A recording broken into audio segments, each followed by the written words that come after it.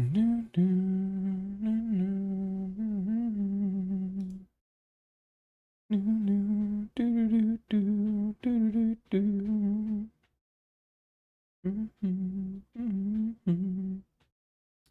Buffer.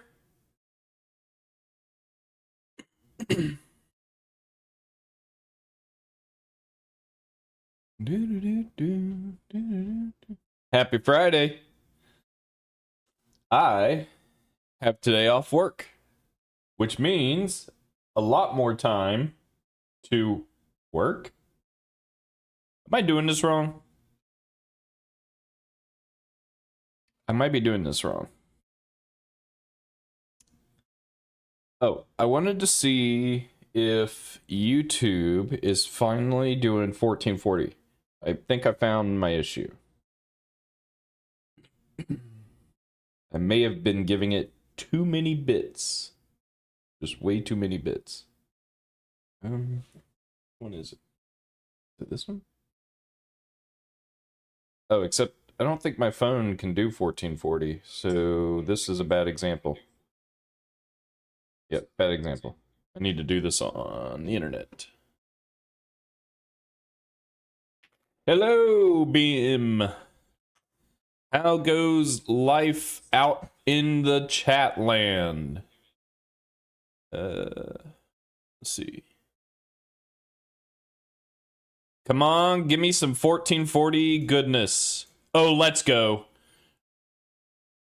All right, we are live at 1440p on YouTube. Even though YouTube still says I need to change the resolution. Current resolution. I can't win. I cannot freaking win. I think Twitch also has 1440 goodness.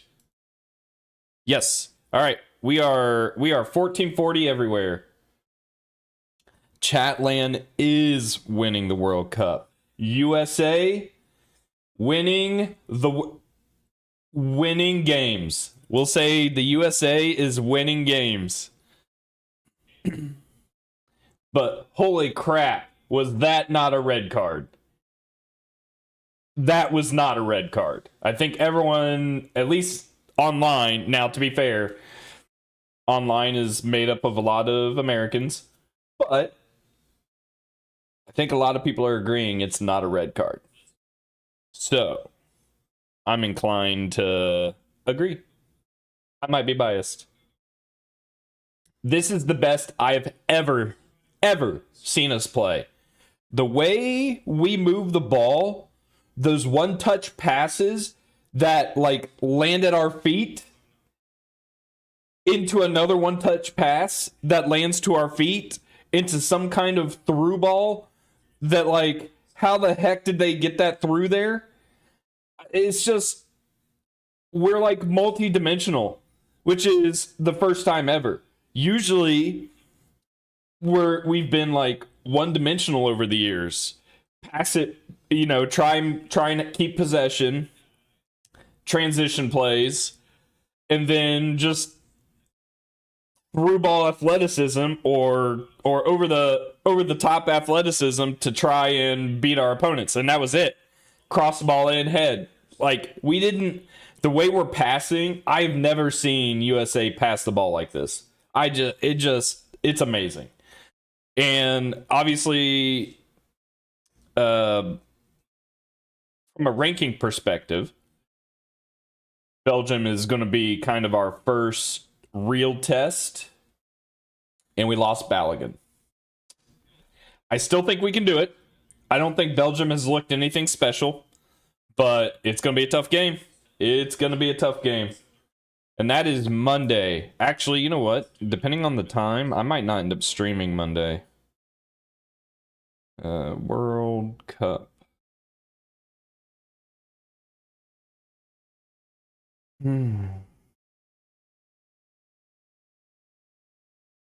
p.m. I should probably still be able to stream. Maybe I'll start a little early again. That way I can get off and watch the pregame. But yeah, that's kind of where we're at. Hey, Bim, I don't know if you're still there. I apologize. I didn't see your question. You are always allowed to ask questions about C++. That is what I am all about. What's this error? Open widget. Where's Trail? Oh, he was right behind me. He should be back. Now, he might not come back until he wants something, but he'll be back. He's inside. All right. So I have a couple of thoughts today. I have a little bit of extra time to stream. I'm not opposed to suggestions as long as it's something I would be interested in doing. Otherwise, my plan is to try and knock out the C++ implementation for Wordle. And if that goes quickly enough, then I also want to start looking at using C++ to ping Twitch API to see what it takes to download Twitch chat. Because if we can do that, we can start building stuff.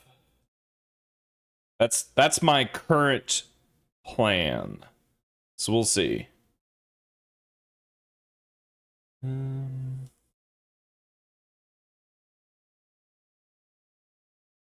CPP Wordle. Ooh, that's a great question. We can absolutely solve Wordle. We could even try and solve our own Wordle.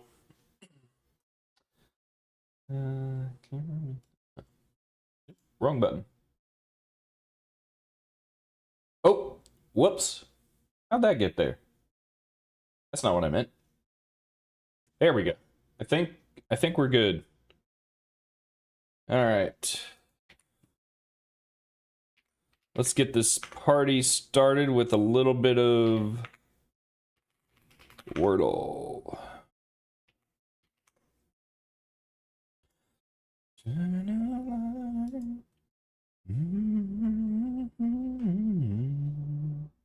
No, I don't want a hint. I don't need a hint. All right, I need a new word to guess with. Let's try preach. Nope. Let's try paid. Nope. Let's try hair. Share. There we go. Terrible. Absolutely terrible. All right. What else? What are like common letters? N's, L's, D's. Doth. Nope. Dope. Nope. Cool. It. Quit. Quiet. Nope, we already have any. Quits. Nope. Quitted. Quilt. Quilt's a good one. Quilt was terrible. That was a terrible word to use. All right, so now, do we try and eliminate more letters? Or do we try and figure out where A and T go?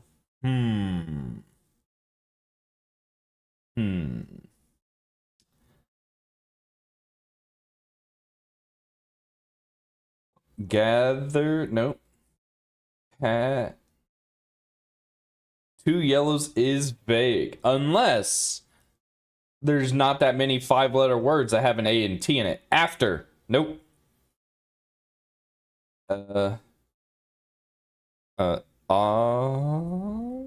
Question mark? Trap? Nope. I keep wanting R, and that's not gonna work. Pathe. Nope. Patter. Pitter patter. Nope. Pote. A boat. Boats. Spoke. Spote. Oat. There's an oat.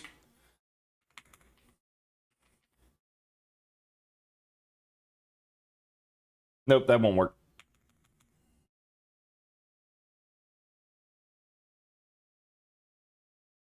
Goat.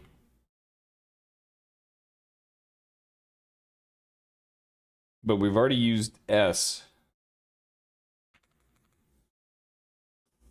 Coat.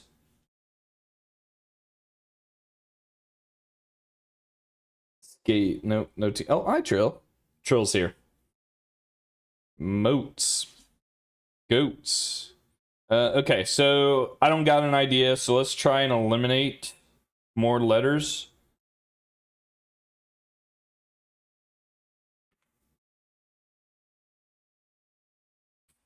I really want R to be a thing. Oh.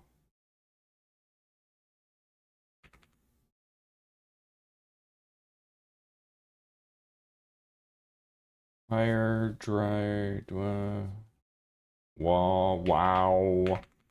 Wordle. Nope. You can't even use Wordle in the game Wordle. That's messed up. Potty.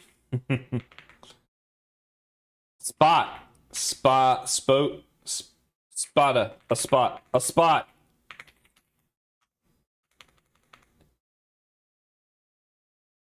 Apricot. Apricot. Dang it. Yes, Bim. I am a professional C++ engineer. I do lots of C++. I do software pipeline automations. So GitHub, GitLab, that kind of thing. Docker containers. What else? Cross-platform development with C++, desktop applications, mobile applications. I basically do a lot of front-end development using C++, which is kind of weird because I don't think a lot of people use C++ for front-end development. Hey, Mab, how's it going?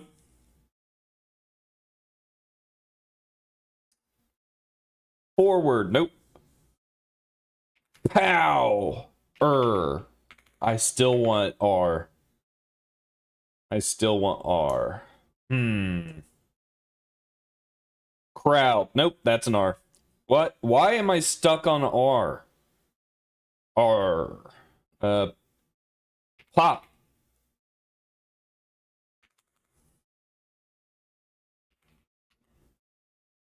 T-coat, coat. Coat. Cody. I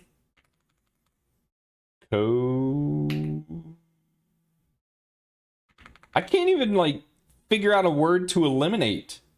What vowels do we have left? We have O, we have Y, we have A, caddy, O, O, O.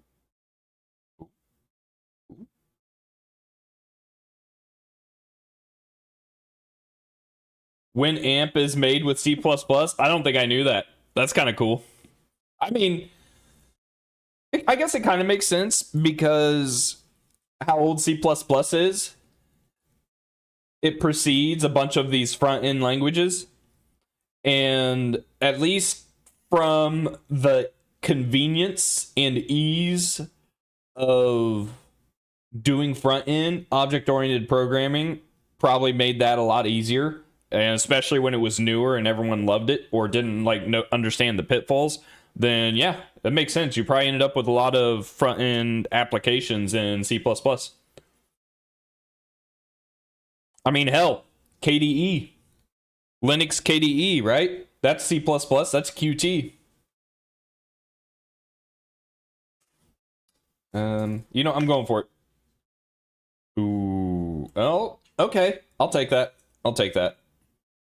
So, what's the word then? At. We still have an O. Potato? Nope.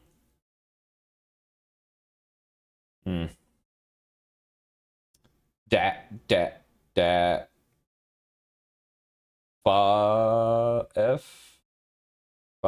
No.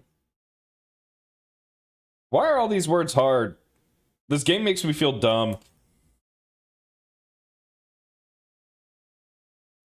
Cat, dat, pat.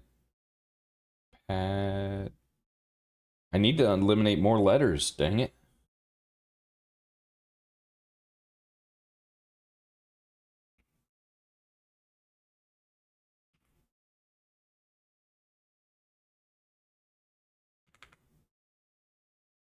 Mo.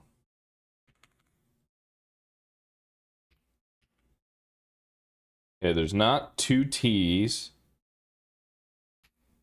Can't be. Ooh. No. No. Water.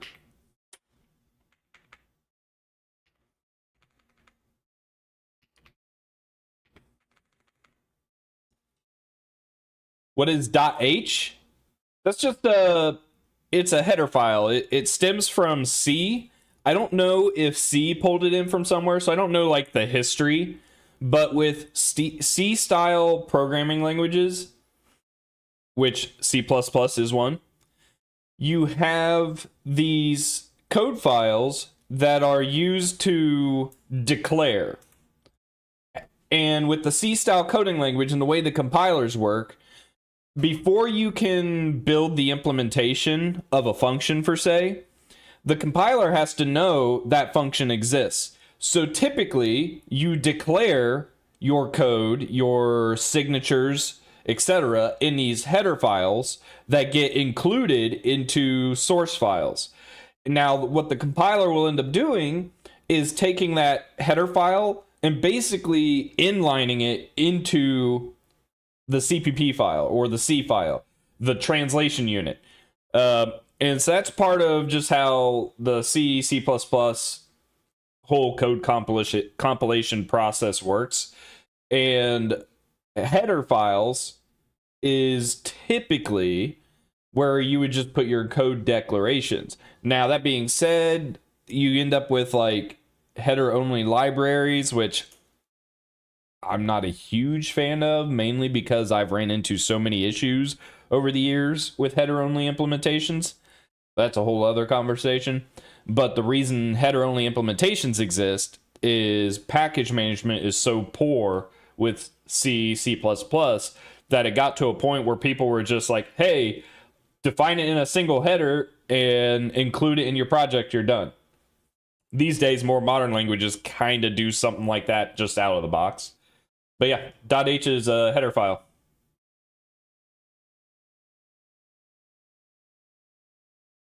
Thanks, good luck.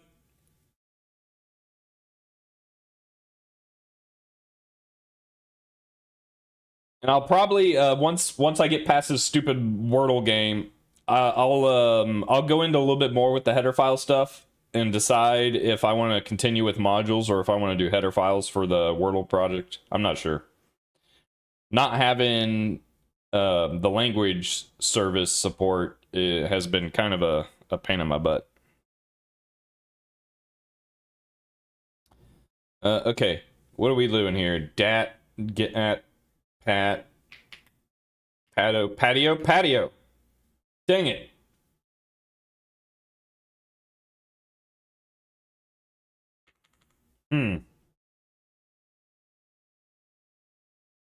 Confirm there's no double T's, but is there a double A? Is there a double A? Usually when it gets hard like this, it's like, oh, do we have double letters somewhere? Batata. Wait, ratat.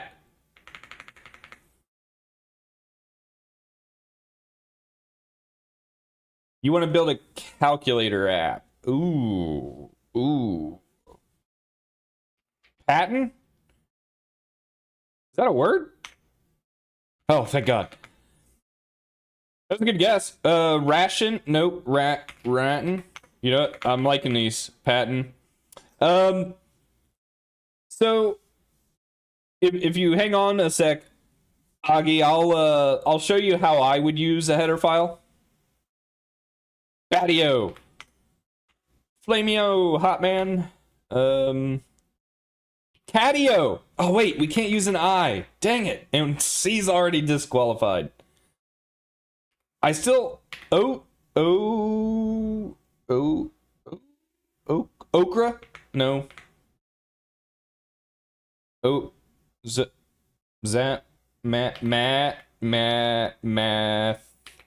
Match. What the hell is this word? You know, I'm going with patio. Just to eliminate some letters. Okay, there is an O. I'm not crazy. Okay. which means it either begins or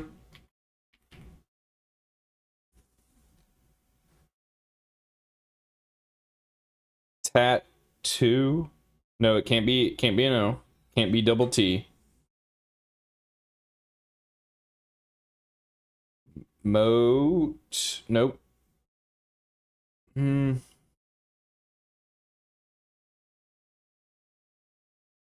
O. It can't be. It can't be oat, right? I don't see how that would work. Dat. Nope. Awk. At talk. Wait, Matin. What's that? Is that a word? No. Whew. You guys are coming up with words. I'm like, oh no, I don't know what that is. Wanton. Nope. This is gonna be so dumb. This is actually gonna be a super common word, and I had no idea, and I just don't see it. Wator. Watog. Watok. Wadak. Wadak. Wadog. Wadog. Wadded. What? Wattage? Wattage. No. Because that's like.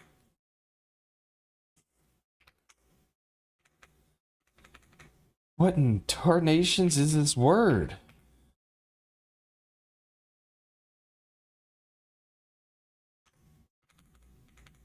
Otu. Matter? Matter. Dang it. All right, is there a word? Can we eliminate more letters? Let's just eliminate letters.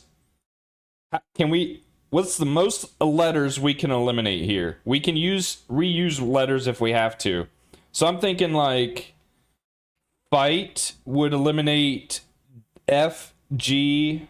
That only eliminates 2. Batten? What the hell is batten?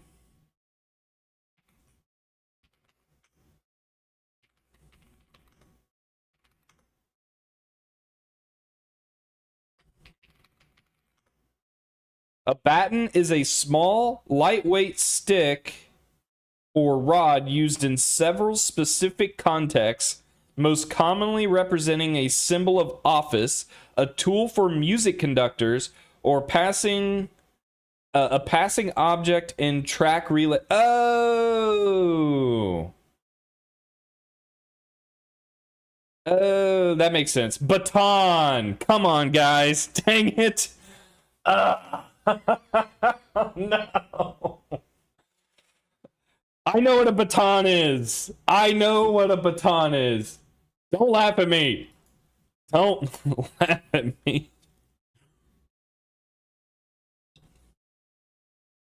Son of a biscuit.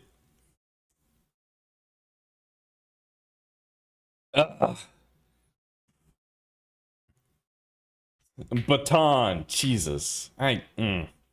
You know what? I have seen people play Wordle and run into that exact same scenario where they know what the word is after you pronounce it right. I cannot believe that happened to me. All right, so someone was asking about a header file. This is awkward because I've been using C++ modules. So let me do a little bit of header fileness with this Wordle implementation. Where's my terminal?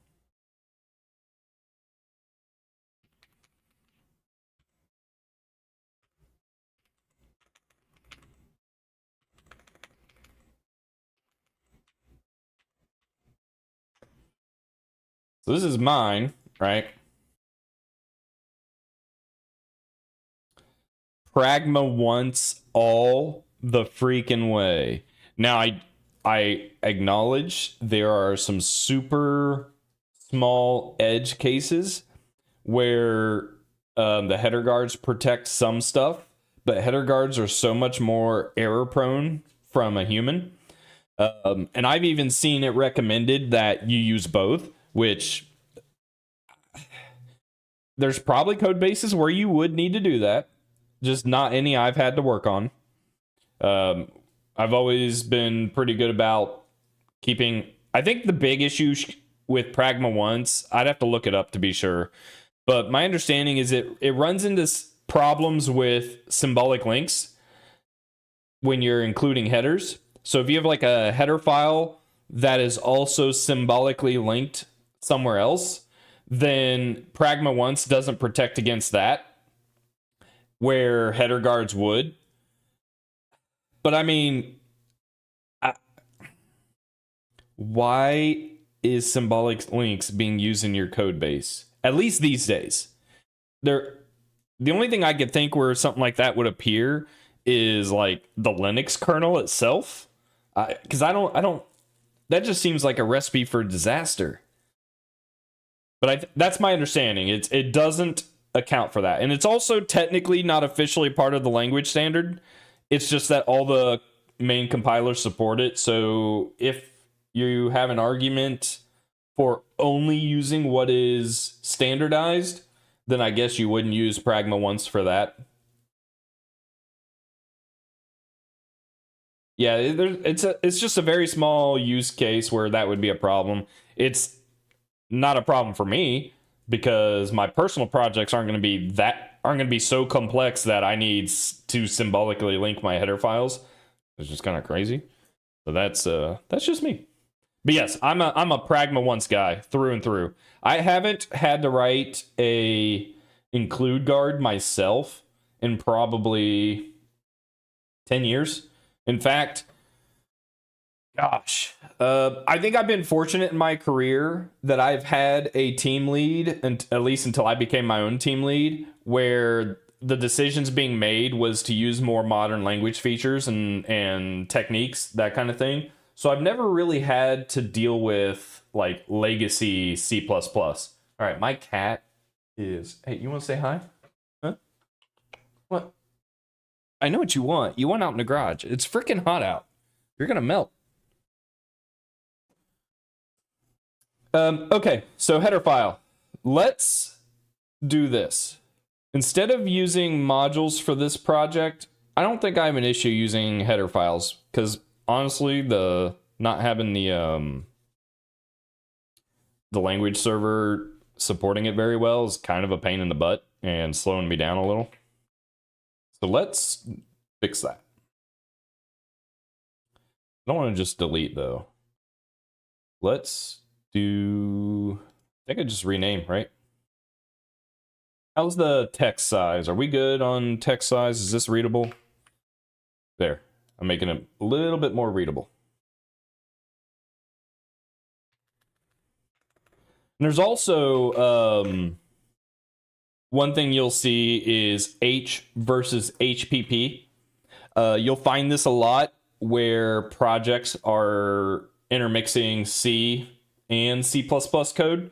And so .hpp is just like an easier thing to look at from a file explorer to know, like, oh, that's where C++ header definitions exist. File extensions at the end of the day, at least for C++, doesn't matter. So you'll even come across code bases where header files have no extension, which is a pain in the butt because then your IDEs don't know how to highlight the files without the extension. So there, you do run into that as well. I think for this, I'll just do HPP mainly because I get this cool little C++ icon next to the header file. Where'd you go? Huh? Dude, I'm not getting up. I just started. What? Come here. Nope, nope, come here. You gotta say hi. Nope. Trill. Oh my god, what a twerp. It's like... It is 89... apologies, my non-Americans. It is 89 degrees Fahrenheit, and it feels like 105 degrees Fahrenheit. So what is that? Like 30-something in Celsius? I don't know what the... I forget what the quick mental translation is. Is it basically divide by 2 for like a ballpark number? I've seen like tricks online how to just do a really quick mental conversion. Yeah, so it's basically it's been like super humid this past week. Um Insanely humid. So I've been trying really hard to keep Trill out of the garage cuz that garage just like cooks you. Um Okay, so header file, and if we're going to do a header file, we're going to need a implementation file. So game.cpp. We're not going to do a module, so I will define the source file in game.cpp. Now, you don't technically have to, in CMake, you don't have to put the header file with the sources, because the way C++ works is when you include them, they get inlined into your translation unit. But IDEs can make use of the fact that you've listed a header file so it knows where to look for it and then add it into your IDE. I don't really need it because I'm using VS Code, but if you're using an actual IDE like Visual Studio, then you would want to specify your header file as well. So we won't need this. Let's go ahead and rename enumArray to HPP. EnumArray contains a template class, so that's only going to go in a header file because, as we all know, template instantiation occurs in the translation unit. So there's no like translation unit specifically for your template class, unless you're going to explicitly instantiate for specific types. So I don't really have anything I need to include, just game.cpp. I think that's good. So we'll configure CMake, it's gonna cry.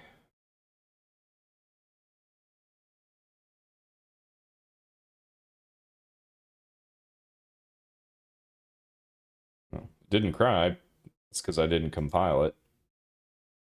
Boom, okay. So compile errors are for sure because I'm implementing this as a module, which we're not doing now. So like we talked about, we do a pragma once. We don't do this. We don't do this. This can stay. All of this can stay. enumArray. Now we need to include enumArray. So here's another fun thing. Including, like, when do you use quotes to include and when do you use your angle brackets? I am not a fan of quotes all over the place. For me, and from like a readability perspective in a code base, especially one that gets more complicated over the years, I like quotes to represent only files that are relative to this file. So if I include enumArray and I see in a code base quotes, that tells me enumArray should exist at the same location game.hpp exists. Otherwise, what I'm doing is I'm defining CMake to point to collections of header files. That way I can include with the angle brackets. And this doesn't like the fact that enumArray is also a module, so we'll fix that.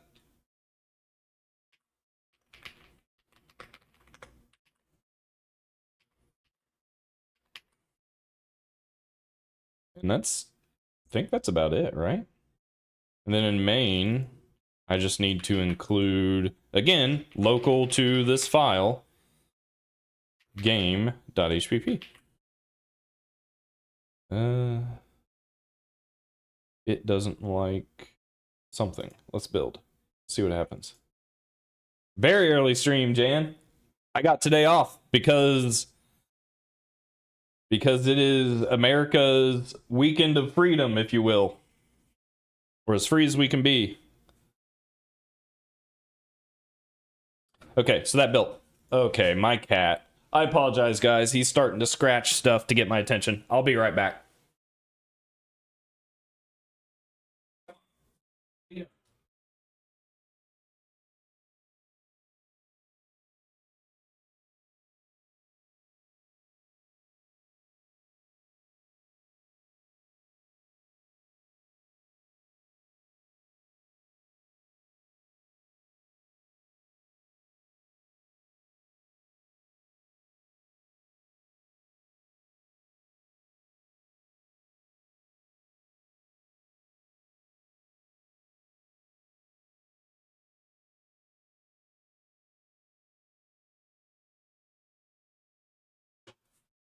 All right.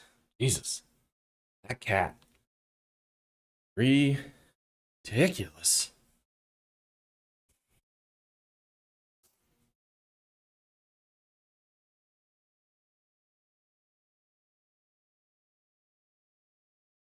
Do I also include headers and respective CPP? Yeah, right. So because of implementation, let's see. This builds, but the implementation is still in this header file. So I wouldn't. Oh, well, this is all structs, so there is no implementation. If there was implementation, I would be doing this. And there might be before we're done here, because I do want to do a little bit of object-oriented programming versus just procedural programming with C++. I'm Eastern Standard Time, so it's almost noon.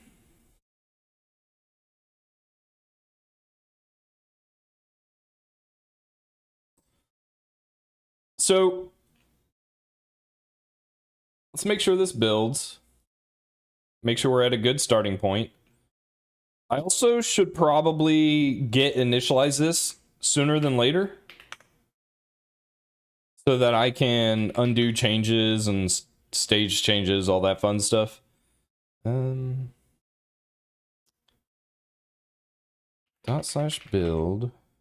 x64. I'll tell you something else. Actually, let's do this real quick. The other thing I like to do with my projects is implement an installation step, which I might have. I didn't think about this. I might already have it when I copied over my CMake.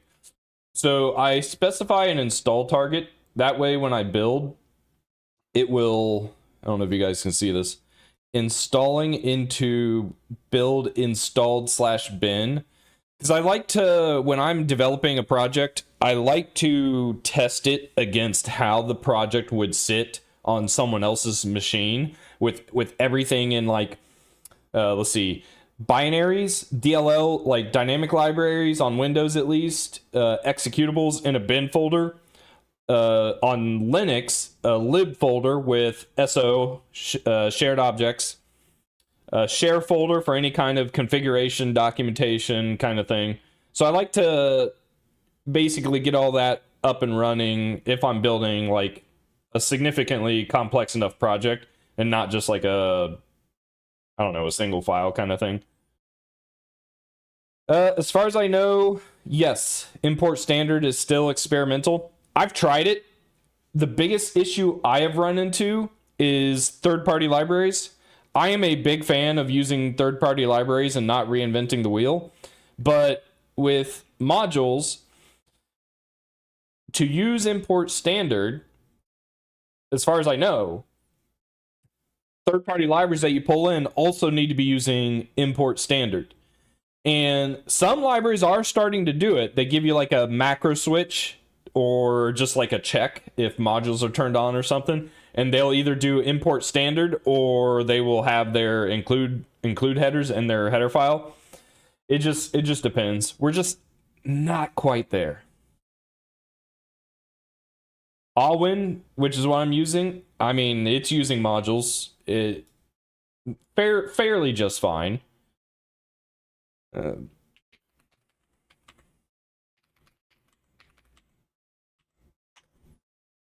Okay, that didn't build, and there's a reason for that. There is a reason, almost certainly because on Windows you need, actually, I thought I was linking statically. So what's going on here? Did I break my game? No?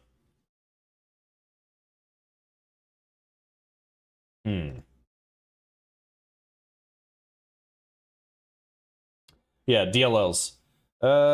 Crap. I thought I was doing this statically. I can do this statically. Let's just do it statically to make it easier, because I think that's what Odin was doing, right? What do? I need to specify my presets target, Windows, static. That's target. I probably need to do host as well. Static. Okay. Let's give that a shot. Configure. So this should grab dependencies, build them statically, allow me to link against them, and then I won't need to copy DLLs around to make sure my application can run.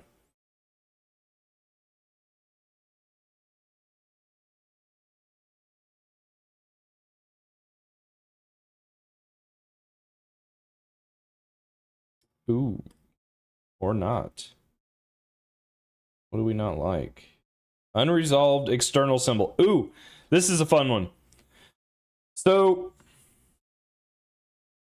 I don't know if other newer languages run into this issue, but at least with C, C++, when you're linking against libraries, especially statically, the order of linkage is important. And I think that's what's happening here. So,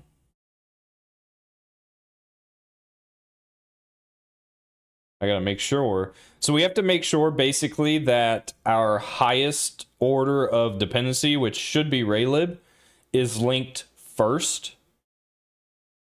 If in scriptin, nope. If Android, nope. Find package raylib, okay, we link against it. If not in scriptin, not Android, link against GLFW. So that's good, all that's good. Is that not the issue?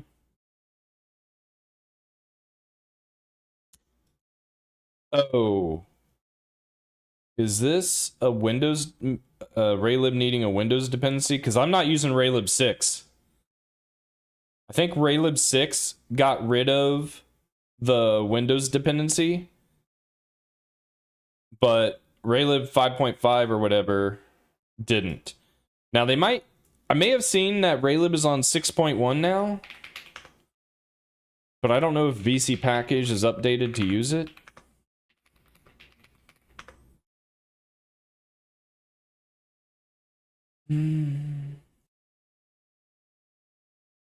No, not yet, I guess. They're still on 6. There's a bug with 6, so I haven't been able to use it yet. Now I gotta remember what that Windows dependency is. It's if Win32. Oh, there it is. WinMM. Autocomplete for the win. I think that's it. Let's try this. Oh, that's not the button.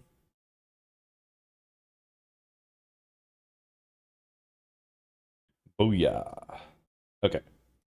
All of that so that I can do this.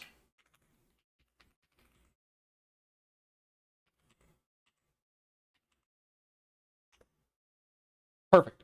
Now, I won't deny, compared to Odin, what I just did probably takes a lot of know-how, I guess, experience having run into those types of issues before. Whereas with Odin, I think we were kind of just up and running, right? For the most part. I won't deny that. And what may seem easy for me to understand or quick to understand isn't because it's like, oh yeah, I know exactly what that problem is. It's because I have run into these types of issues over and over and over and over and over again, time and time again. And so you just kind of get used to navigating those types of errors. Is this an instrumental? This is, yes, it's called Lovely. It's a money. It's a money is the artist, I think. All right, guys, I need to figure out how for you to give you access to the ability to do like, what is it? Something like that. Oh, I have it. Failed to get the current song. So how do I set up stream elements so it knows what song I'm playing. I don't know how to do that. But if I can figure that out, I'm one step closer to being a real streamer.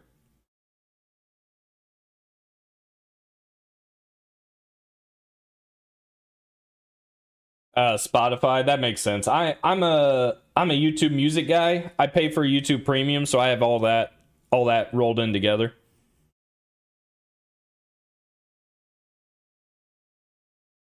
Okay, so we have the application running. That was step one. So now, maybe we object orient this a little. Last.fm API. Yeah, I'll have to dig into that. Or maybe if there's a lull in the stream, I can play with that. Okay, so I do have the Wordle implementation. Oh, I think I got rid of it. Dang it, I was going to show you guys something.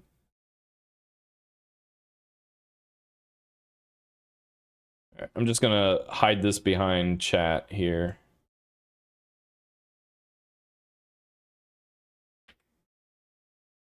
My vertical viewers, you're not going to see this. You're not really missing much.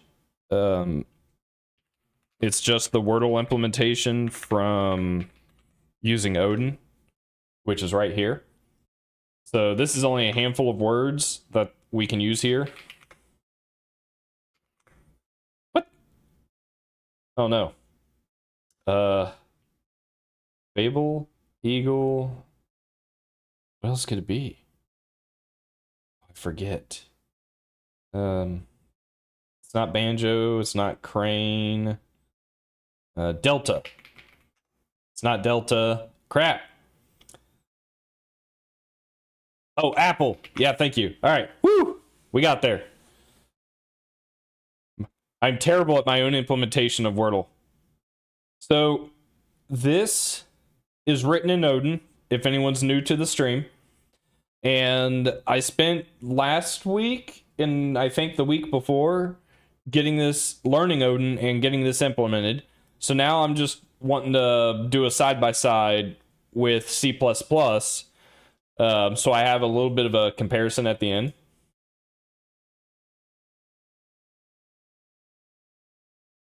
Why did I decide to make a separate enum item for each letter? Oh, yeah. So that was...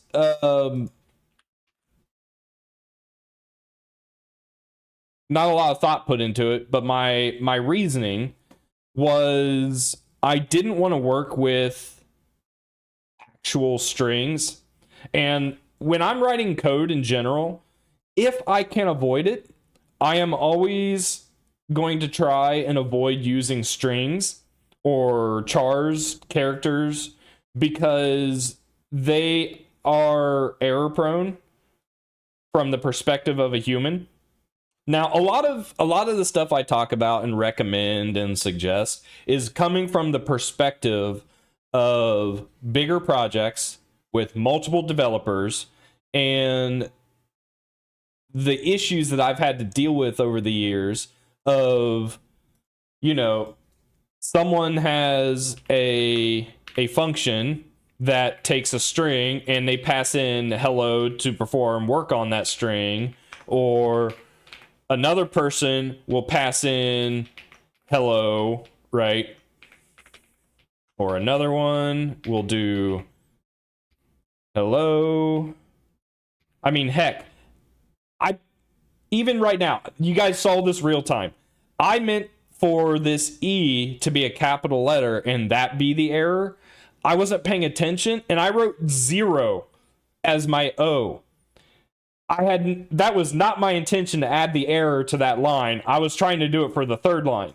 So if I avoid at all possible using hard-coded strings in my code to do any kind of processing, because errors like this happens all the time. And the more developers, the more files, the bigger the code base, things start to get like separate. You have like a small team working in a folder over here, a small team working in a folder over there, and they are all dependent on some core API that has these hard-coded strings. Holy shit. So when I can, I'm doing stuff like this to prevent those types of errors from happening. For a small project, you can use strings. That's okay. I'll hate it, but don't show it. Don't show it to me. And so I'd rather pay for the small cost of translating. Well, I'm not even really translating, am I? Because I'm reading in keyboard state, converting it to an enum. The only time I'm doing string comparison... Shoot, did we even do string comparison? I forget. Because I think we did like letter by letter comparison. Submit active row. Yeah, I think we did like letter by letter evaluation. So it turned out we didn't need strings anyway. So that's kind of where that's coming from.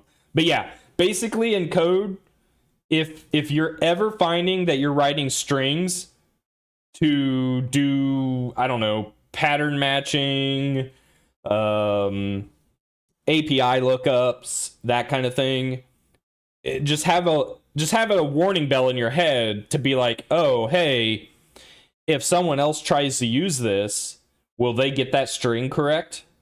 Or is there an opportunity for someone to put in a different value? And you're going to hear me say this all the time. I think I even have a YouTube short. Type safety. You, at least for C++ and how I write code, which I kind of liked Odin for this as a like procedural language out of the box. It has type safety. I lean on my compiler to enforce API usage correctly. And anytime you introduce an API that allows some variable input, like a string, then that is an interface you have to cover for vulnerabilities, for incorrect values, empty values, values that are too long, too short, etc. So if you can use explicit types to achieve the same effect, that is what I would lean towards. You did a small pull request. Is that on the Wordle? I mean, I trust you with Odin more than I trust me. You've helped me out a lot. Do I have... I don't think I've ever signed in. I might need to sign into this. Yeah, I'm gonna pull this off and sign it.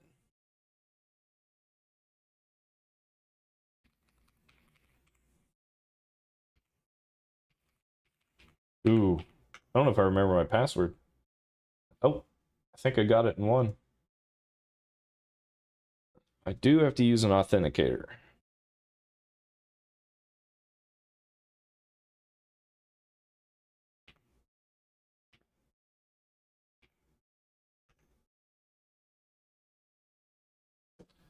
Okay.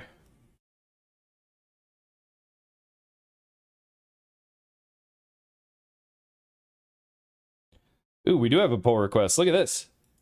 Oh, hell yeah. Oh, okay. Yeah, you were talking about doing some different memory stuff, weren't you?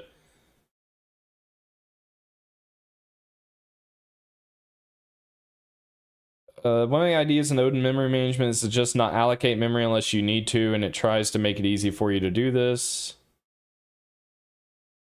I am curious about this.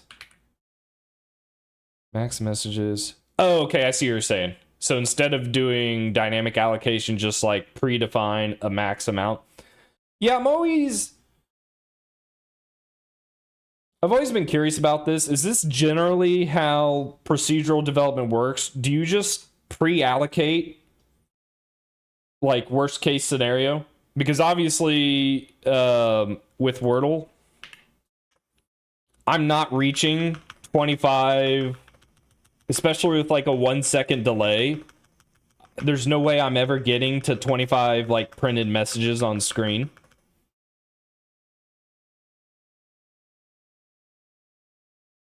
Message lifetime, I like that. Oh, I did that. Game mode, I'm okay with that. Hard-coded messaging, I'm okay with. Builder buffer, what is this? Oh, they have a byte type? I didn't know that.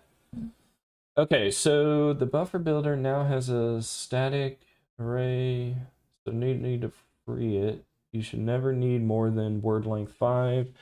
Yeah, I mean, for what we are doing with this project, this is perfectly fine. In my mind, I did like the idea of at some point being able to define a word length, which, yeah, I do up here. But being able to support like variable word lengths. Just keeping track of previous time on the object. Yep, I like that. Parsed word list. So you define it as an array. Does this mean any length array?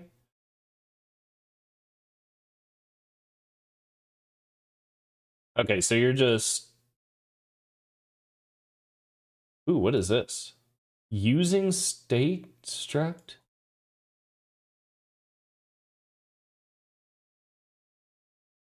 Does this let you define it inline? Is that what's happening? All of this data gets set to 0 on game restart. Yeah, I like all this. I like this.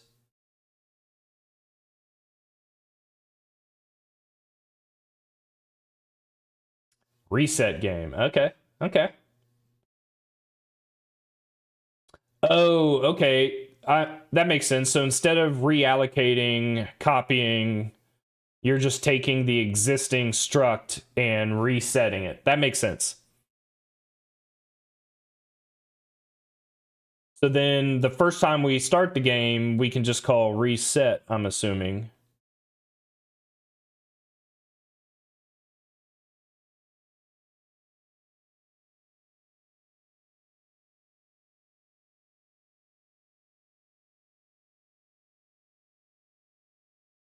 Did this get moved into... Are we in the same... What function are we in? We are in main. Init a string builder with a static array. So... Is a string builder in general, like... Are you just creating one of these for your entire application to use? Is that the idea? Reset game. There it is. Okay.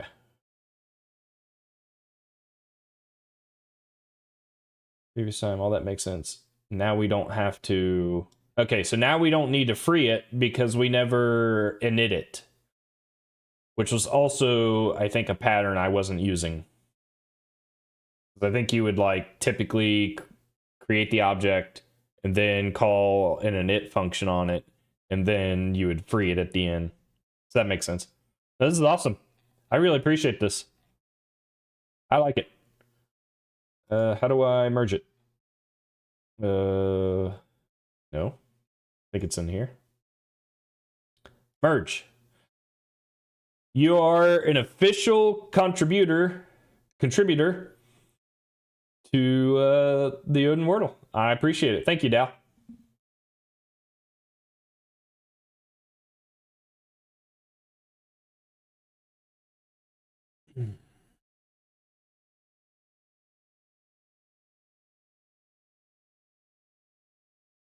Where's my... Oh, Trill is not here. So, I'm trying to think how I want to handle... Okay, so we already moved this over.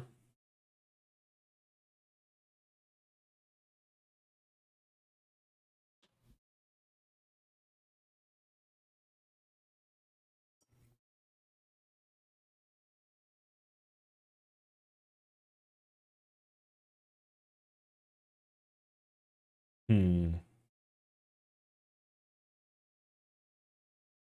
don't want to go too complicated. But I also don't... kind of want to avoid this stuff here. In fact, I should probably do that here.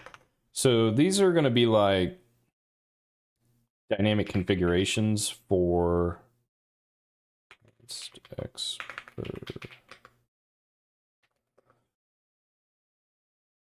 Yeah, sure, why not? Let's do that. Let's do height. Word. Length. 5. What else? And then the max number of guesses.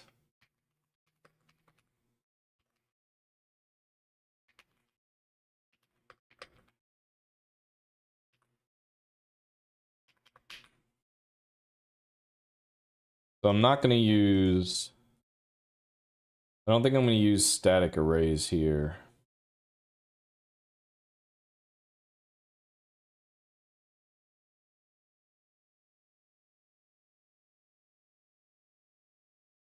So I'm thinking we can do something like...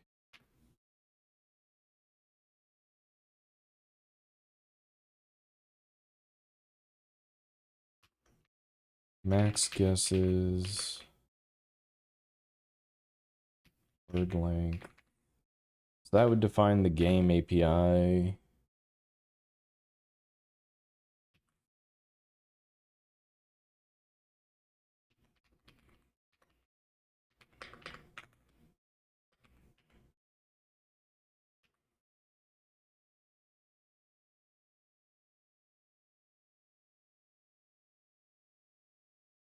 So if we do that, what I really want is... probably do want to make this a class.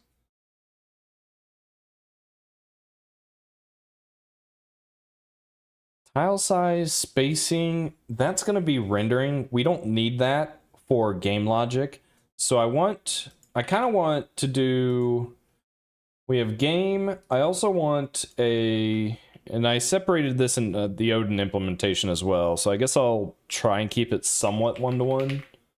So we have render.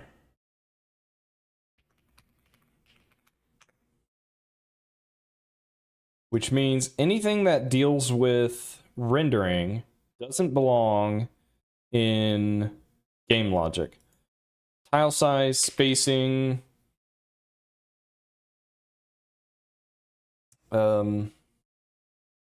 What did we need elapsed time for? We needed time for message delay, which is... that could technically be rendering as well.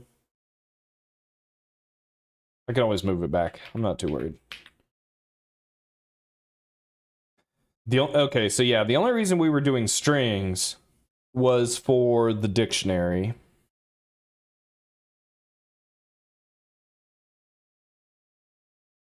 So I think I will also implement a dictionary.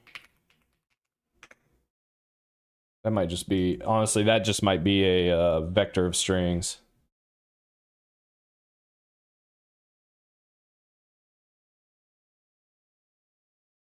I implemented this enum array class so that I could do scoped enum indexing so that I don't have to like call static cast over and over again. But maybe I can turn this into a vector as well.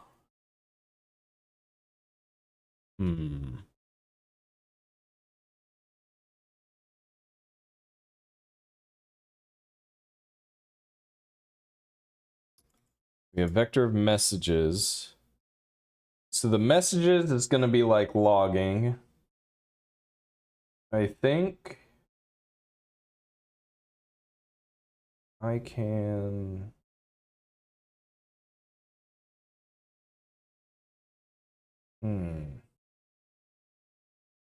I don't need messages. You know, I'm gonna make that a separate thing as well.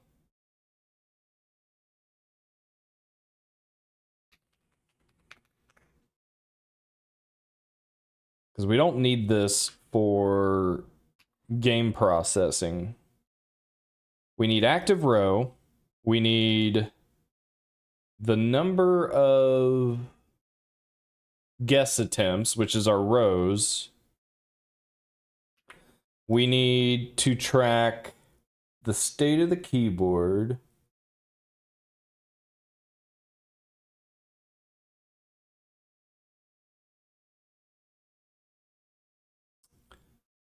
The using and the struct lets you reference. Okay. That makes sense. I like that.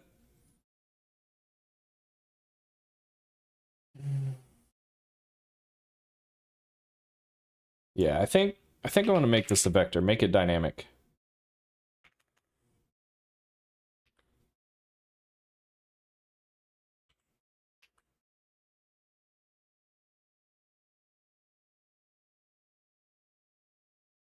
So we're gonna have a row of guesses, and then that row is basically a vector of vector.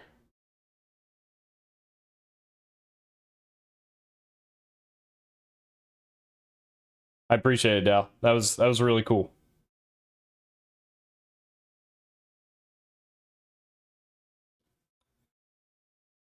Trying to think. A row. You have active row. So I think I'm gonna make this and do a public private implementation here.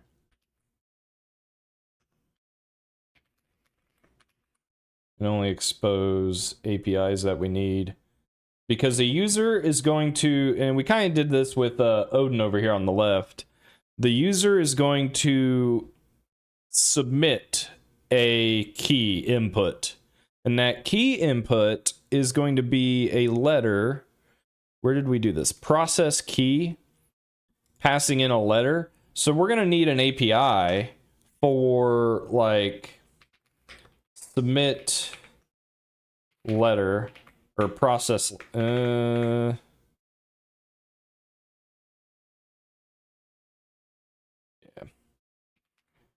Process letter. So then in our CPP file,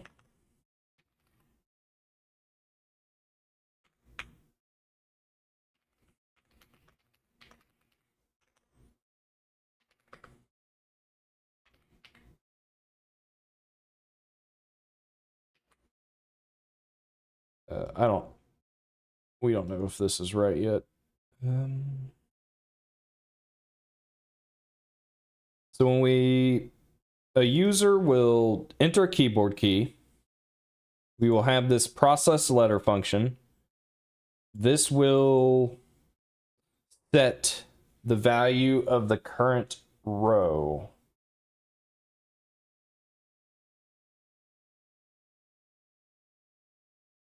We could almost, since row is going to be a fixed size, because this basically represents the number of guess attempts, we could make use of active row as just being an iterator, because we're not going to reallocate the vector. So that's a possibility. An index is fine. An iterator would technically be a little better, because then we don't introduce this opportunity for active row to be a value that's outside of the index kind of thing. And now we have to put in checks for if greater than size, if greater than 0, or if greater than equal to 0, that kind of thing. So when we create the game board, and it takes max guesses and word length,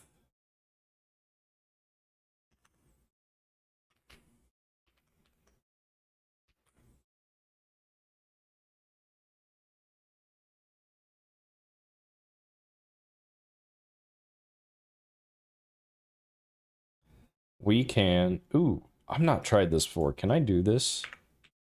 Can I do decal type standard begin rows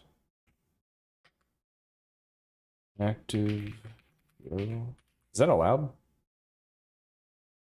We're doing some stuff I've never done before, which is why I practice, because I'm curious to see if this works out or not. So then this guy gets initialized with a size of max guess. We do want to store this, I think. Do we want to store that? Keyboard state. What's keyboard state? An enum array, which we might need to change. Maybe we won't, actually. That might be fine. Word length is going to be the size of a row. So anytime, so we need, ooh.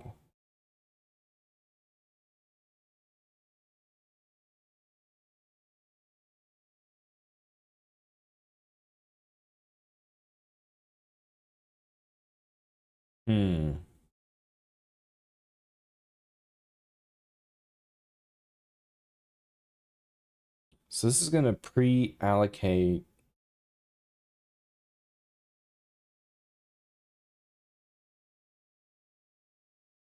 But we also need to pre-allocate the guesses.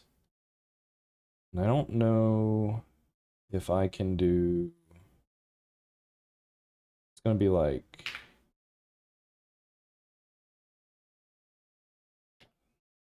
I'll do it here. Rows equals standard vector...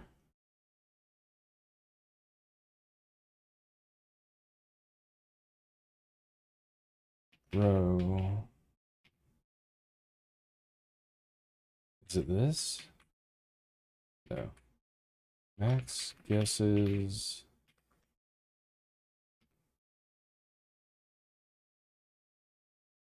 Word length.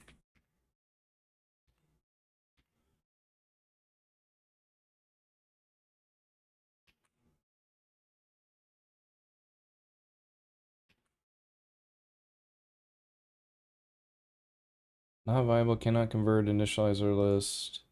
I don't even want to do this. I just want to do this.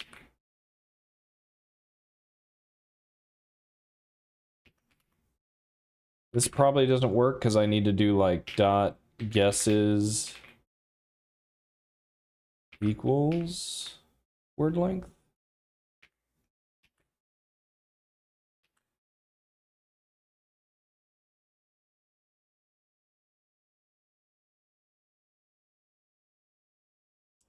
I forget how...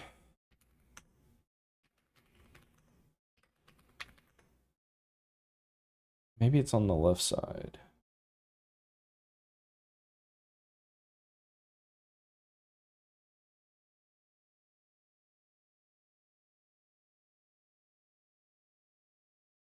It's count followed by type. Count followed by type. So in this example, count followed by type, and the type is initialized with word length. Why does it keep... All right, I need to... I actually don't like what Clang D is doing here. I'm going to turn that off.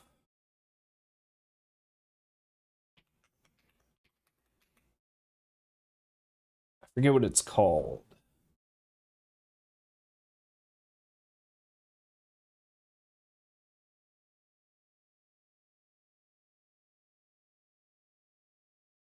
Args, Clang type, no. Enable hover, check updates.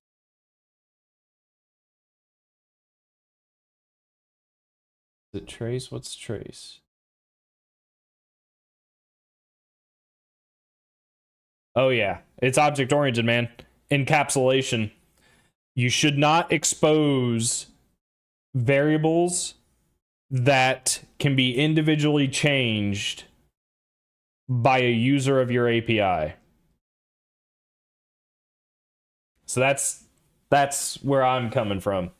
If especially now, I will have public variables for sure, but if there's a dependency between the two, then you encapsulate them and only expose an API that the user is allowed to use.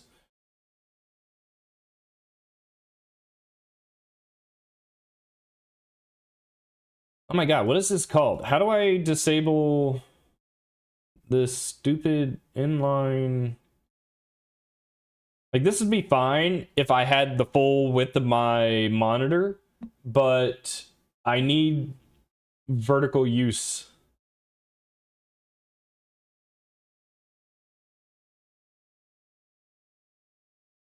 Yep, that's that we definitely defer. Like I said, I come from the perspective of multiple teams of developers working on a single large code base, and if you give access to all state to everyone wherever they want, that becomes a maintenance nightmare. I have seen it happen, and holy hell, it is a hell. What is this called? All right. Disable cling D showing inline argument comments.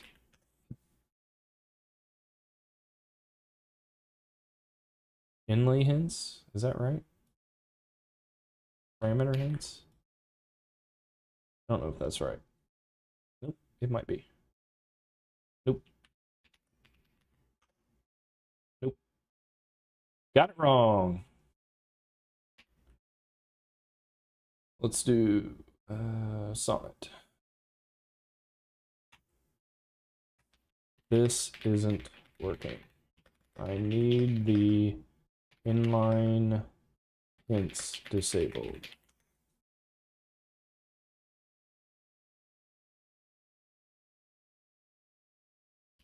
Okay. There we go. Woo!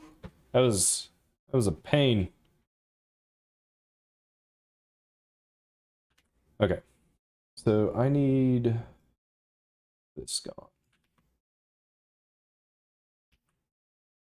So it doesn't like non-constant expression cannot be narrowed from type int to size t.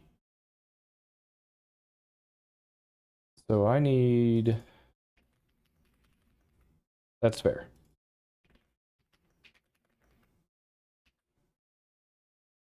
Can I make this a const expr object?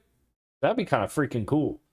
I think we're so close, especially with C++ 26 and reflections, to be able to like build an application and run it by compiling it.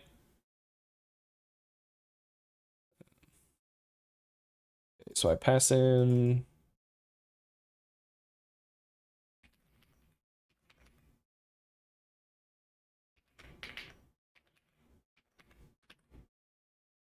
there we go. So now do I even need this? Can I do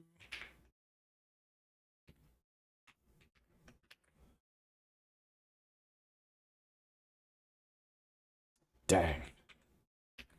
Can I do this?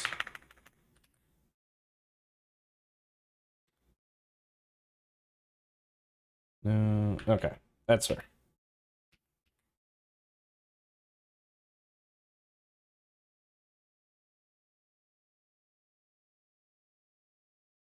Yeah, I understand, like, and the problem I have with that is, but you need to just, or what did you say? But you just need to understand that if you do it, it may break, right? Humans are fallible. They make mistakes. That's how bugs happen. And that's not like something you can do on a big project. You just can't allow that to happen. Now, I'm sure there's ways to enforce that with more procedural languages as well. I mean, even Odin has like public private, right? Uh, but you can't allow the free availability to modify state in unintended ways. I, it's just it is so bug prone for something like that.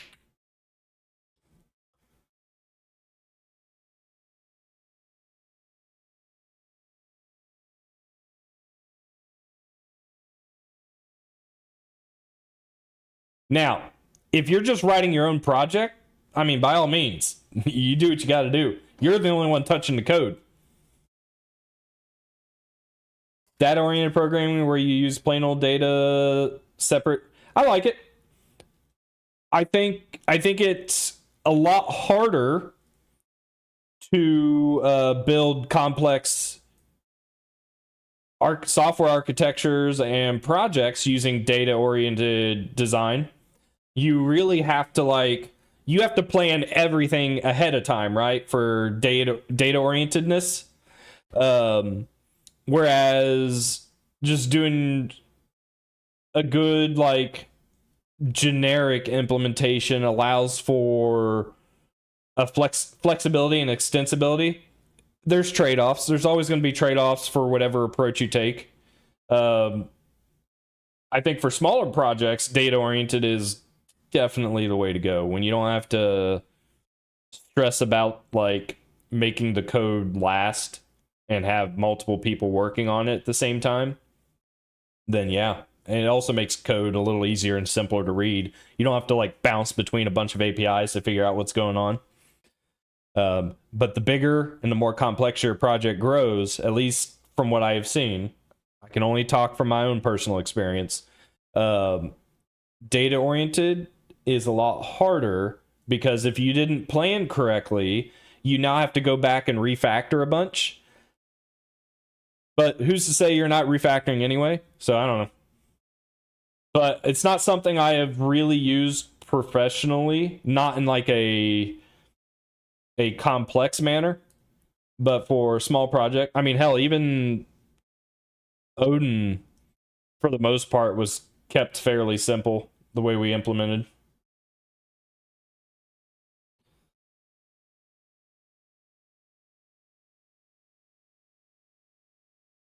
All right. So by defining a fixed, or I guess pre-allocating a fixed vector of vectors, in theory, it should be safe to grab the active row as the beginning.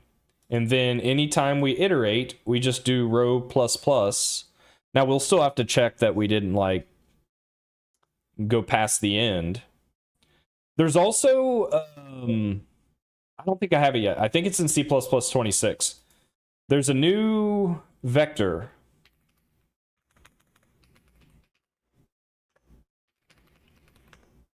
It's called in-place vector. We were looking at this. In-place vector.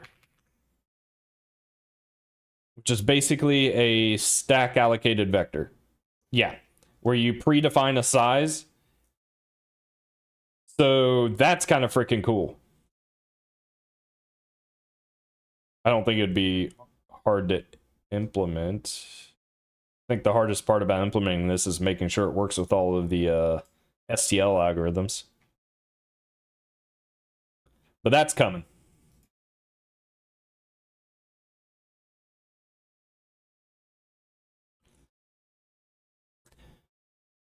Oh yeah, for sure. They're the things people could come up with. There are some really smart people out there doing some really good stuff with software. I'm a consumer of what those smart people do.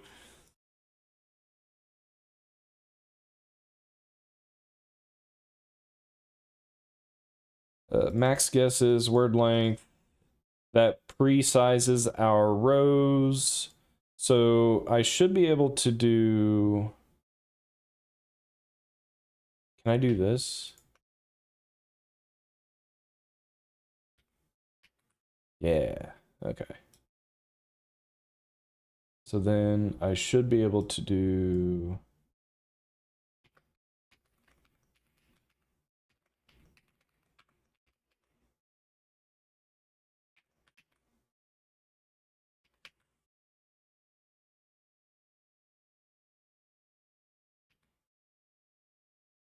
Okay.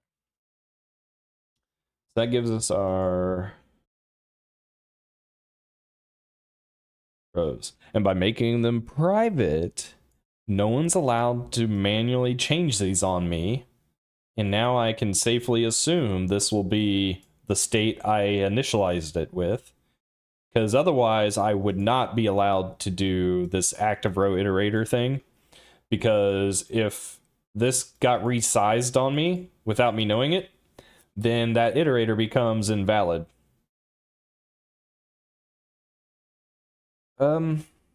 I think target word will be owned by the dictionary as well.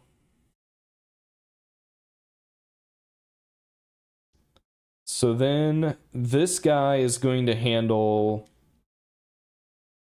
accepting letters, submission. So we have to actually, you know what? We do want the target word, but we want it populated not as a string, but as these letters. I don't use asserts all that much. Probably I should. Like I bounce between whether I should or shouldn't. I hate writing extra code when I don't need to, but at the same time, if it catches bugs, then that helps. The problem is I'm a huge proponent of unit testing. So I typically rely on my unit tests to catch, like, what is it, preconditions and post conditions, edge cases, things like that, versus having inline code to do the checks for me. Obviously, unit testing takes more time and effort, but at least professionally, I'm getting paid to do it, so I don't care. I'll do it because I'm told to. But the thing I'm looking forward to in C++ 26, and I don't think any of the compilers have it implemented yet, it's called contracts.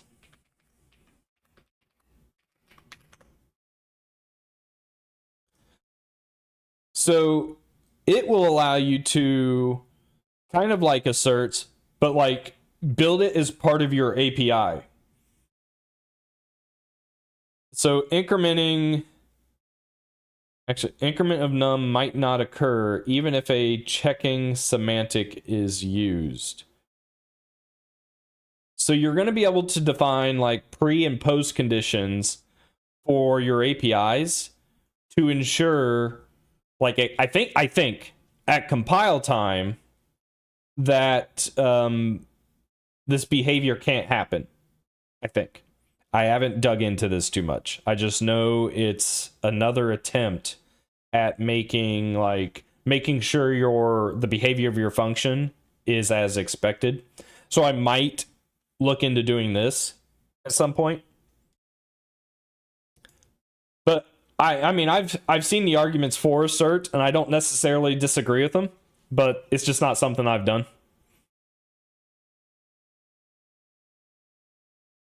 And I haven't been bitten by it because, like I said, I usually have unit tests covering a bunch of those edge cases for me.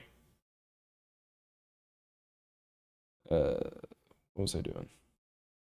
Yeah. So I need a...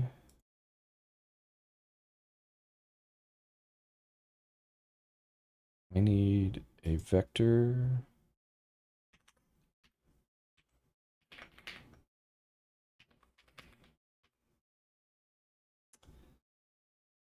of letter for target word.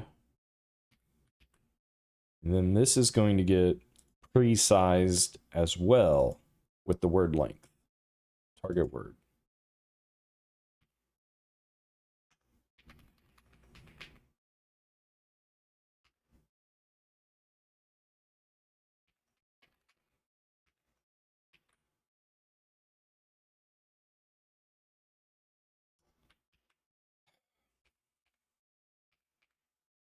Don't like, I wish I could force.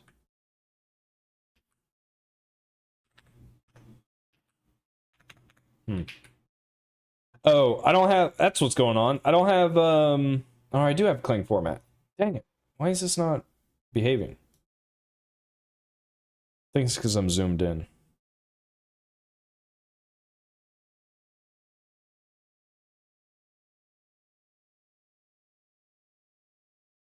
Okay. So target word, we're gonna process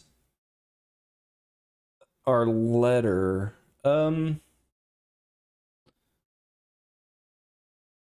This is gonna be like our current guess. This could almost be its own.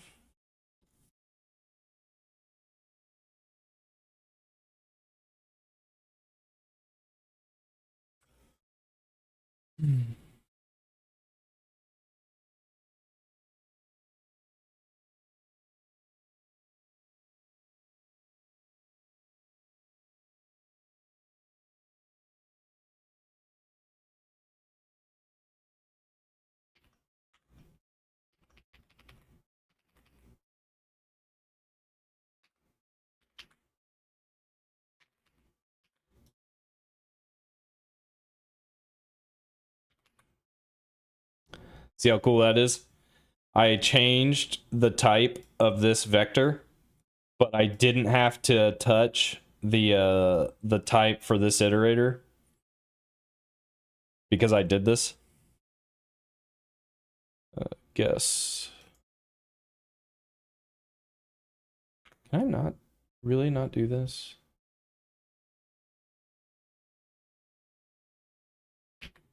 Oh, I can. So then can I do this? And then I want to get rid of this.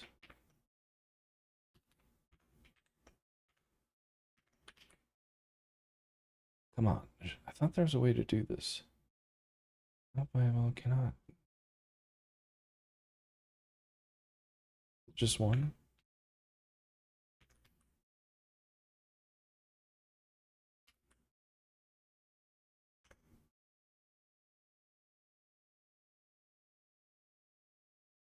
Oh.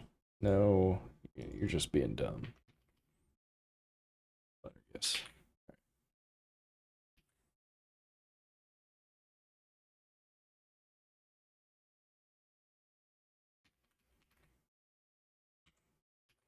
All right, so we have guesses.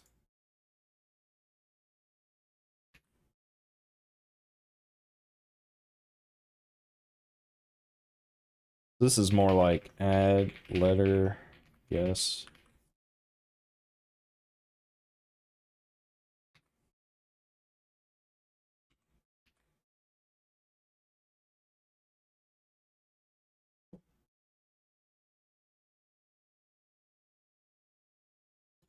All right, so if we are not playing, return. Otherwise, we want to get our active guess.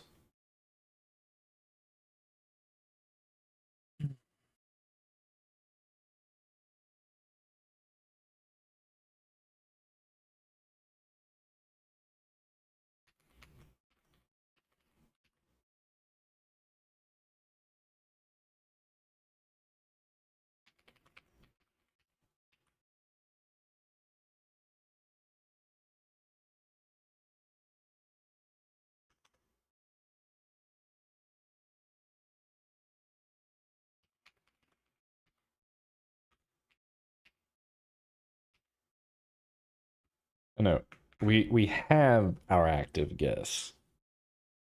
So the only thing we need to do, we don't need to make any word length chunks like we were in Odin here.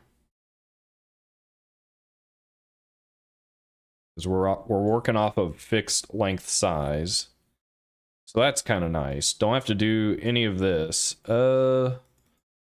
Slice contains word list, guess. Oh, so we were using strings to do a simple, to see if the word was in our list. So that's fair. We were converting, what were we doing? We were converting letters to string. Okay, that's fair. So let's get this dictionary made up, which should be pretty straightforward, I think.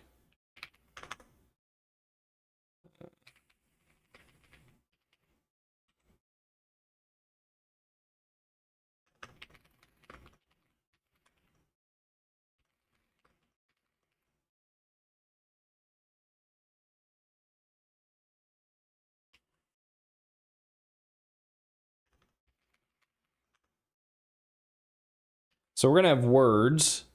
We are going to have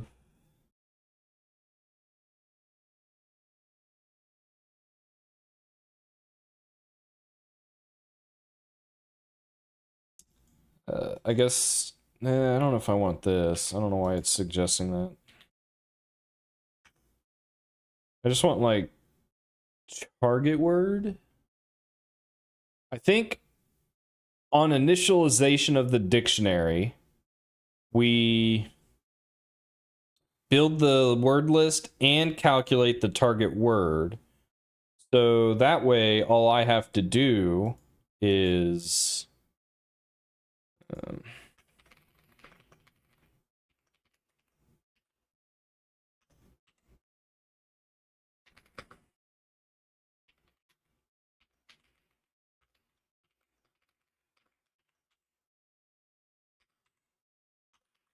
so we get the target word. I think eventually we would pass in a file name. That's fine. I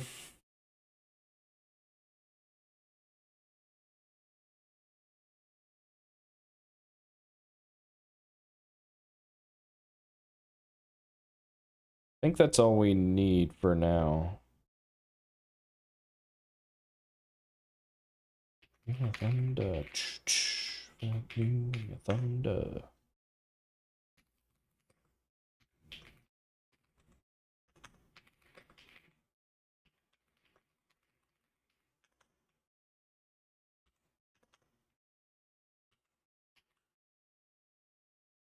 All right, we're going to get to do some fun random number generation with C++.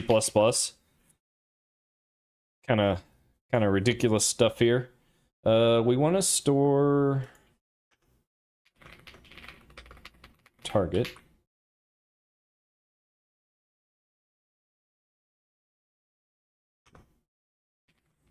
Oh man, I don't even know if I remember how to do this off the top of my head. Yeah, here we go. It's that easy, guys. You create your random device generator. You use Mersing Twister 19937, passing in the random device generator. You use that to generate a size t from 0 to word size -1. And then you call generate to get that random number, and that's your target. It's that easy.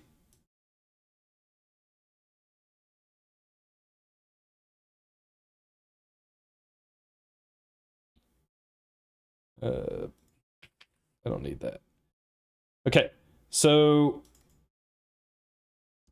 I think just to keep it the same as the Odin implementation and also for enum to string conversion, I'll keep everything capital letter. So let's use the same words here, I think.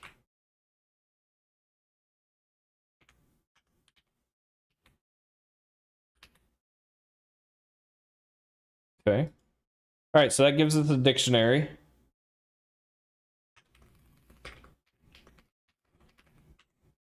So then what I think we can do is, honestly, the word length.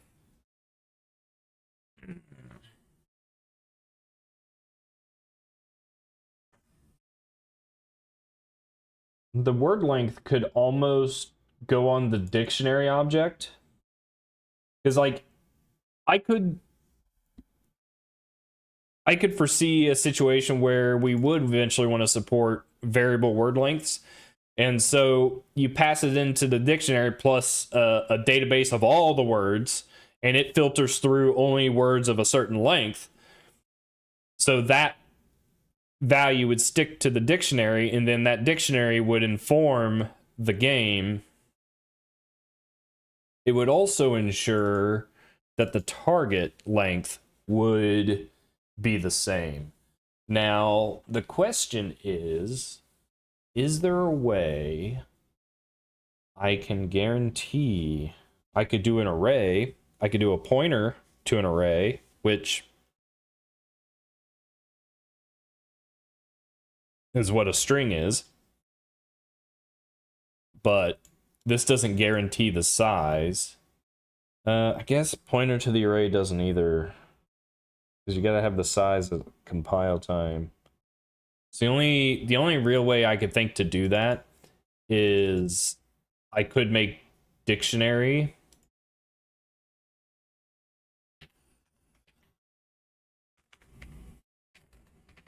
do something like that, but then it's not like runtime configurable.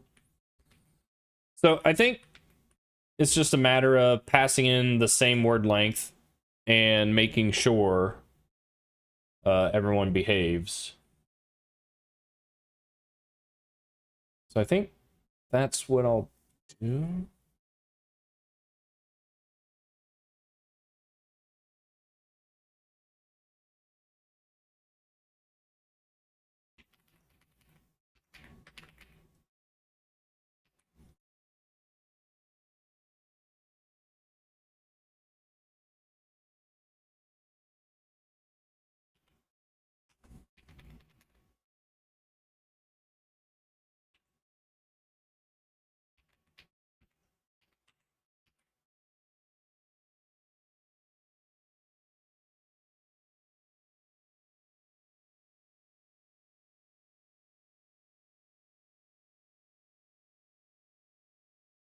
Oh, can I not? Wait.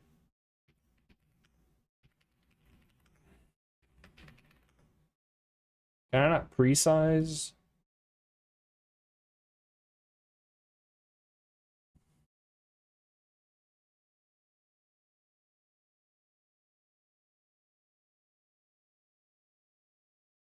I can pre-size, but I have to pre-size it with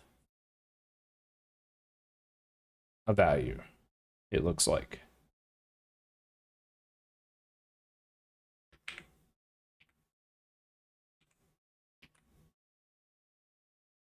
Non-const.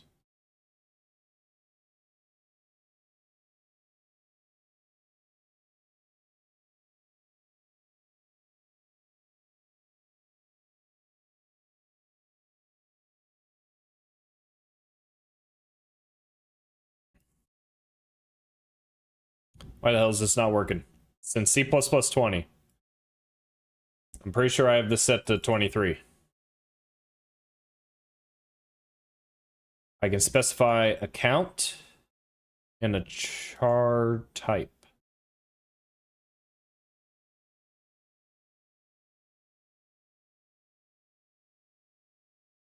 Non-constant expression cannot be narrowed from size t to char.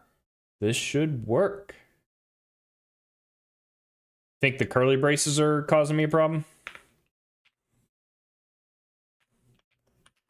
It sure is. But why?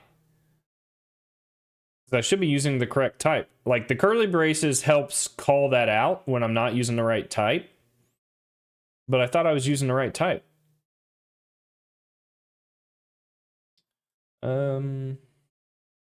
Basic string char. All right, everyone, avert your eyes. I'm looking at STL library code. I apologize. I'll try not to stick to it too long. I just want to see. Oh God, it's hurt my own eyes. Oh God, what is all this? Allocate, copy. That's a copy. That's also a copy. That's a move.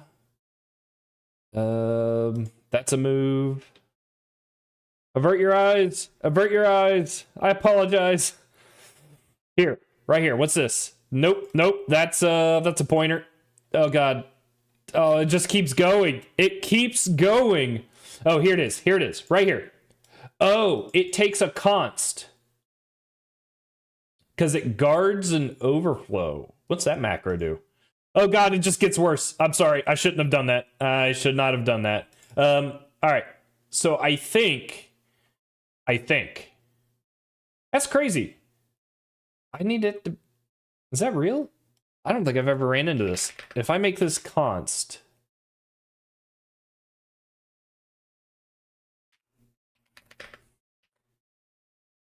Will it allow me to do this?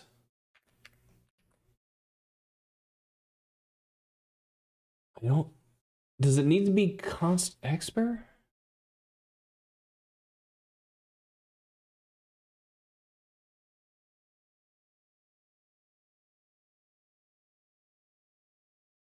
Why would I do this to myself?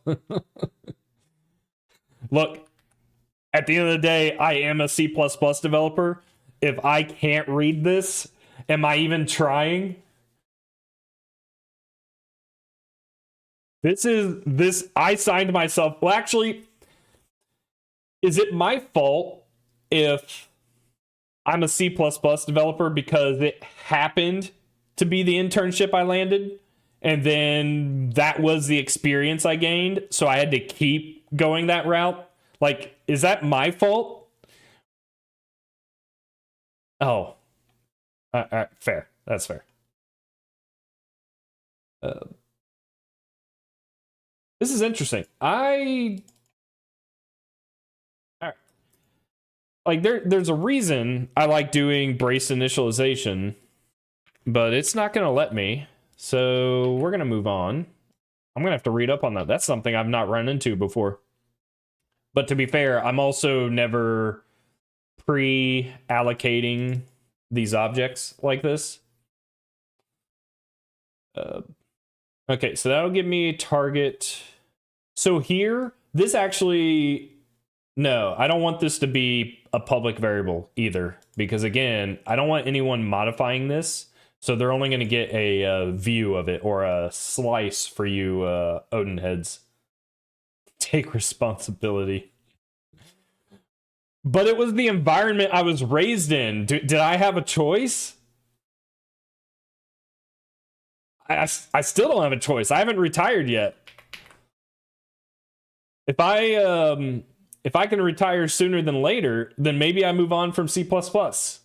Or maybe I'm like a addict and I can never really let it go. That could happen.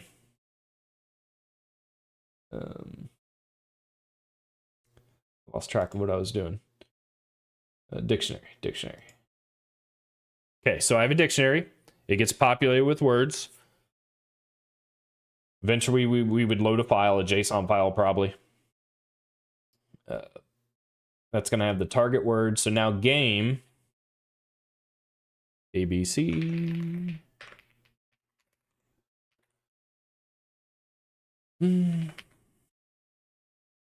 So game isn't going to take a word length. It's going to take a constant reference to a dictionary. Now,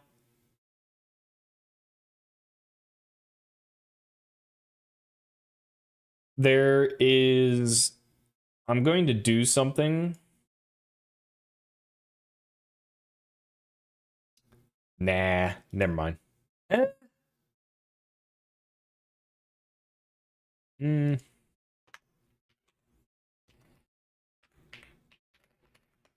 So I can do this.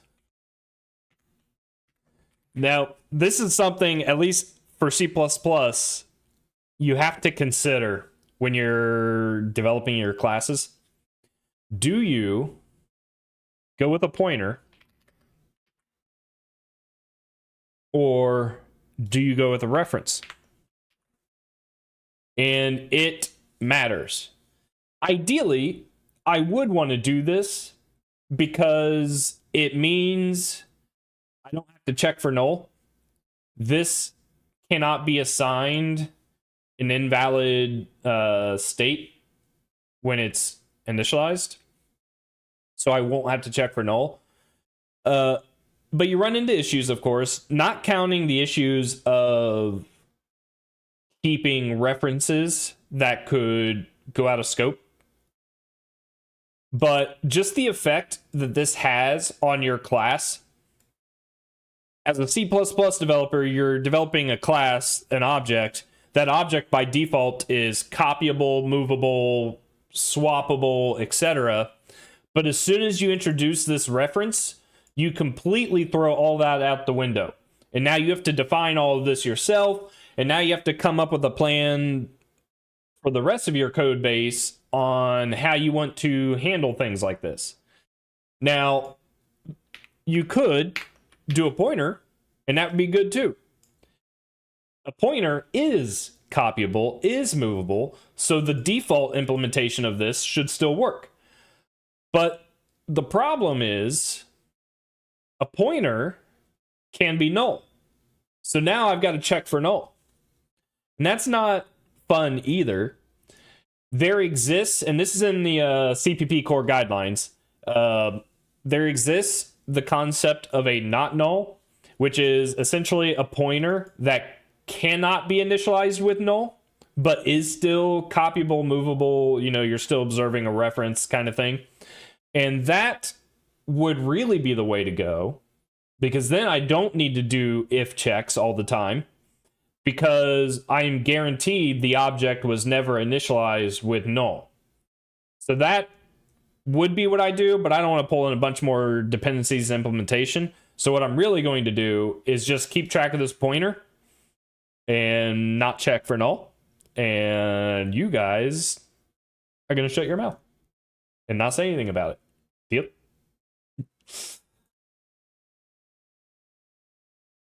You're not wrong. Programming's hard, it turns out. It like for any significant project of any size, no matter what approach you take, there's planning involved, right? There's always going to be planning. There's always going to be refactoring. There's always going to be a client coming in and say, "Hey, I got a new requirement," and you got to be like, "Dude, we just implemented all. Like, what's going on here?" And you just do the best you can do. Do the best you can do.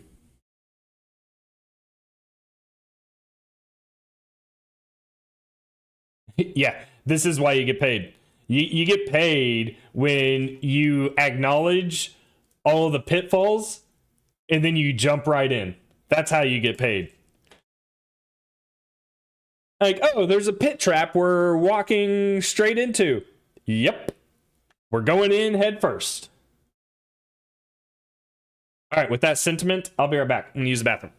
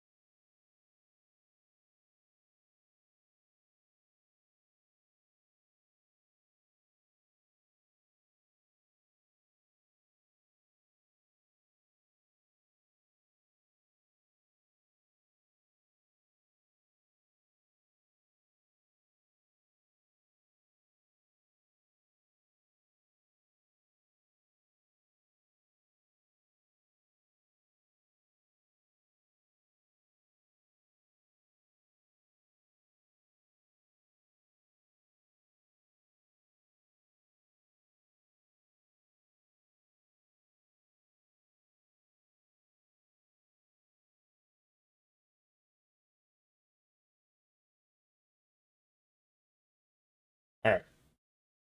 I got a question.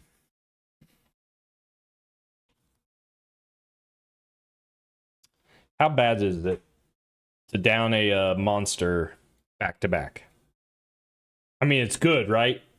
Monsters are great, and I should be sponsored. Seriously. What are we talking here? How many milligrams of caffeine? 150? What was this one? 150? 300 milligrams of caffeine?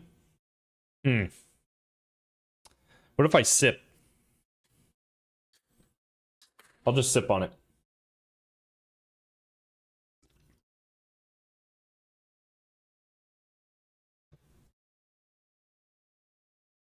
I'm dead serious. Where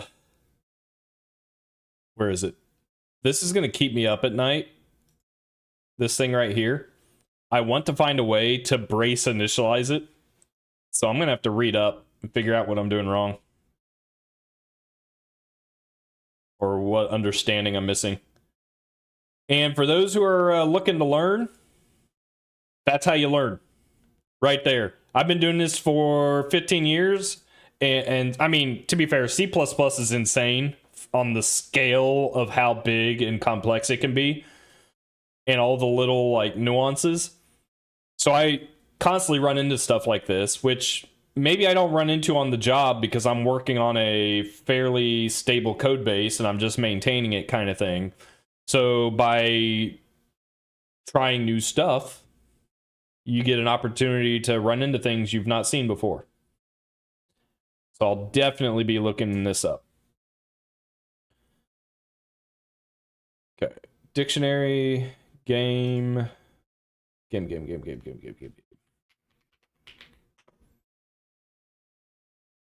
Okay. Pass in the dictionary.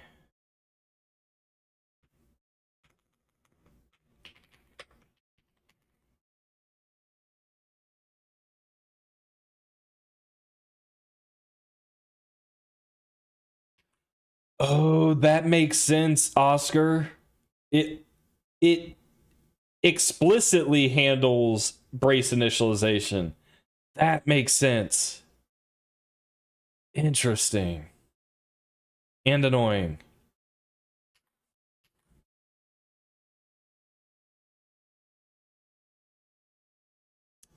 Let's see. Dictionary. I don't need, or I still need target word because I want to convert the string word to a target word. Is that true? Do I need that?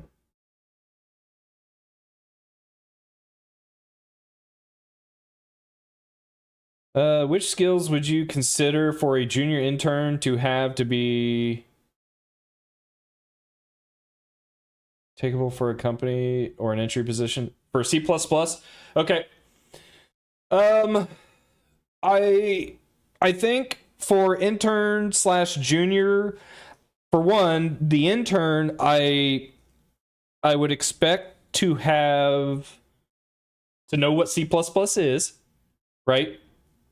I would expect them to know what a for loop is, you know, what ifs are. So basically, general programming knowledge. Okay. Know some math. I wouldn't necessarily expect an intern. Here, hang on.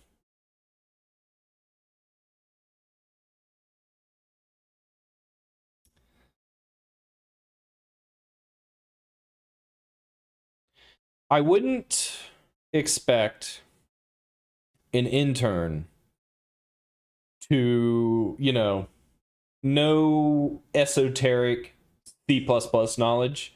It'd be cool if you did. I might like fish for any knowledge you might have. But it wouldn't be heavily weighted towards whether I hire you or not. Just general problem solving. If you're an intern, hopefully you're in school, at least where I'm from, and a lot of places in America, there is the concept of a senior project where you typically end up working on a team of like 2, 3, 4 people, students, with a faculty mentor to do some software development or hardware design, something like that, build a robot, that kind of thing. I would be curious if you have any experience there. If you don't have any of that, well then I need some kind of proof that you are interested and not just looking for a job and to have your hand held. Because it takes time and effort out of me and the rest of my team to get a new person trained up. Just a new person in general, right? Um, but extra time for an intern or a junior because you just don't know. You've never done it before. You may have worked on some projects yourself, but you might not be familiar on all of the different processes and practices that go into working on a bigger project. And it's your ability to work alone and be productive. Being productive without having your hand held. That is what I am looking to ascertain during an interview with someone who might know what C++ is, might have written a couple of projects like Wordle maybe, but hasn't done it professionally. I think the most critical thing is being able to prove you can be productive without having your hand held. And some of that might be like understanding you don't know the answer, but not sitting there and twiddling your thumbs, waiting for me to come by your desk and say, hey, are you making any progress? And you go, no, I don't know what I'm doing. I don't know where to start or something like that. Like, that's not good. You, even if you don't know where to start or like how to approach a problem necessarily, I need to see the attempt. I have Trill, by the way. That's why I'm leaning. But you need to come, like, if you're gonna ask me questions, come with like attempts that you have tried, what you've learned, and other thoughts, and then I can guide. Don't just like wait for me to come by and be like, I don't know where to go. Yep. So I'm looking for what do you call it? Self-motivation, discipline. And I have found the best way to figure that out for me is someone who has worked on their own projects. Because someone who has gone out of their way to work on a project or make their own project and then is able to talk to me about that project, what they've learned, what they wish to try but didn't know how to approach it, kind of thing. Like, if you have that project, yeah, autonomy, that's a great word. I need that. I need that a lot. Because I have hired leak code junior developers before, and it did not go well. It was such a massive time sink for me. And it was just like a lesson I learned. Because even as someone who does hiring, I was new to it. I was new to hiring. I didn't know what kind of questions I should be asking. So I did the Google interview stuff. I watched YouTube channels and read books on interviewing and asking problem solving types of questions, and hired the guy who could solve the leak code problem. And turns out he can't work. Sure, he can study, but he can't work. And so I need someone who can work. Now, that doesn't mean bigger companies aren't looking for something different than me, but that's what I look for. I'm happy to teach you C++. I'm happy to teach you guys C++. I am more motivated to teach you when you can take what I teach you and use it to build your own skill set and not need me to hold your hand. At the end of the day, all you're really trying to do is make your boss's job easier. And that's what I need because there's a lot on my plate. So if I'm hiring someone, I'm hoping it's someone who can work with me as a team to take some of the load off so that we can both be successful. Also, no programming. Just, you got to know it, right?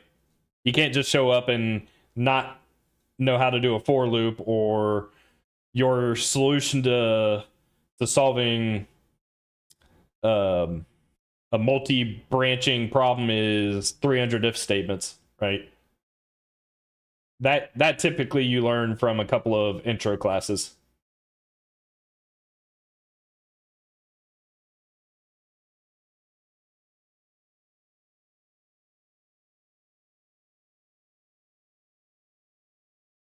Oh, whoops. Sorry.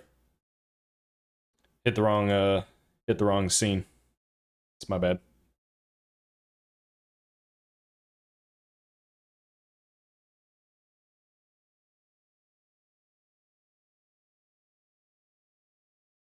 No. I can show you. Now that I have this. Oh, wrong one. This one. Nope.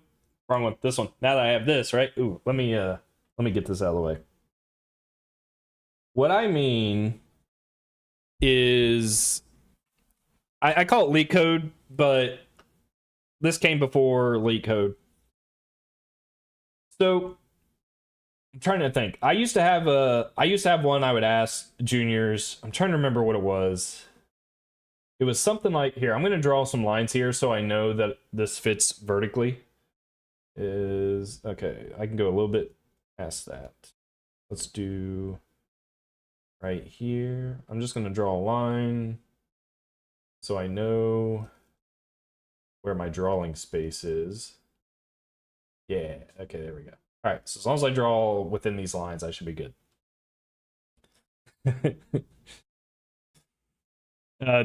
Dal, your expression, I think it's flipped.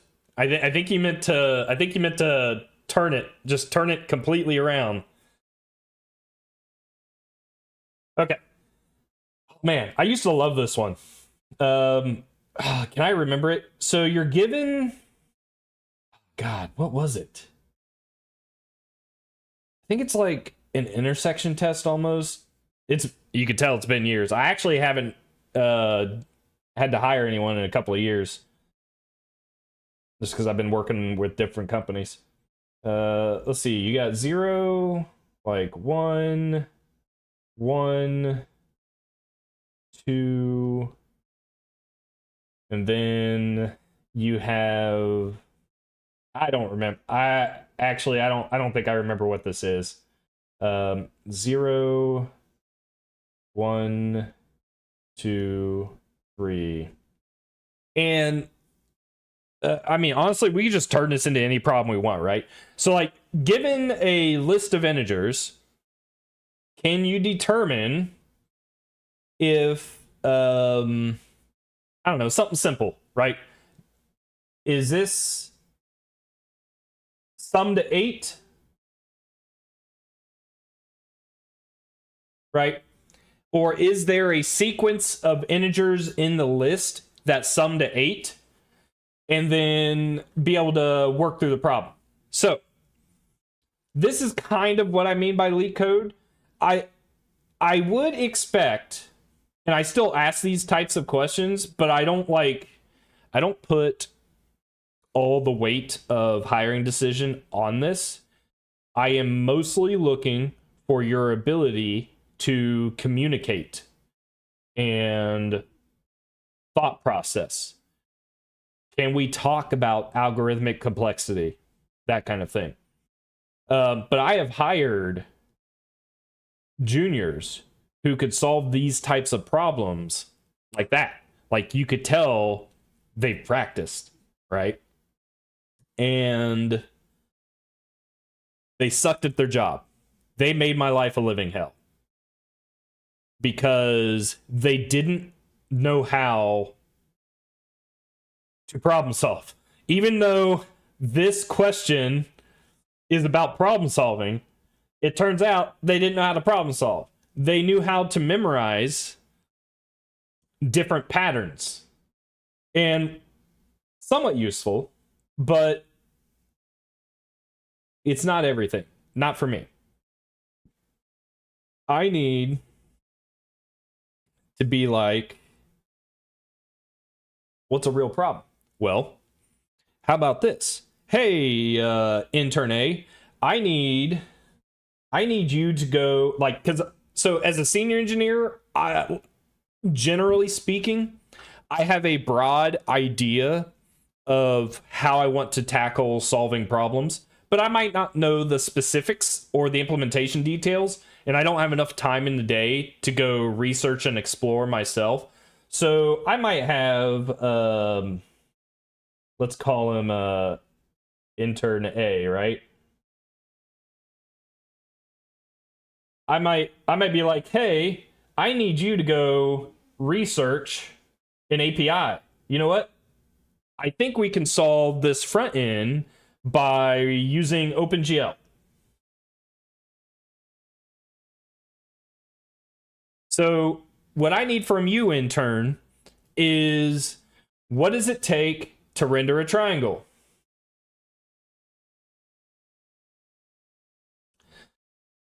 What are the different ways to render that triangle?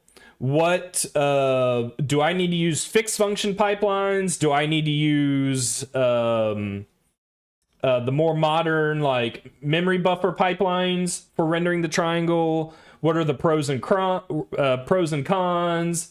What are pitfalls? Like things that I know we need to account for, but I don't know the implementation details or know everything. This might be something I give an intern to do, right? Because it gives the intern an opportunity to learn. It gives me an opportunity to see how they are going to learn and see if they're able to provide me some useful information. And maybe I can guide them when they get stuck. Or I'll give you a concrete example that I got as an intern. I was told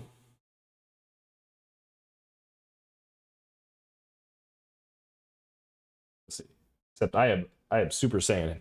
Wait a minute. I have a Super Saiyan aura around me, right? This is me. And I was told, hey, there is a software library out there with aircraft gauges.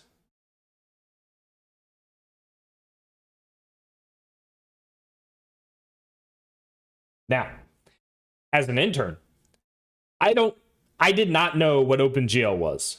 I didn't know. I knew what C++ was. I knew what a pointer was. I could implement a linked list in my sleep. I could write a class. I knew what public, private, I knew polymorphism. Like these are just stuff I learned in school as an intern. So as an intern with a job, I didn't know how to link a library. I didn't know what an unresolved external symbol was. I didn't know any of that. So keep that in mind. I was then told as an intern, hey, take this third-party software library that's on GitHub. I think it was GitHub still. Clone it, build it, link it into this big complex project. So I worked on a modeling and simulation framework that had like graphics. So you can imagine an airplane flying around in the world. Ooh, I was about to draw towers. That would have been bad. With mountains. Right? So 3D visualization with visual aircrafts flying around. And maybe some data being rendered via Qt kind of thing. So pretty big, honestly, a pretty big project. 3D graphics, physics models, all communicating with each other to render graphics. Lots of third-party libraries being linked in. Lots of, at this point, what I would call legacy C++. I was told to take this gauge cluster framework, integrate it into this big project, and teach the rest of the team how to do this. Guys, up until this point, the most complex thing I've ever written was a linked list. Like, are you kidding me? Not only did I have to learn how to build someone else's project, I had to learn how to read their code. I had to learn how to read my company's code, which this thing was probably anywhere from like 500 to like 1.5 million lines of code, something like that. I didn't know what a shared pointer was. So you got to remember, for me, I started C++ right around when C++ 11 came out. In school, I learned C++ 98.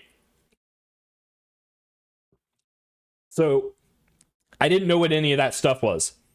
I didn't know... I knew what a vector was. I did not know what like an unordered map was. I didn't know what a map was. I might have known what a map was. I did not know about lambdas. I didn't know any of that.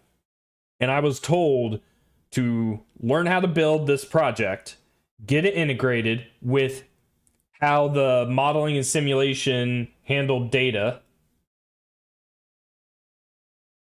and get the visual element of it rendering as a gauge with the data talking to it and displaying the state of the aircraft. Like, holy shit. That's what I had to do. And so it makes sense then that I would expect a junior to... I wouldn't expect you to know how to do this. What I would expect you to do is make a real attempt and come back to me and give me a list of things you've tried, the problems you ran into with your attempts, and what you think might be your next steps. You do that, I would be the happiest boss in the world. Because then that means you care. You're trying. You're making a real attempt. And you're someone I can guide and teach. If you look at this and go, holy hell, my boss is a living nightmare. This is insane. We're going to have a hard time. We're going to have a really hard time. Yeah, Dow's got it on the... Dow's got it in one. I think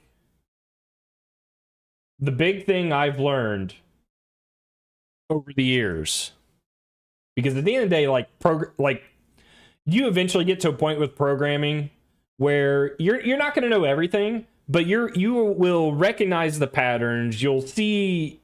You're honestly going to... Depending on your career, you might end up just working on the same stuff over and over again. And you'll just, in general, become more experienced and good at it. But that's not how you succeed.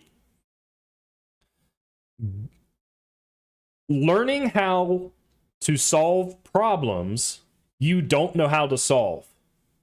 That's where success is. Because businesses, they pay you to solve problems. If a business knew how to solve the problem, they don't need to pay you. So that's where that's coming from. Also, this was a really good excuse to try my new drawing tablet, so that was kind of cool. When I get to erase, I just have to turn my pen around and it erases. So that's kind of cool.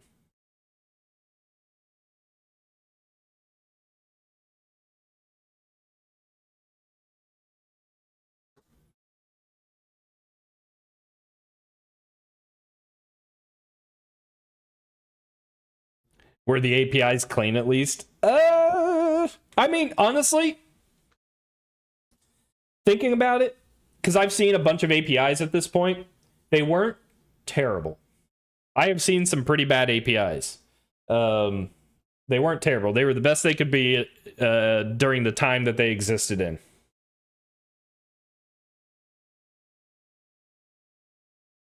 They only taught you Java. Yeah. I mean, you just, no matter what language you take away or you're learning, you need to apply the concepts. Break the problem down. Create your requirements or figure out what your requirements are. And then implement the pieces and integrate.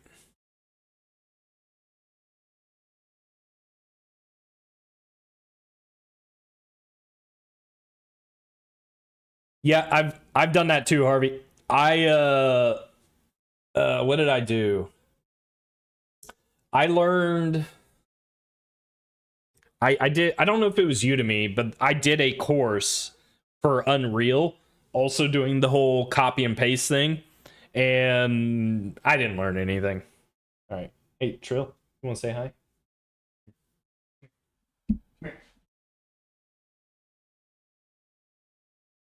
What? You want to say hi? Huh? Want to say hi? What? What? Want to say hi?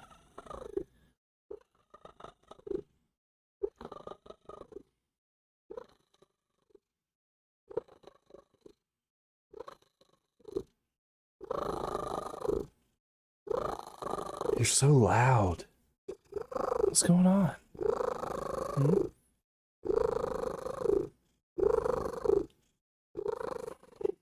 All right. Oh, got hair everywhere. Oh God, no. Whew. Yeah, doing is how you learn. It's how I've always done it. I even as a professional, like, I mean, you guys are actively seeing it, right? I work on little projects here or there. Cat heard Java being mentioned, got angry.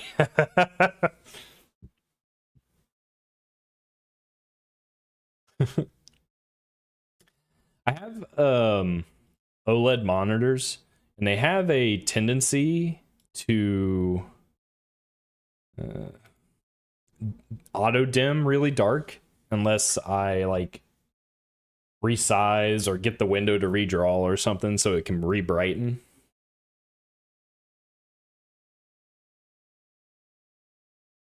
Ooh, that's a good point, Vel. I think I was 4 years in to my job when my boss started giving me interns to lead. And through teaching the interns, it occurred to me I kind of sound like I know what I'm talking about. Because up until that point, I think I always felt like I like I didn't deserve to be here, right? Like I got lucky, or the problems I'm working on are super simple and so I'm able to get by. But it wasn't until I had some interns working under me who, just like I did at the time, had no idea about anything, that I was walking them through, and it's like, oh, I understand what an unresolved external symbol is. I know what that means. I know what it means to include a header. I know what it means, or what happens if you don't have your include guards. I know why you have to define a template class in a header file. It's like, oh, wait a minute. I actually kind of know what I'm talking about. I know what the benefits are of a shared pointer and what happens if you use it incorrectly. It's just stuff you build up over time.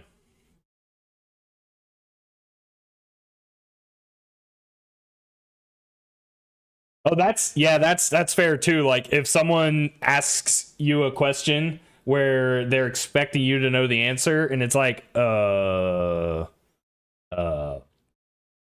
So, with that being said, chat, we gotta come up with a deal here.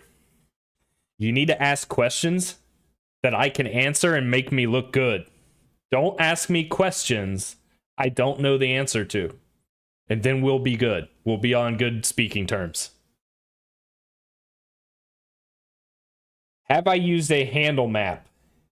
Dang it, Dow. I just said, ask me questions I know the answer to. I have never heard of a handle map.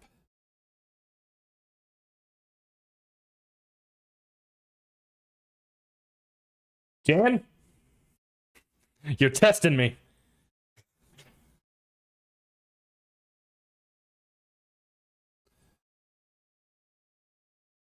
You're testing my patience.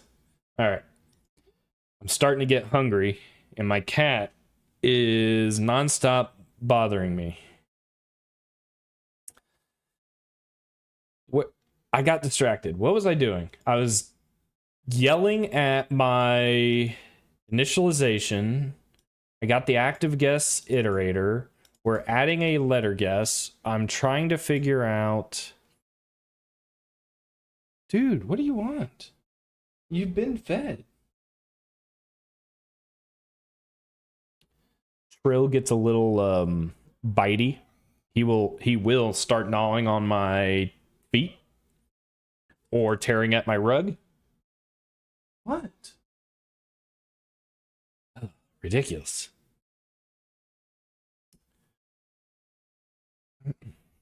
Are you serious?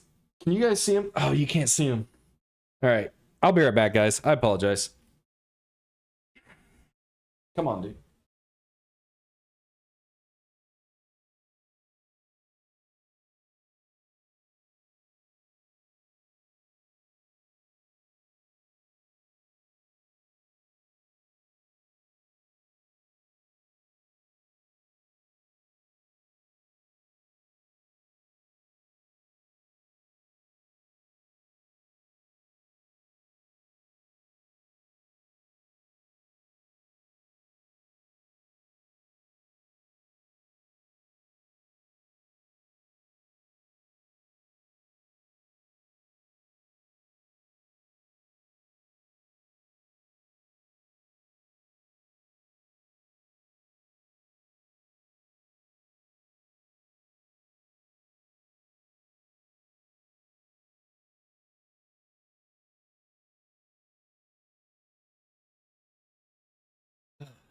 I don't know what he wants. He stared at his food bowl with food in it. So I gave him more food, but there was already food in it. I don't know.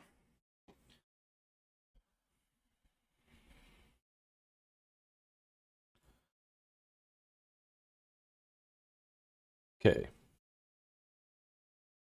So we were. I know we need a string to letters, letters to string. Oh, that's right. The dictionary. So the dictionary will give us our target letter.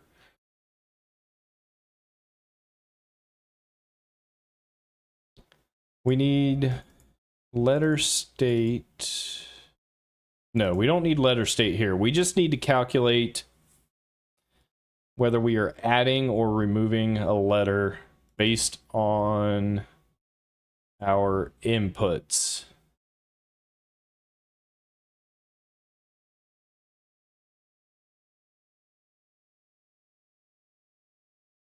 Array you index into with an index and a generation.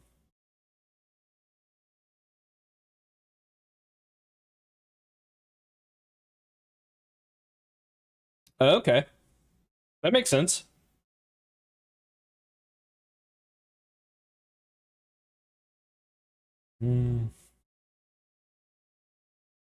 So we need to. Okay, so we're gonna need submit active row as well, which might might be able to get away with being private. I don't know if we need to handle this ourselves. Submit. Yes.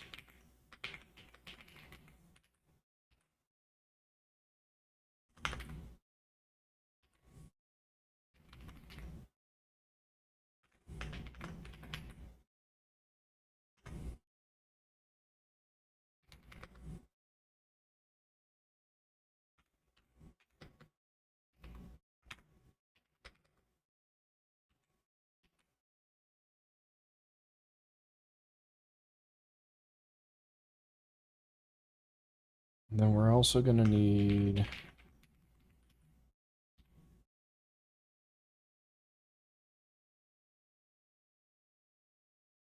process the letter. Wait, is he yelling at me?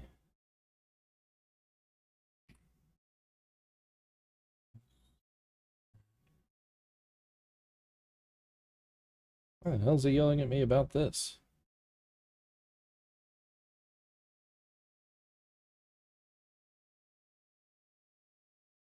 Expected... active guess.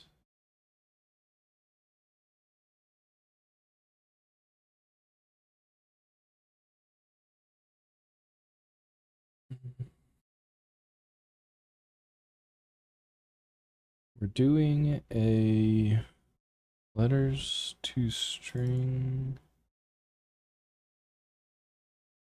to letters target. Okay, so I still need, okay, yeah. So target word, I need to populate and do like for auto letter dictionary dot target word.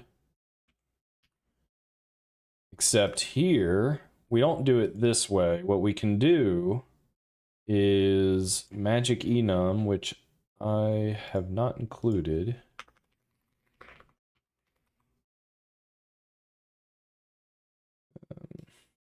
So this is one thing that was nice about Odin is the built-in enumeration reflection.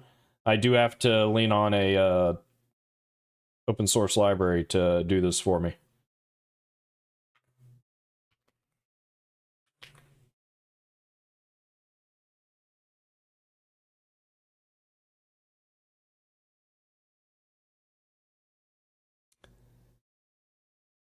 Oh, okay. I know what you're talking about, Dal.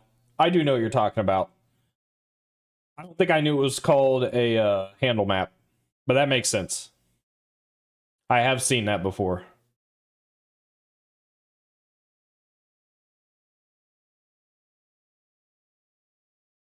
Because it allows you to like add and remove quickly and reuse like open slots when an entity dies, that kind of thing.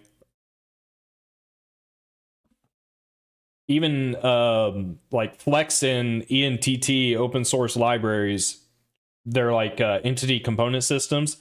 They do similar things, and it allows you to check the validity of an entity because it's like a handle. Yeah, those are really nice. I screwed something up.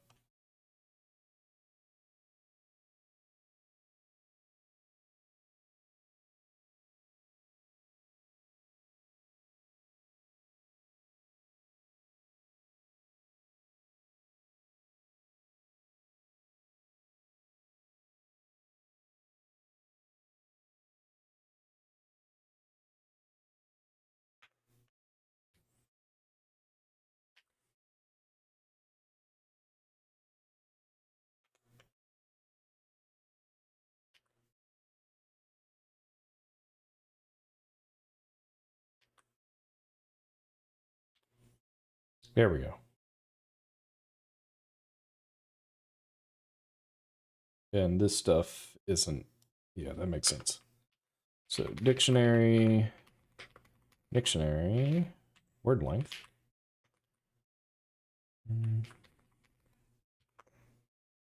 Word length, that makes sense.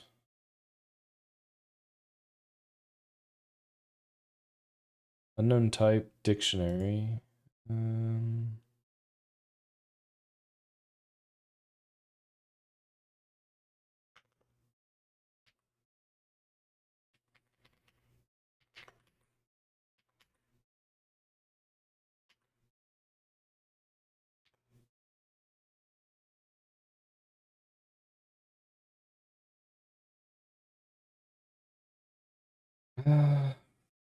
Invalid. Let's see. Window position does double to int.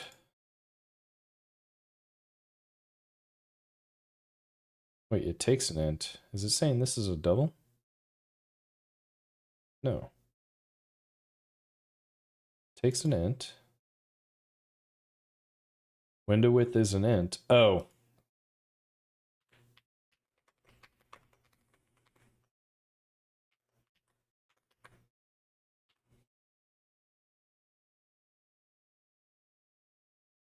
And then none of this stuff exists.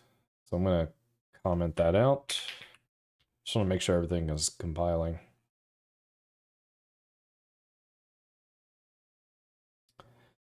We did not implement something. Hey, unresolved external symbol.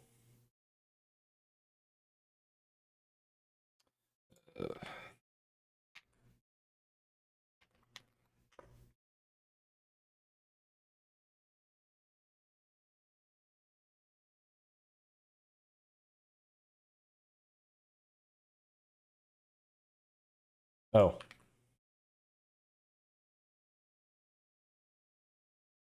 A, B, C, D.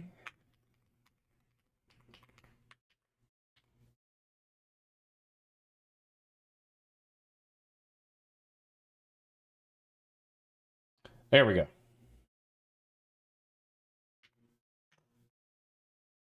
I was kind of expecting a window to pop up at least.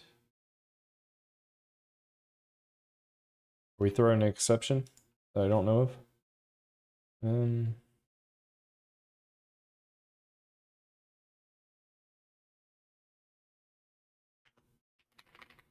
already have print. Actually, I don't know if I'm allowed to use print here. Might yell at me. Wait, is this a thing? What is this? Let's not do that.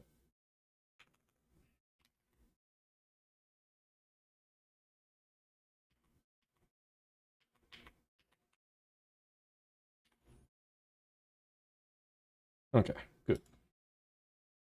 I think print could technically throw an exception as well. Bad optional access. So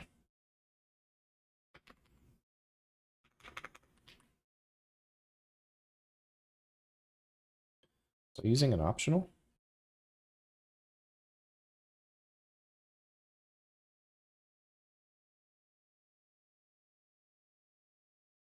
Dictionary. Do do do do do do do do do do do do do do.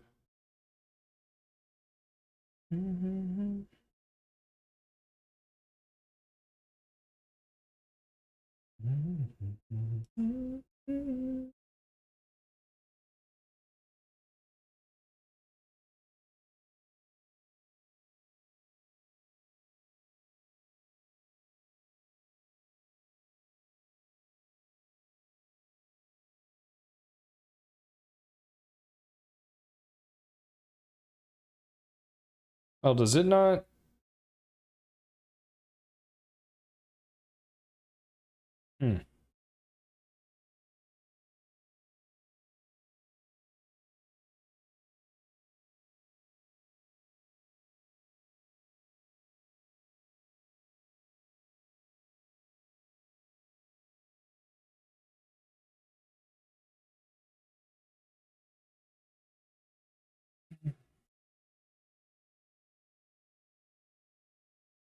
Okay, so is it dictionary or game?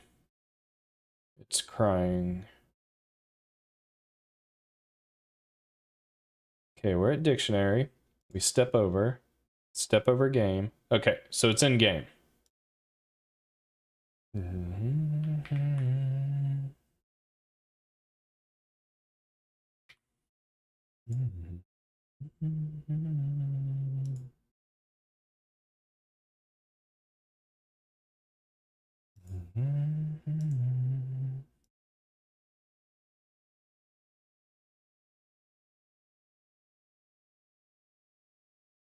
Oh. Okay. we are running into an issue here.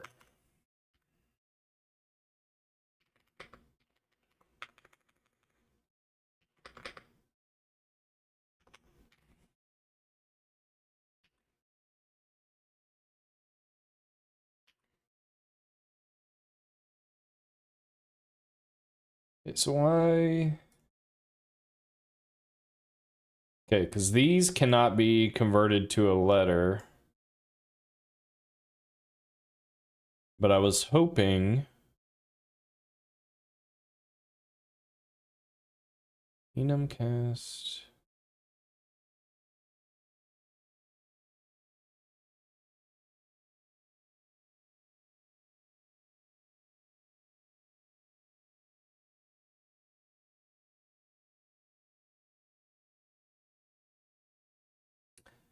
That's not going to work. This is wrong. I need to do enum value.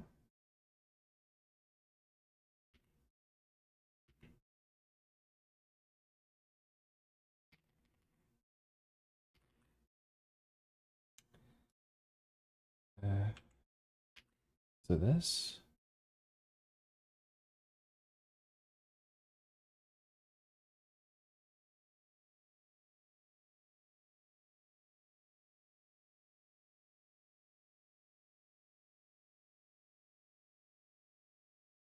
Basically need to convert the string to an enum. Enum name will convert the enum to a string. I want the opposite. Enum index integer value.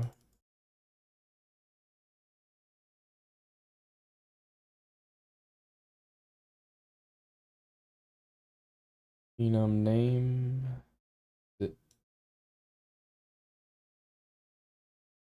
thought it was enum cast. Yeah, I thought it was enum.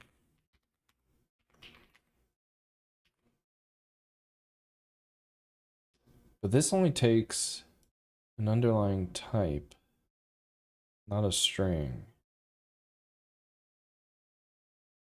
Oh, wait a minute. Wait a minute. Wait a minute. Wait a minute. Wait a minute. I think I know. I wonder if I have to. Oh man, that's gonna suck if I have to do this. I guess it's not the end of the world. It's just annoying. It's an allocation.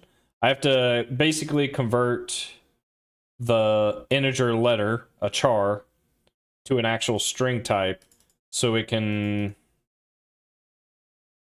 Ooh. Can I do a string view? That would be even better, actually. No allocation. Huge. Huge if true.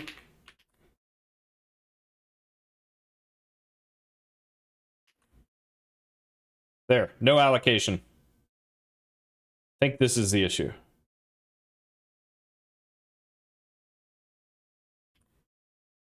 I don't really want to throw an exception right now.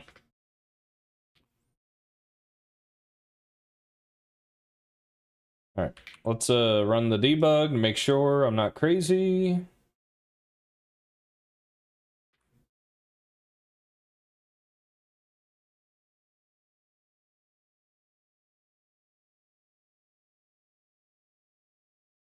Yeah, there we go. Okay. So target word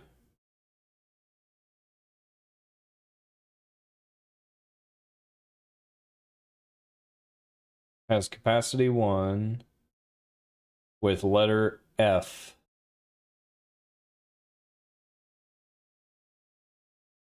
A B L E. Okay. So target word is fable. Perfect. All right. That was the issue.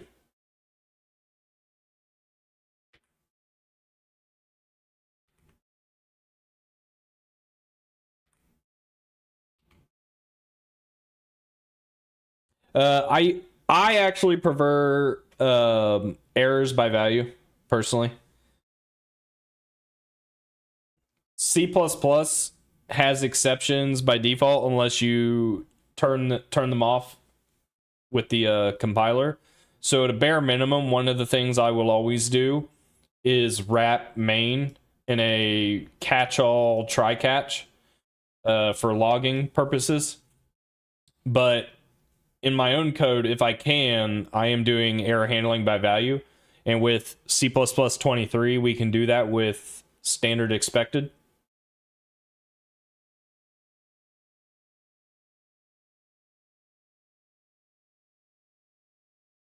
Having, like, part of the problem with exceptions is no one uses them correctly. And when it comes to debugging, exceptions are a pain in the ass. Trying to track down who caught the exception, and because these exceptions get caught in a large code base, it becomes really hard to figure out where the actual problem originated from versus who caught it, because the exception could occur like many stack levels or layers deep, but then the exception gets caught, I don't know, by like my main, for instance. And so then it becomes hard to know who actually threw the exception. Hey, Matt. Yes, I was using modules, but a viewer had a question about header files, so I swapped, and that's where we're at. Wordle's a small enough project. I'm not too worried about it. I use modules for the game engine project I'm doing, which, you know how game engine projects work. It'll never be done. I'll never make a game with it, but it's fun. Okay, so that problem's solved. We create our target word. So now we have the target word as a string, and we have the target word as letters.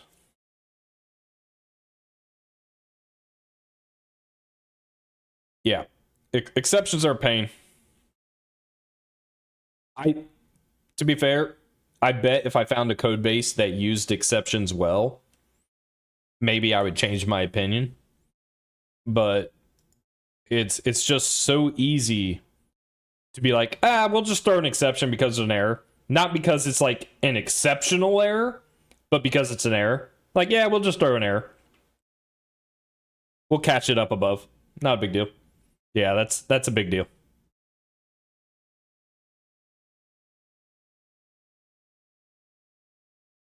Thanks, Kucha. Really appreciate it. All right.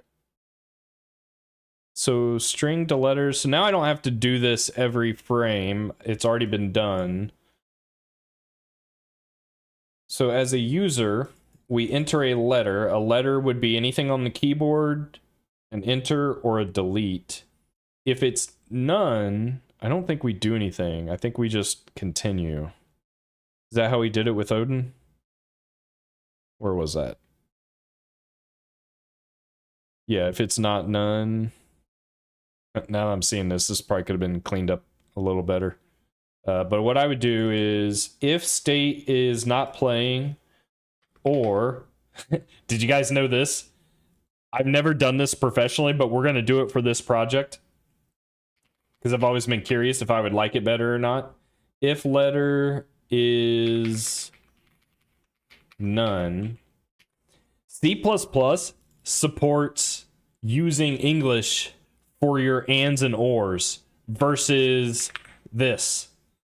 Now, as someone who is very, very used to seeing the two double ampersand to mean and double pipe to mean or, I can read it just fine. But I could see arguments being made for using explicit English, because then you don't end up accidentally doing like a single ampersand or a single pipe. So we're going to do that for this project. Why? Because I feel like it. And I like to be different. State is not playing, or the letter is none. Return, there's nothing to do. So then I can do switch with a fall through, or just switch. I'll do a switch. Odin, I will say, Odin switch statements are kind of magical. I really like them. C++ has boring switch statements comparatively. So we'll have an enter,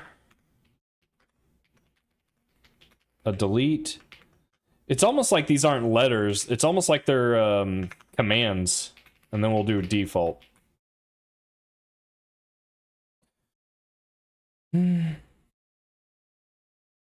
So if I have a submit guess, I can also have a delete letter. Delete. Yeah.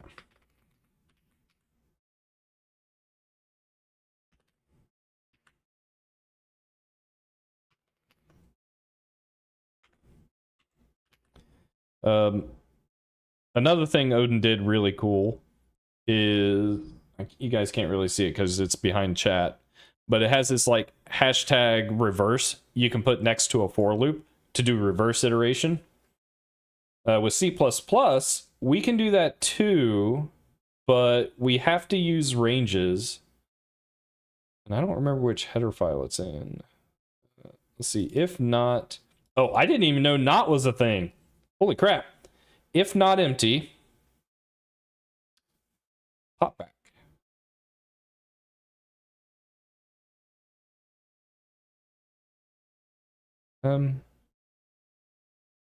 That's not what we need, though. Is that what we need? No, we don't. No, we don't want to change the size of our word. We're keeping that static. We're changing the state of it based on if it's been filled or not. So I actually got to make sure. Yes, I coded it in Odin. So just so you guys are aware, if you're watching vertically, I have the game here in Odin. I've never done Odin before up until this point. Chat has been pretty helpful with guiding me through Odin and pointing some things out that I could do. Ooh, in fact, I can grab Dow's updates, I think.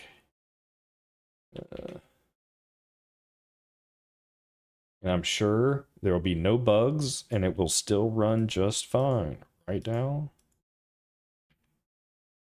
But we built it in Odin. So here it is. Quilt. Oh, I got it in one. Easy. New game. If I submit, I get not enough letters. If I put in a word that isn't in the dictionary, it's not in the word list. Not enough letters. If it's in the word list, but it's not the right guess, then it'll be just like Wordle, right? So we know we want an L. Eagle. Fable. Oh, this happened last time. Oh my god. Oh, apple. Apple. And then the other cool thing is I have and I also have batch shell scripts, so I can do /build web.bat. And I can come in here into this web folder, right click on index.html, show preview, and we have Wordle running in a browser built using Odin. So we can do the exact same thing. Apple. Eagle. Fable. Has an A and an E. Crane. There. And we hit new game.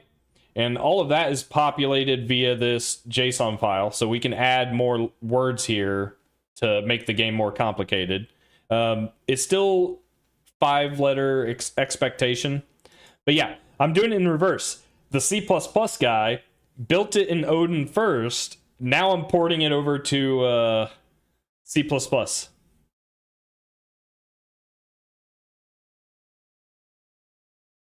But I am trying to do some things a little differently just because I'm more familiar with C++. So it's a little easier for me to come up with those ideas. What is this music?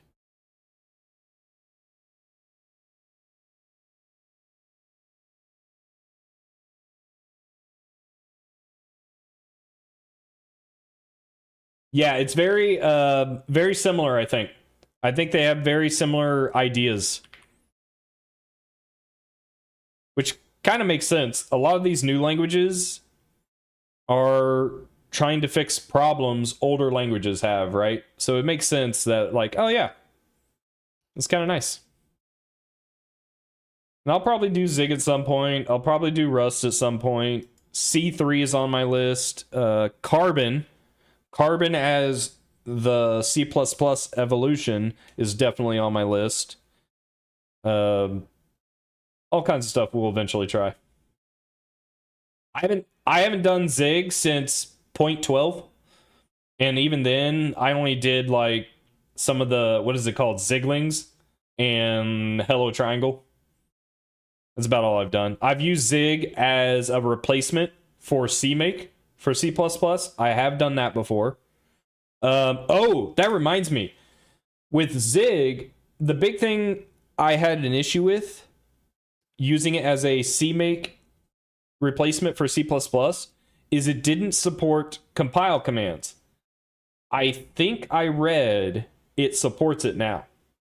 So I might look into using Zig, see what it takes to use Zig as a replace compiler and CMake and Ninja replacement for C++. Because I will say, there's something to be said about needing only one tool to do everything versus multiple tools to do everything.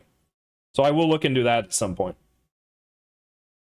Yeah, I would say Odin, with the little experience of Zig that I have, and Odin appears to be a little simpler. Zig gets pretty verbose.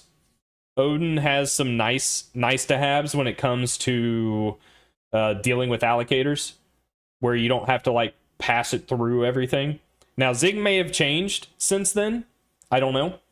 But the last time I used Zig, it was a little annoying that I needed to manage all of the allocators myself and make sure they get passed into whoever else needs to use the allocator. A little annoying. I know some people like that. Coming from C++, I don't like it.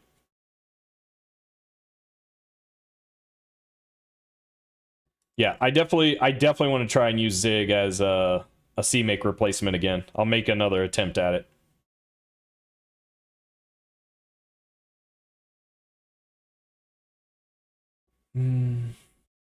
Forgot what I was doing. Keep forgetting. Let's do delete letter. Delete letter. So I don't really want to do pop back. What I want to do is fill. I need to make sure I initialize my letter guesses. That's what it is. With size and letter guess is a vector, so letter none, I think is what I need. Tarnations. Oh, letter state default. Yep, that makes sense. Okay.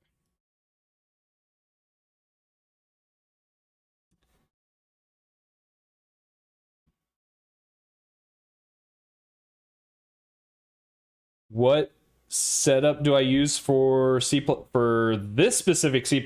So I'm just, when I'm doing C++, especially on stream, even for this relatively simple Wordle implementation, I still like to try and make sure I'm writing C++ that will run on multiple platforms: Windows, Linux, Mac, Android Web.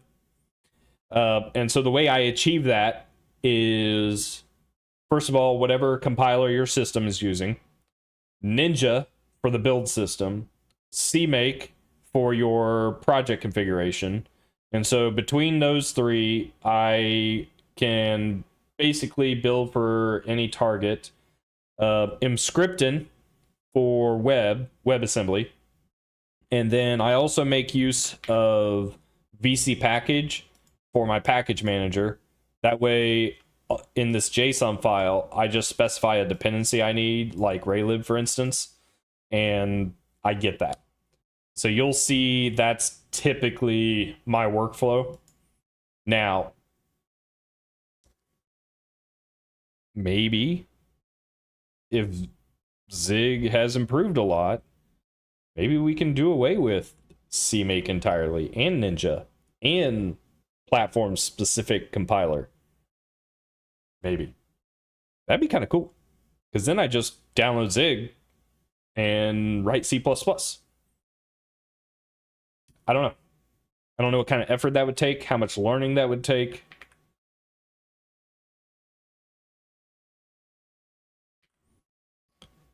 Delete letter. Okay, so the guesses are getting populated with none. So then I need to do a reverse iteration to effectively delete the latest letter. Where did I do that? Right there. And I don't remember. I don't actually remember. I haven't used ranges all that much. One of the issues you'll run into in the wild when you're writing C++ professionally, you're usually limited to the language standard. Ranges reverse, I think. Standard ranges reverse is in algorithm. No. I want a view. No, this isn't it. This isn't it. I need the view. Standard views reverse. Yeah, this is what I want. Standard ranges reverse the underlying class I'm using. So this will tell the compiler to go in reverse. Standard views reverse and ranges. Okay, let's try it.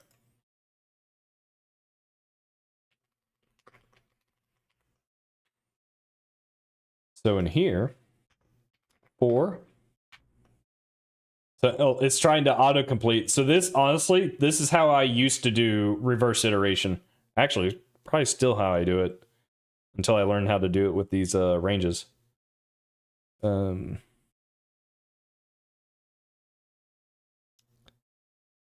Auto guess colon.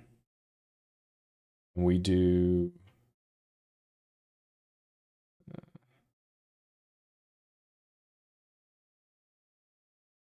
what's the best way to do this? Active yes. Standard views reverse, I think. Like that. Is that not gonna work? Uh-oh. Invalid operand. Yeah, template ignored. Constraints not satisfied. Because the reference type does not satisfy range adapter closure object. Okay. I know what that means.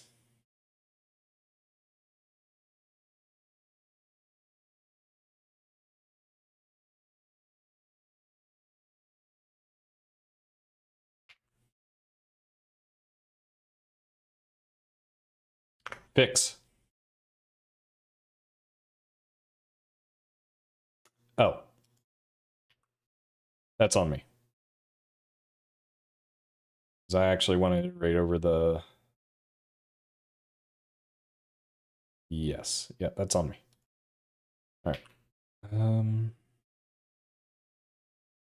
So that reverse orders it, and then as soon as we reach a letter that isn't none, we set it to none, we back out. That deletes the letter. So anytime we see delete, we delete a letter. Enter submits a letter. So this one is where the bulk of the logic is going to live.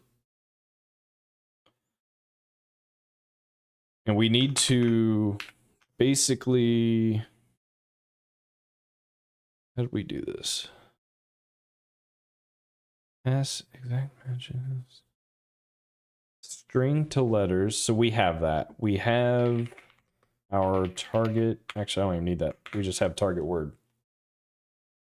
So for auto letter in target word. Oh my God, what is it trying to do?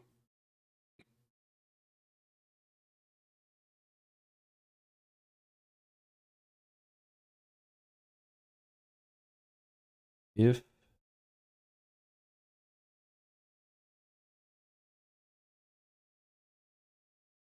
that's the guess.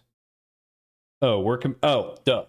Yeah, okay, so we're gonna do a dumb n squared in n being like 5, but we're gonna do an n squared, and that might be what this is trying to do to determine if they are the same. So let's see if I understand what this autocomplete did and if it actually is what I need. It's going to transform the letter type to, wait, what? That's dumb. We don't need that. So here is the n squared. So we do a find on if the guess is the same as the target word. Row guesses. So really I could just do active guess, yeah.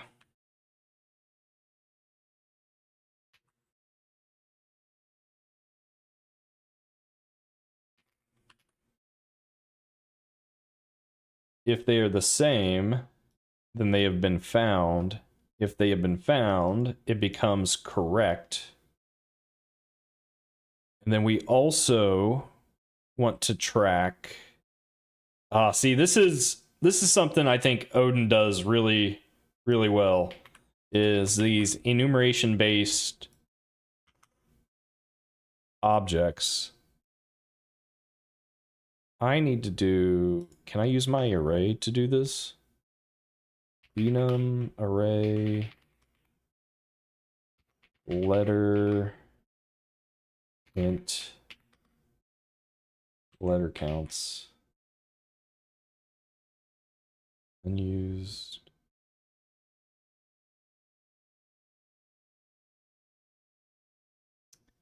I don't know if this will default initialize. Let's do that. So we'll populate it for, man, I keep wanting to do my for loops like Odin. I think I took to the Odin for loops really quickly. I think I like them a lot better than C++, for sure. Okay, so we want to track the number of appearances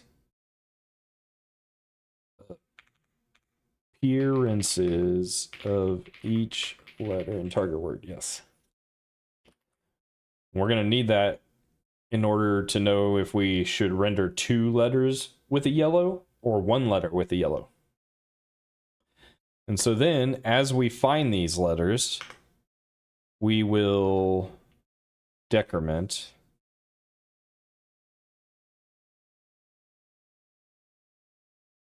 Yeah, I mean, don't get me wrong. I've got over 40,000 hours in C++, probably more. I am fully aware of how painful some C++ can be sometimes, especially when you're like trying to get stuff to work cross-platform. Ugh, the amount of like time and effort to maintain a well-rounded project to work on all these platforms, it takes real work. And I'm sure it takes work for these other languages, but some things the languages do, the newer languages do, just makes things a little easier. It just makes things a little easier. Okay. All right, so that will decrement. My enum class here is untested, so I don't know. This should be okay, I think. And I don't have to do if checks or anything because this is at compile time ensuring that we can index with our enumeration.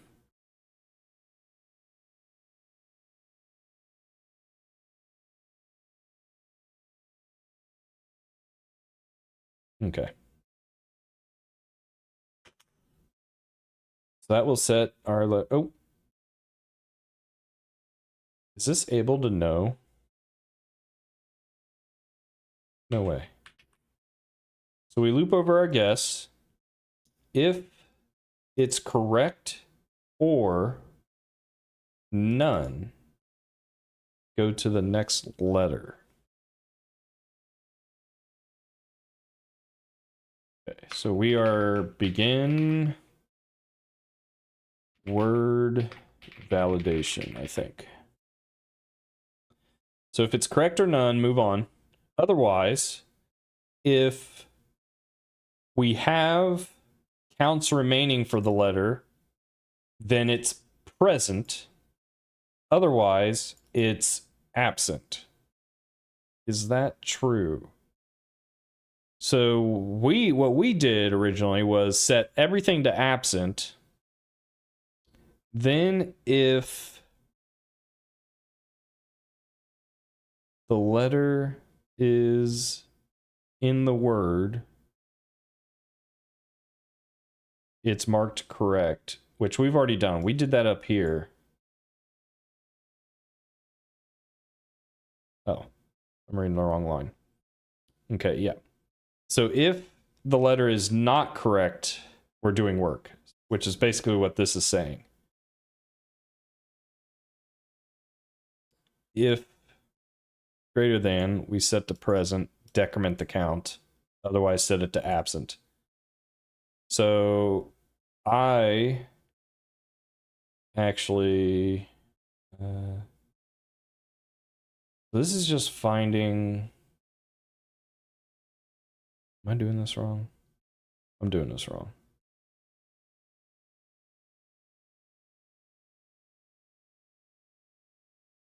I need to iterate over the active guess, populate it with absent, and then check. Yeah, I did this wrong. Active guess, guesses.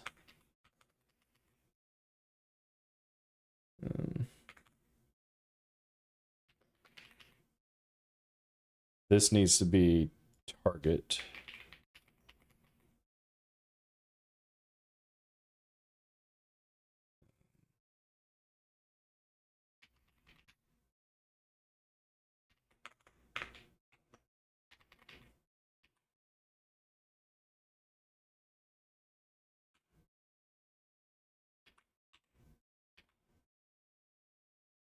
So then while I'm doing this, I can say state is absent. So by doing that, I don't have to do this. Cleans up just a little. It's kind of crazy, but if I can avoid doing like if else's, I try to. It's just kind of a style preference for me, and else just kind of like disrupts what I'm reading.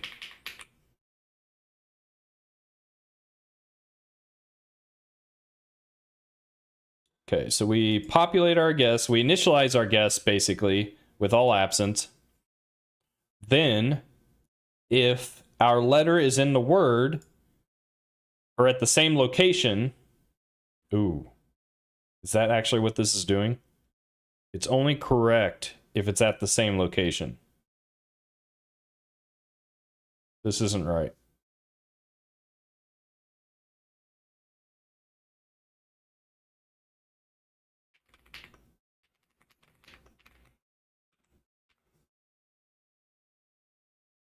Odin has this built in. C++ doesn't. But I can do this now. Except I don't know what side. Enumerate.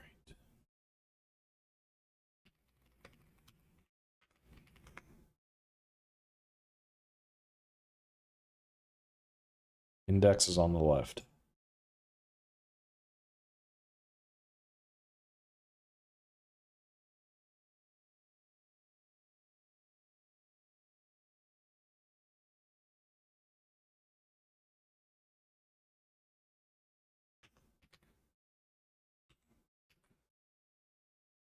Okay, it doesn't like non-const L value reference. Oh no.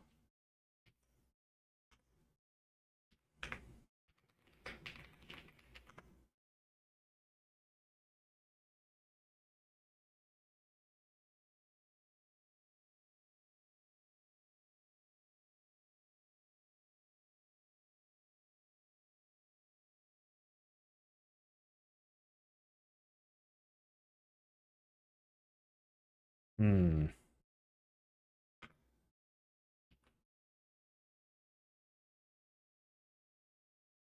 Hmm.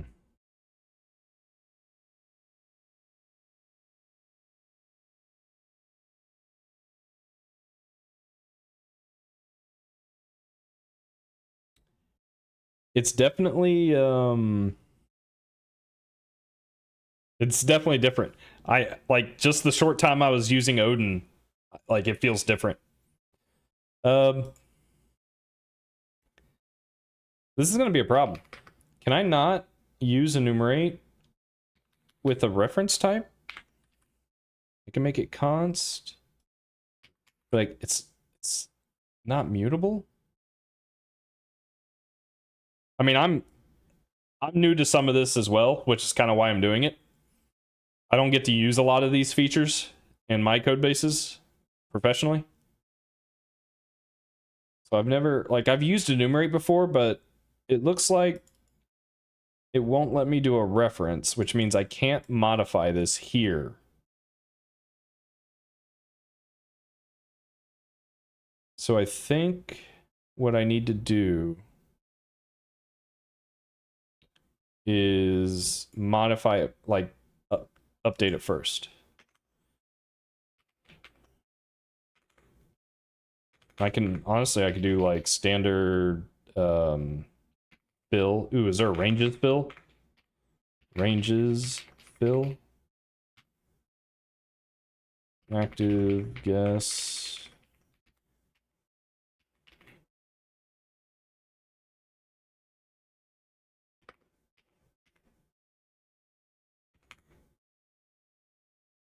Hmm.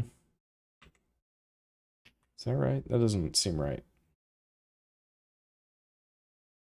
Letter guess is none. Letter state absent.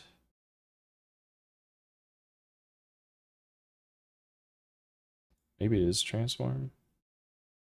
Here, let's do this. I don't know.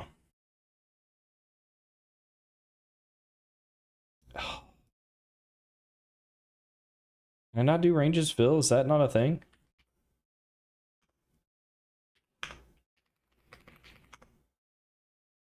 It is. Oh, it's in header algorithm.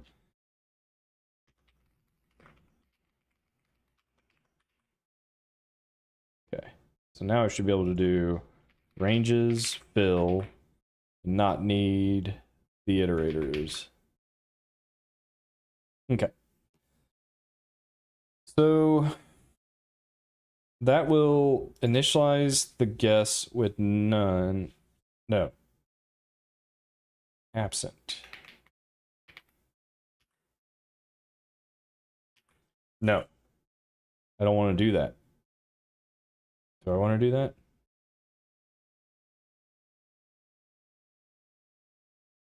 Active row, letters, absent.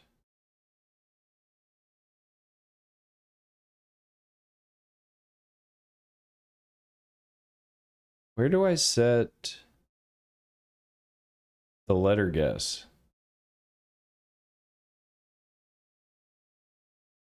Oh, it's in process keys. So it's basically down here. Modifies the letter. Okay, so I can't do what I was doing here.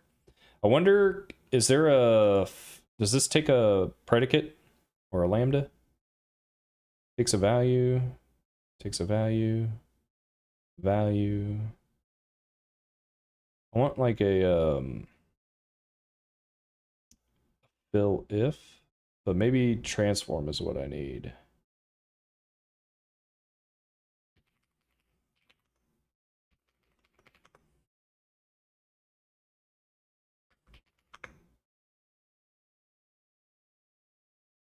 Replace if.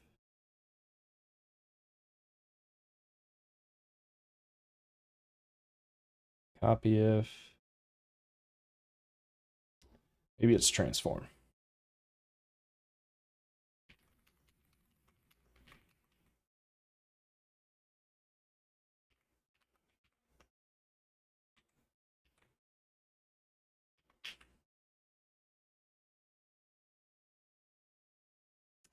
No. All right, I'm being dumb. This is what I get for overcomplicating. I want guess dot state to equal letter state absent. Done. Now I don't need this. So we initialize state with absent. Now I can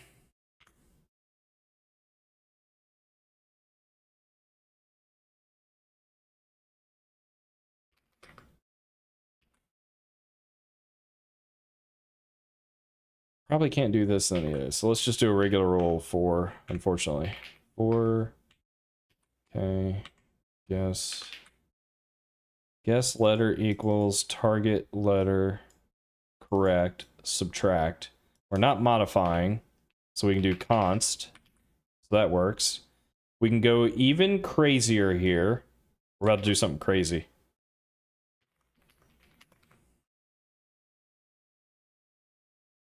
I can say decal type that to make sure we're using the correct type. Oh, we are modifying.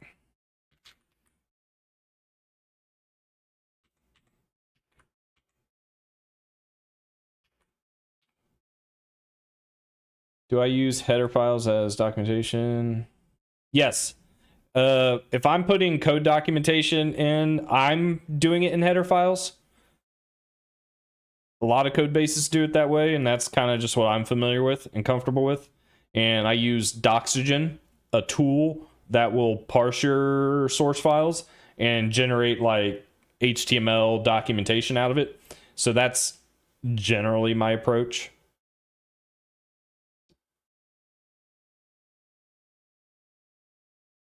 Okay. I don't need freaking autocomplete. I don't need this. Auto and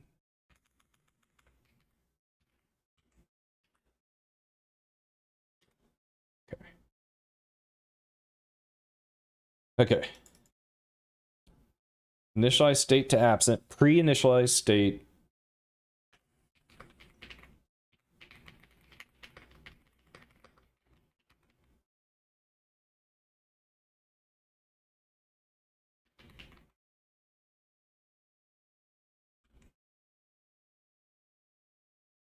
This is actually a bad comment.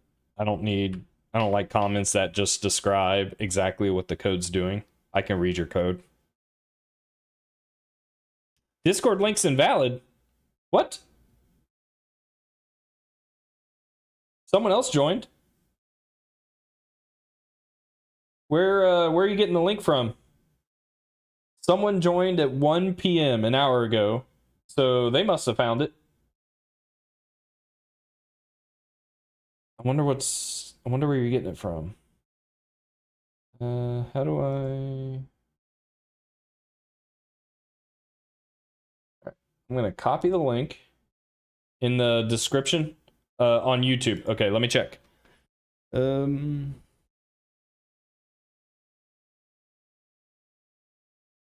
a bummer. That means I have a crap ton of videos out there that have an invalid link.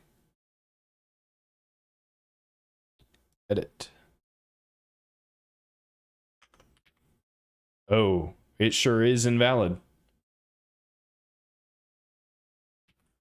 I'm gonna update my links on YouTube. Thank you for catching that.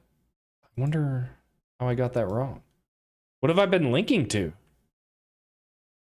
Or did the link change on me? All right, I updated the links in GitHub, or not GitHub, Discord. I don't know. That worries me.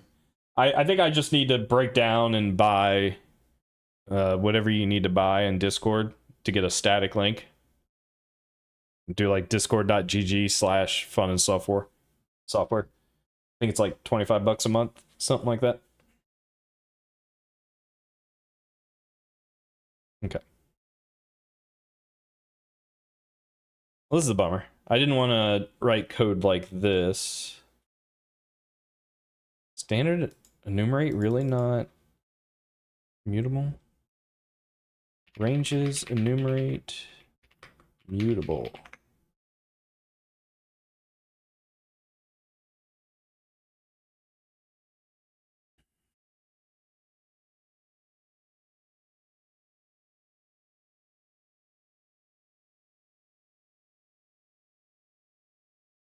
Oh, do I need to make it an R value? Let me try that.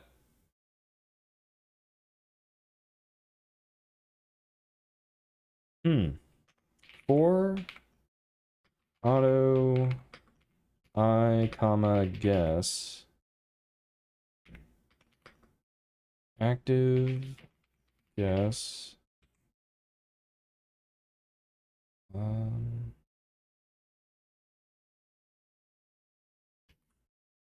holy shit, yeah, that'll do it.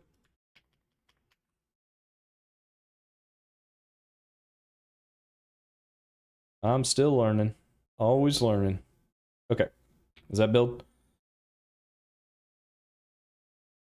All right, guys, I have been streaming for 3.5 hours, mostly nonstop. I need to use the bathroom. I'm hungry. I am going to I think I'll just step away for a sec. Let's do this, and I'll be back.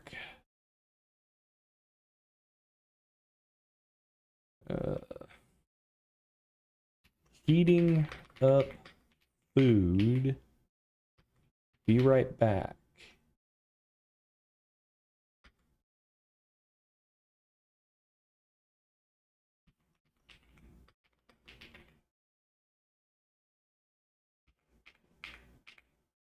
Make it really big, really bold. People can see that. All right, I'll be right back, guys. Give me like, maybe 5 minutes, maybe 10.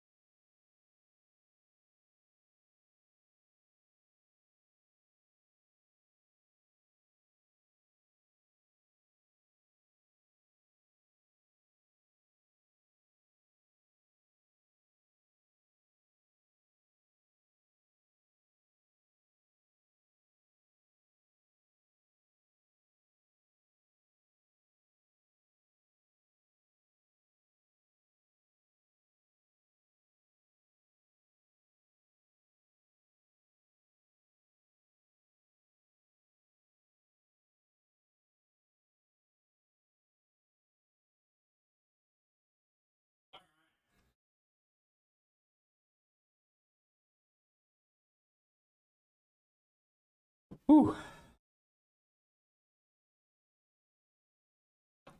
Got myself some homemade turkey sausage, potatoes, broccoli, quinoa. Mmm. So good.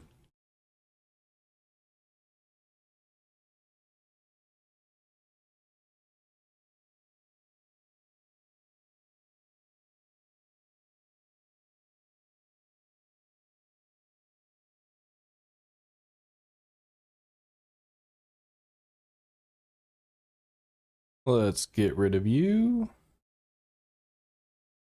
Don't need that. Okay. Mm.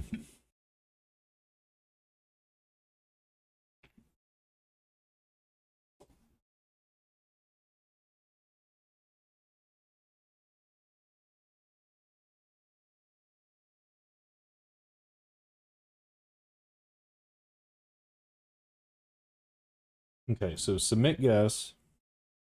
We track our letter count for the word.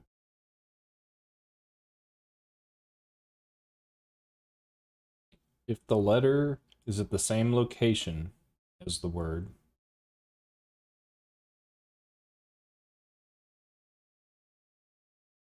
it's correct.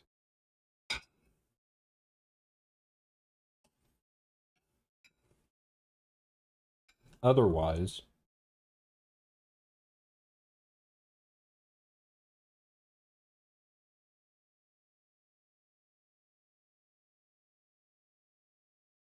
it's present. Hmm. Is this right? The letter is correct. Or if the letter is none. I guess technically it is, but we shouldn't get to none. Hmm. If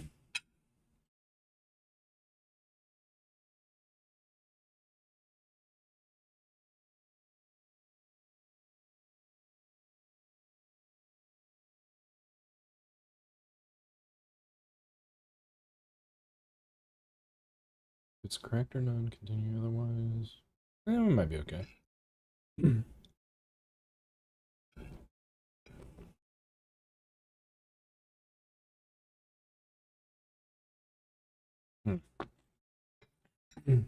Actually, that doesn't make sense.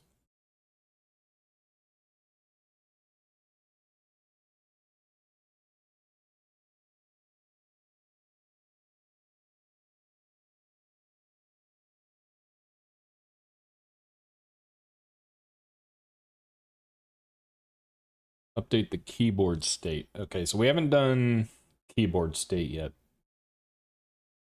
which I think is fine. So then we need to determine success. And success is only true if const auto success equals standard, I think olive. Yep, olive.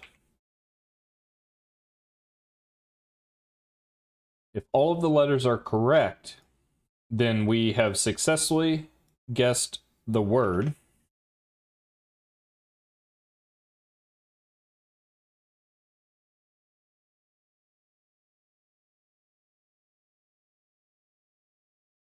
If active guess is at the end, if the next guess is at the end, we've lost.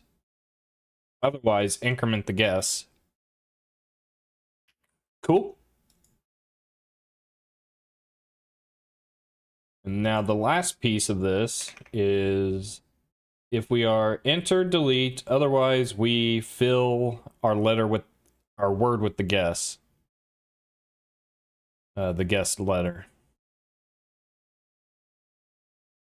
If it's not none, continue. Basically this. Oh.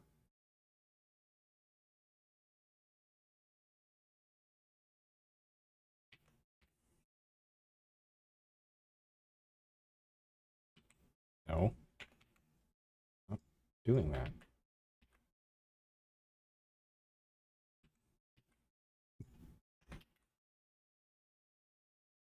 Is there not equal? Ah, had to try. Not equal? Had to try.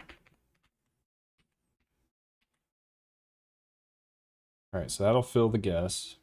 And that should build. Cool.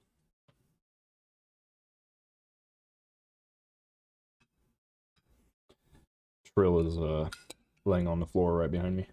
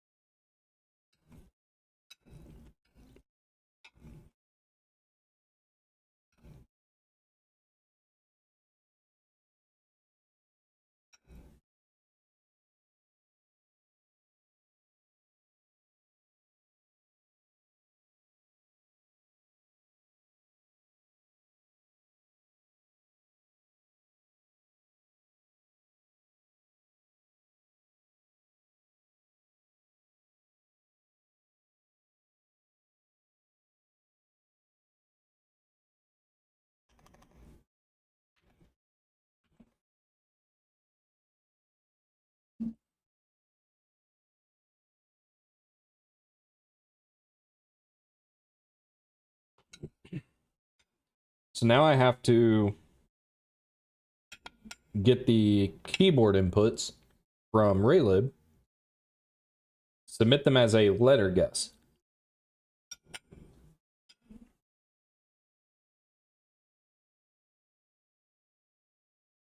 Which means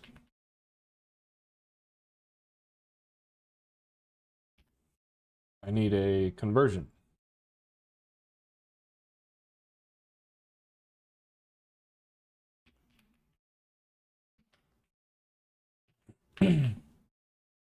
Silver, I am porting.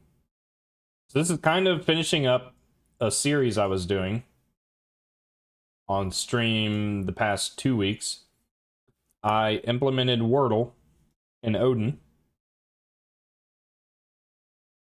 right here.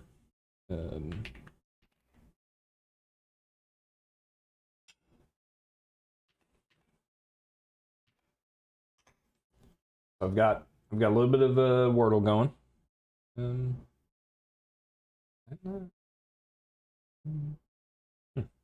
Weird.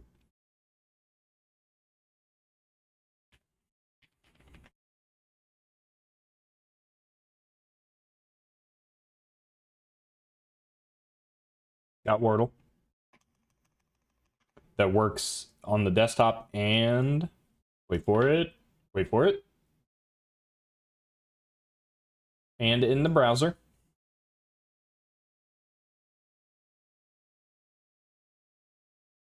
So I am finishing up porting this to C++ so I can do kind of a summary comparison and maybe make a YouTube video out of it. We'll see. Depends how I feel. It's a lot of work making a video.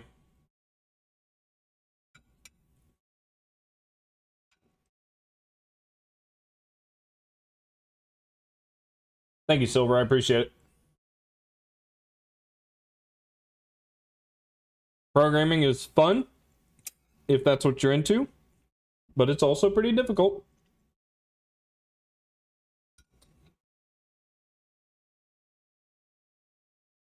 Just gotta practice.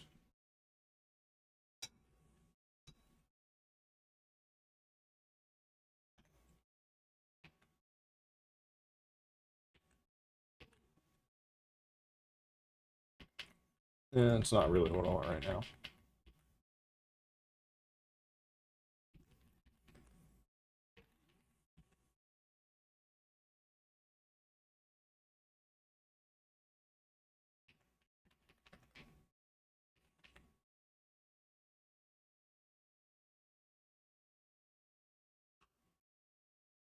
Hmm.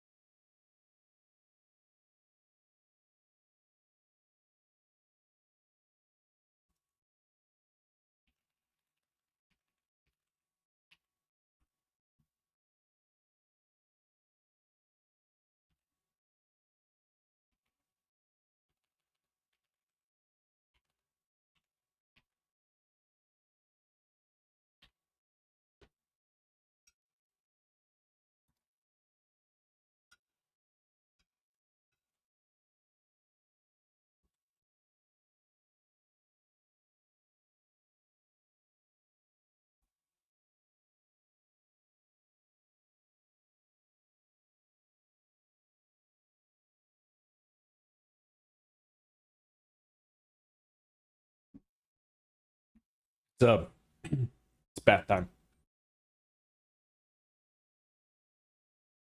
Don't watch them. It's weird.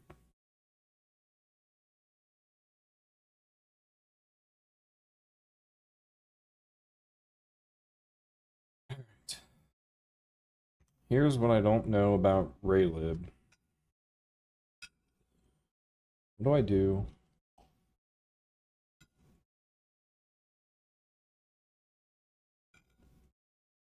Check for a press key.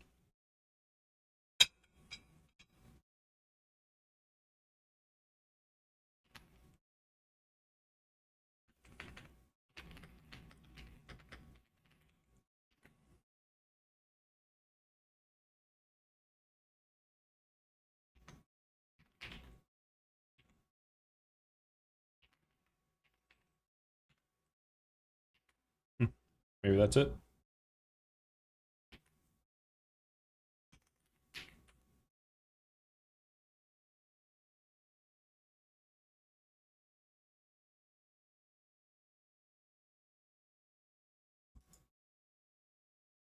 Add letter guess.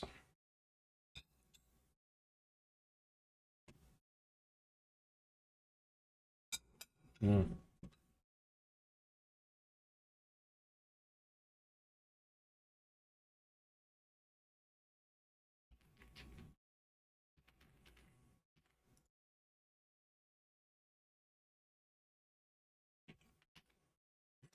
It's not just a guess because we're handling enter and delete, so it's a little more involved.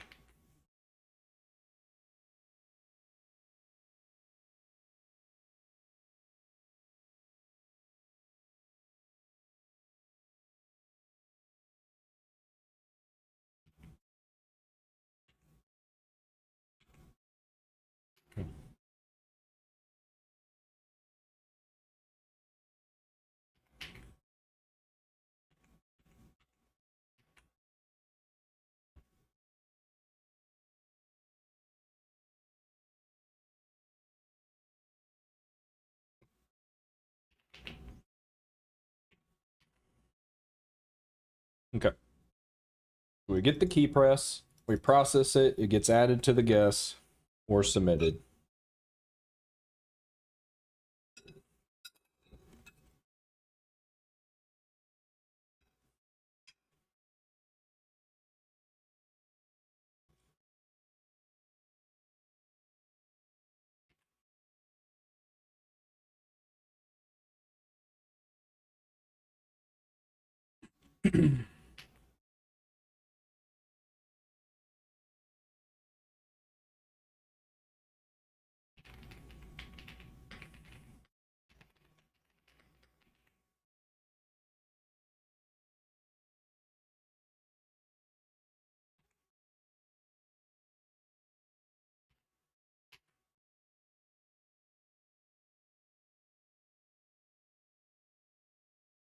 Mm. Wordle.word length is really dictionary dot target word dot size.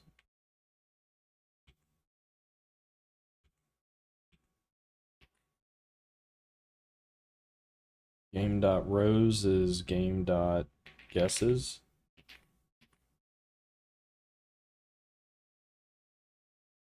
That's not public because we don't want you to modify the guesses. We just want you to read.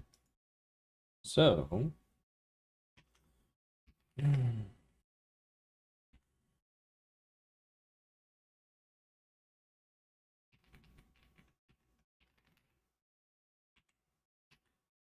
it's really this. We can't have member variables to be the same name as your function, so really we should have been using some way to denote our member variables are private.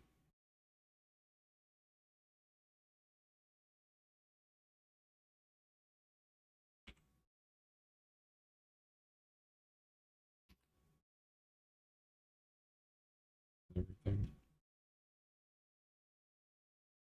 And we don't put implementation in our header.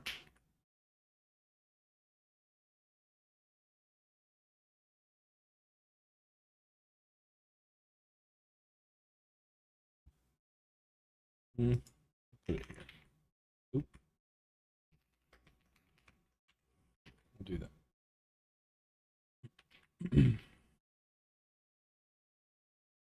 So that gives us our guesses.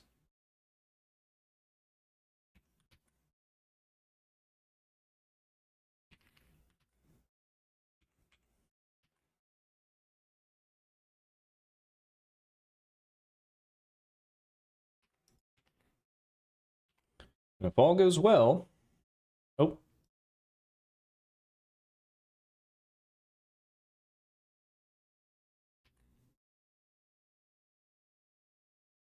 again.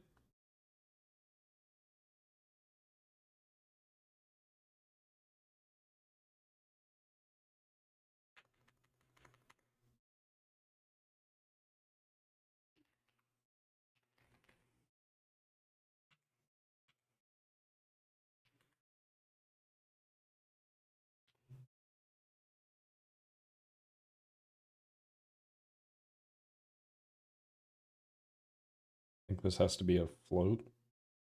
Yeah.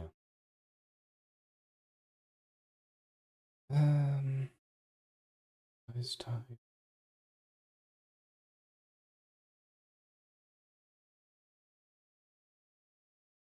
X is a float.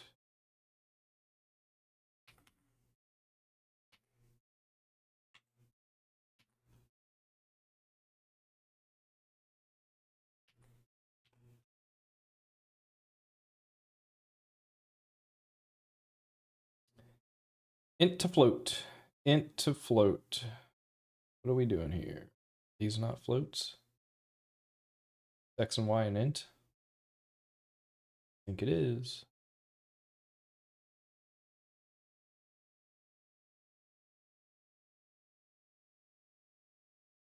I think spacing needs to be a float.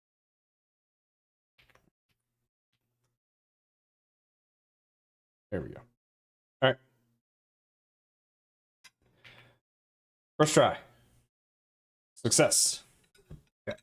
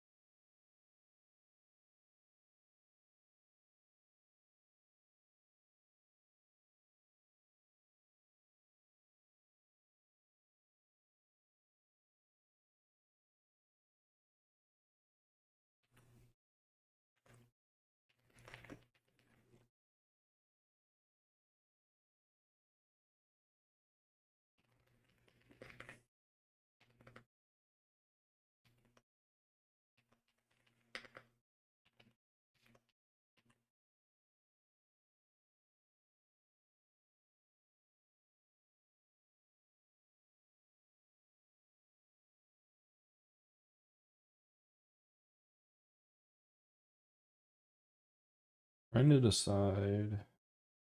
Need tile.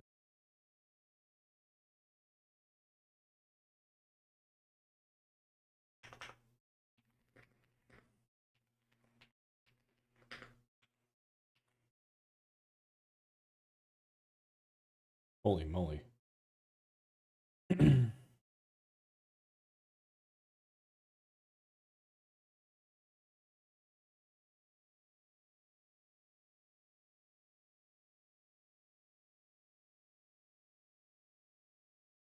That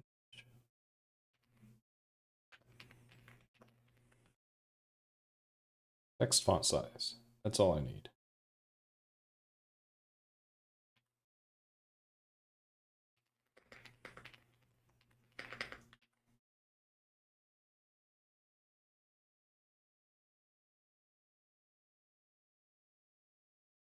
Oh, I learned software engineering, CS student right now. I'm doing is implementing level stuff.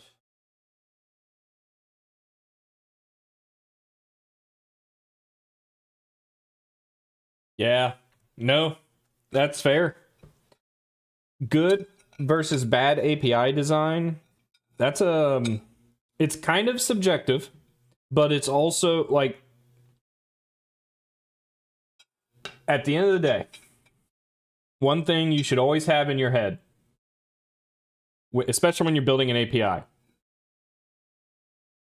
you should write code that is easy to use, hard to use incorrectly. I can show you an example.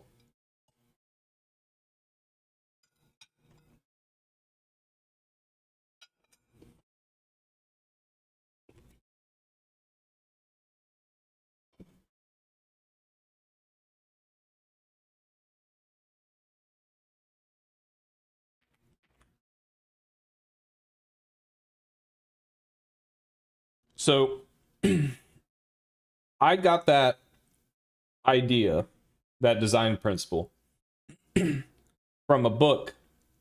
I think it's been years, but I think it was Effective C++ by Scott Myers.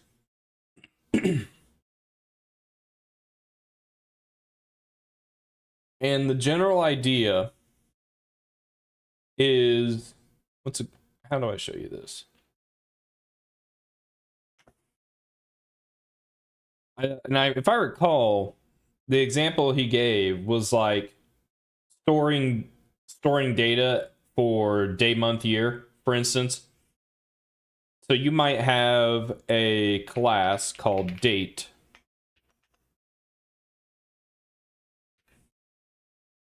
And this class stores an integer for year, month, and day, right? And you would define a constructor like this. Something like that, right? So your date is made up of a year, a month, and a day. And it's pretty straightforward, right? You pass in what your year's going to be. So let me comment this out. We'll do a simple main.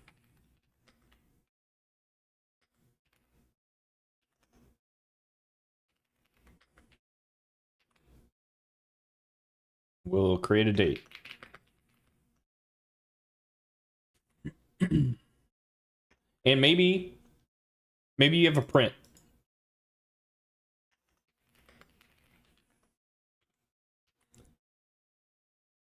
Pretty straightforward. I should be able to build this. Should be able to run it. Okay.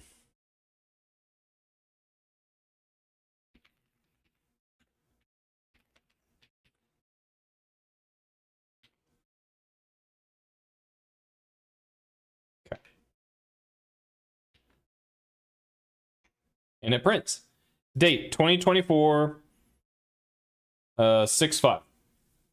Following along so far?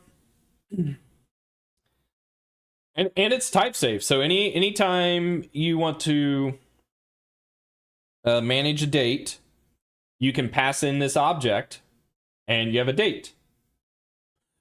But there's a real problem here. An actual, like, it doesn't seem bad, but this is really bad.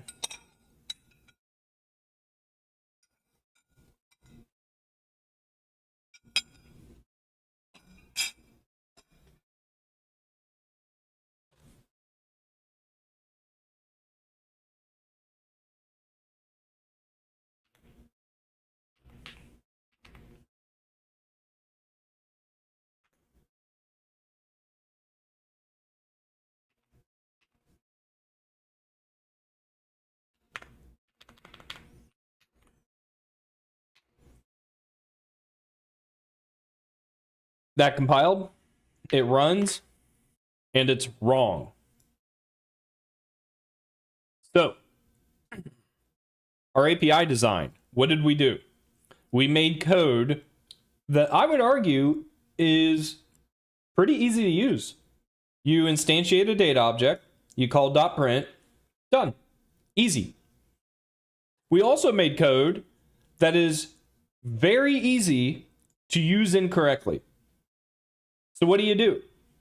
Well, to start with, you know that a year, a month, and a day are all going to be positive values. So it's going to autocomplete for me. Ooh, this is a good discussion on LLM completion too. So your LLM wrote code to account for that. And we'll wrap our code in a try-catch. In fact, with modern C++, we can actually do this. And that'll work just fine. And we can build, run, and it should throw. Unexpected error occurred and validate. Perfect. All right. So the code is easy to use, a little bit harder to use incorrectly, but we can still use it incorrectly. Like, I'm still able to input these values. I'm still able to compile the code, and I don't find out there's an error until after I run it. Well, maybe I want to do assertions instead. That way I catch it during debug. So I can be like assert, and then I don't throw exceptions. That way, during debug builds, it's not a problem. Well, sometimes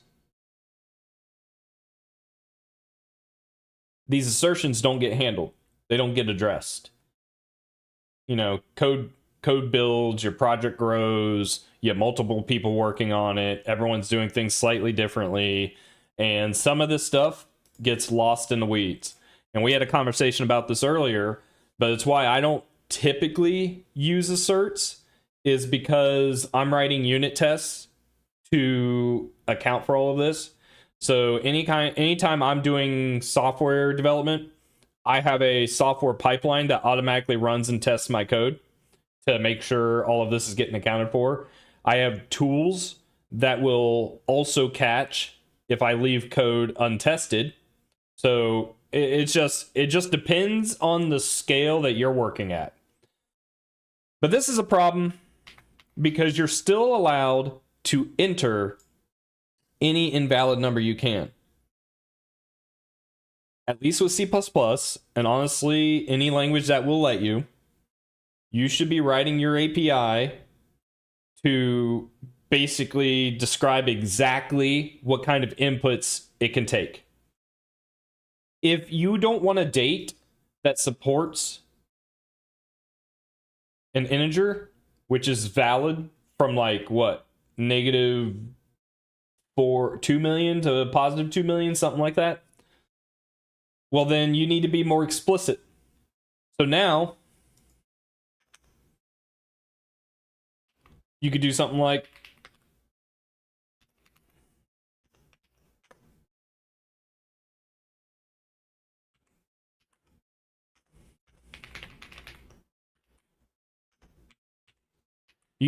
this, and you can build your error handling into the individual object.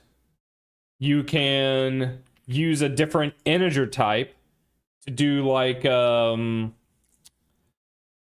unsigned int. That way you're like, you have a positive integer value. This doesn't necessarily get you away from invalid ranges per se, but then you get to the point where maybe you do compile time checks, C++26, you get your pre and post condition. But the idea here is you use types to define.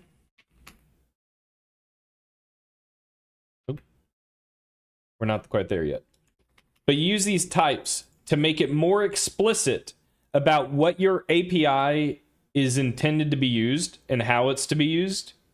And we kind of saw an autocomplete there that gave it away, but the STL library does this explicitly for you, and it's in Chrono.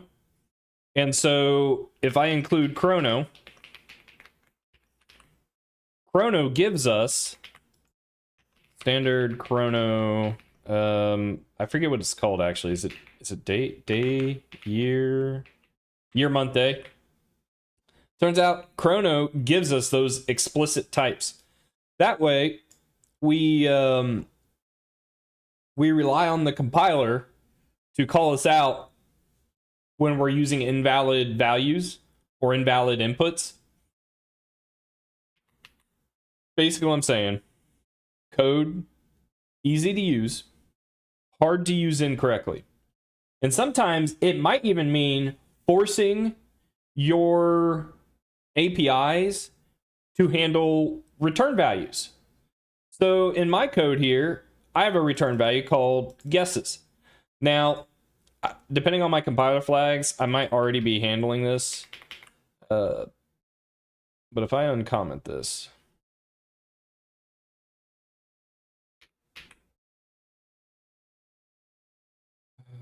I have this like game.guesses function. Let's see if it'll actually do it.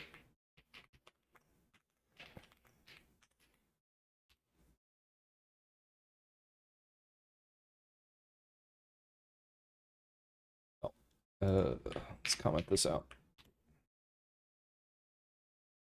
Yeah. This code compiles. This is bad. It's a function that returns a value.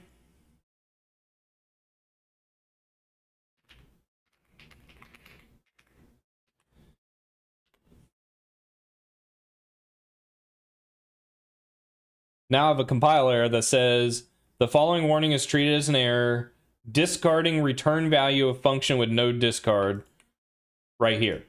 So now I'm relying on the compiler to catch little bugs like this, where someone maybe did something like this to do some debugging. Maybe they were testing some other functionality. Maybe this function used to do something differently. I don't know. Hard to tell. But now I have a compiler to tell me there's a bug. Code that is easy to use, hard to use incorrectly. Just keep that in your head. And you're not always going to get it right. You know, every developer goes through this. You're never going to like the code that you wrote in your early years or a couple weeks ago. Sometimes you're just forced to get the work done and you do the best you can. You're not always going to get it right. Hell, I'm not getting it right now. You just do the best you can. Yes. The Odin one's in my GitHub. I have not instantiated this as a Git repo yet, which is bad. I probably should do that. How about I do that right now? I should probably do that right now, shouldn't I? Yeah, I should do that. All right, let me do that. Let me make sure it builds. Oh, let me make sure I can render the letters, and then I'll do it. Famous last words.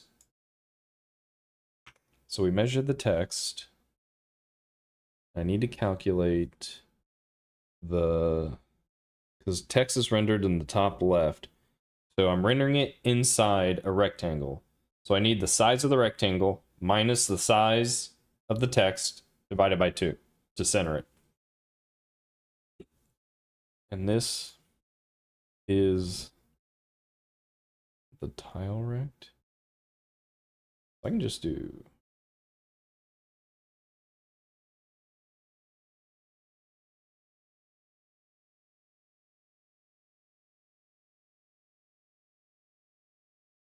setting X after the fact. You have tile rect. This isn't even needed. I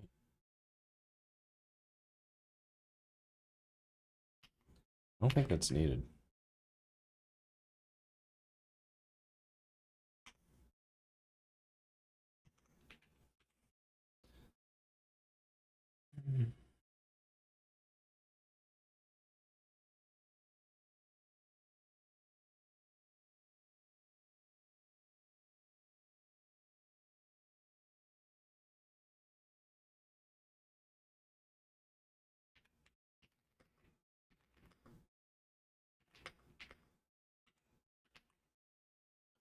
Now the cool thing is,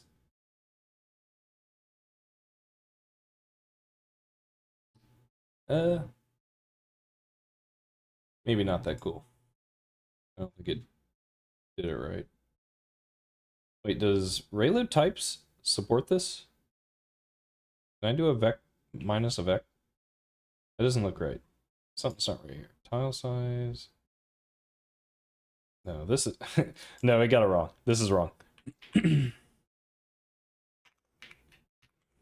Const auto position equals vector to oh, there it is. This might be better. So the position of the tile rect, the width minus text size dot x. Wait, what does this return? Wait, this returns an integer? What?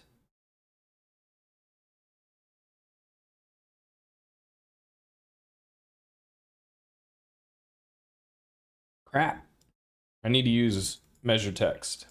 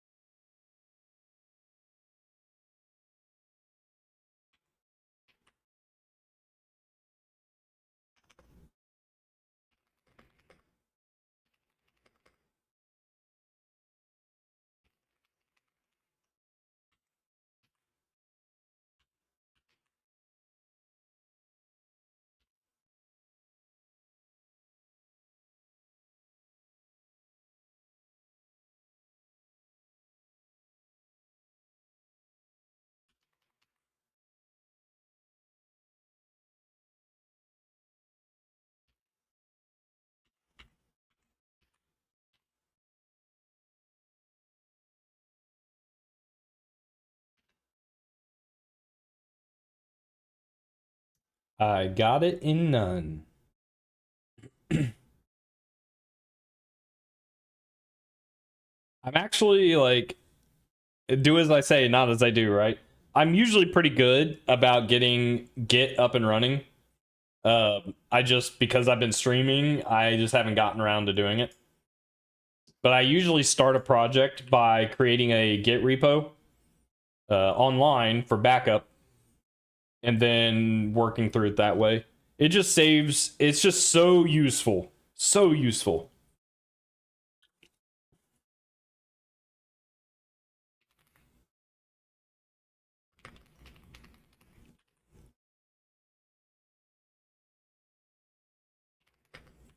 Okay. So I am screwing something up here.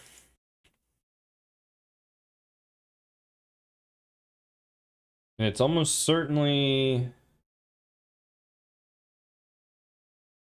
this guy isn't getting initialized correctly.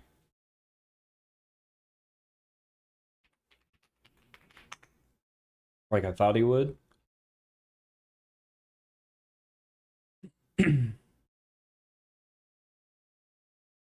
This was supposed to fill out the letter to none.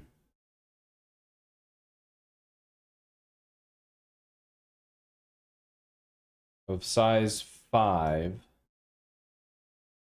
Let's put a breakpoint here, I guess. And let's put a breakpoint here.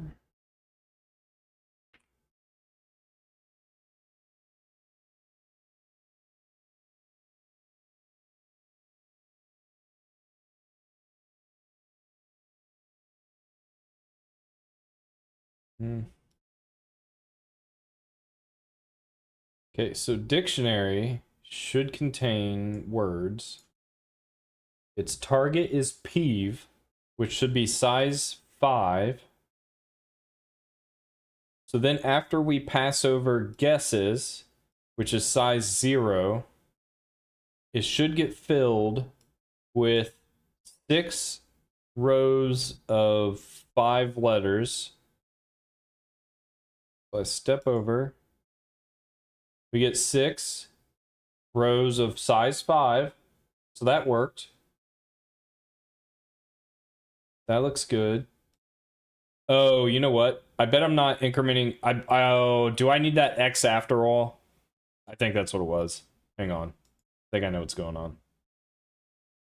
Because I got rid of that X. Because we render a tile for each letter. X is incremented by tile size plus spacing. But we are rendering with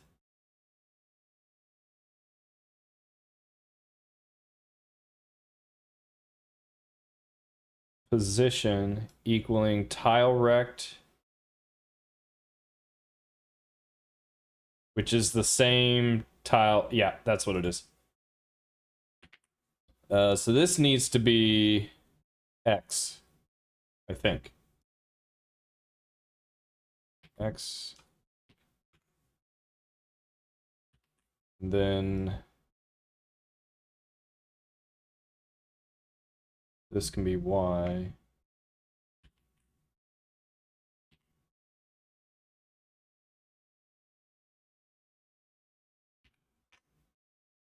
There we go. All right, so we're rendering the text correctly. We're not rendering the grid correctly. Now, okay. Okay. So I do need that. Tile rect.x equals x. Okay, so if I do that, now I can do what I was doing. Ooh, awkward. Awkward. So who's wrong? It looks like the grid is wrong. So it needs to be centered. Ooh, I can't resize. How do I resize? Set config flag resizable.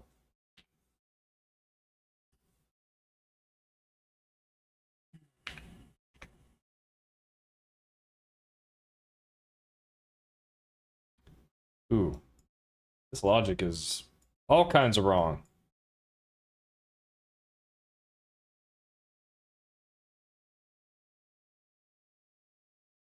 X should be screen size, get window position. Oh.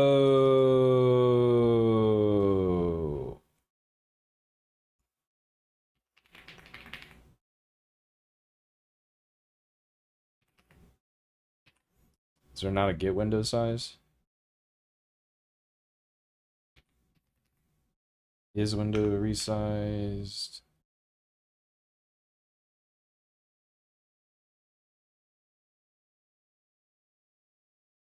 Set window size. Get screen width, get screen height. Whoopsie. Vector 2, screen width, screen height.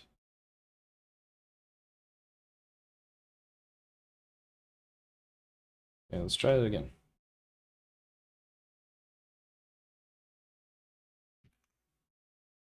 That looks better. That looks much better. I mean, other than the letters in the wrong spot. But that's okay. They're just, I'm incrementing X before I should. So this needs to go down here. And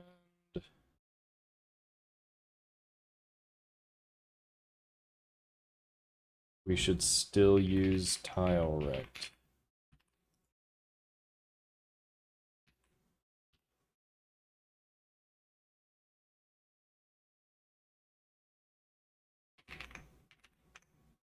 Boom! Boom, shakalaka. All right. So then the other thing we need to do is if letter guess dot letter is none,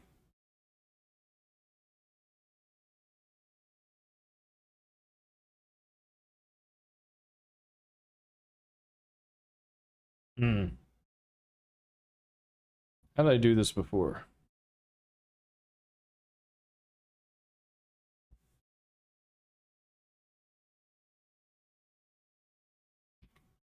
Basically need to not draw. Okay. If letter guess is none, I don't necessarily want to continue.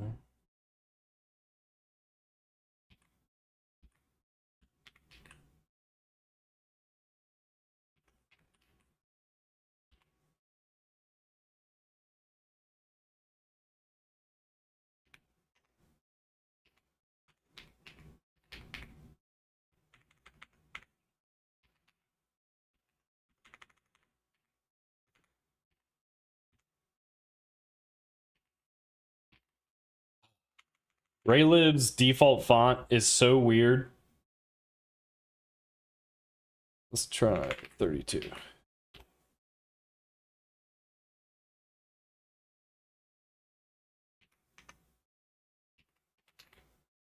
There we go. Guys. For the last few hours, I've been ignoring your stream and watching other video content, and every time I saw you were streaming, it showed the stream with the vertical video syndrome issue. What's the vertical video syndrome issue? Hard to see everything? Or is it the doom scrolling?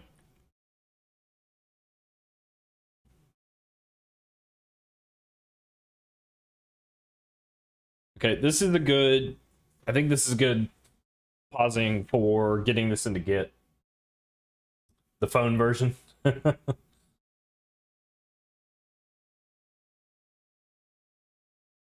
Oh yeah. I gotta get those I gotta get the vertical views. It's where they're all at.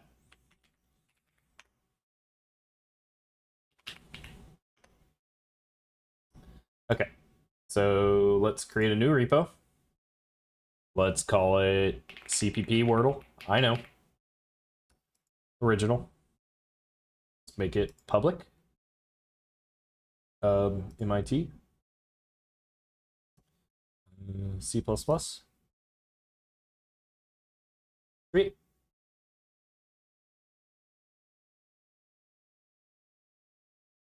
I don't know if I'm going to finish the stream, but I do want to do something else. I'm a little burned out. Is it enough C++ on my day off? Maybe I'll play a game. Haven't decided. I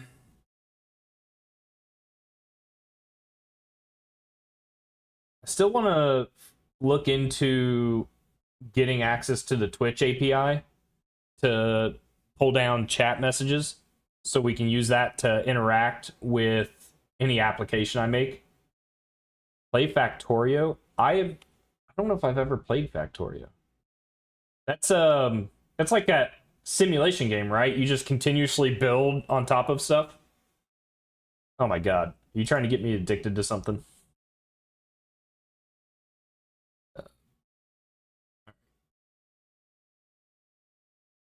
So, trying to remember how to do this. I think I can do a git init. Or is it dash dash? And then I think what I can do is point my remote to this repo.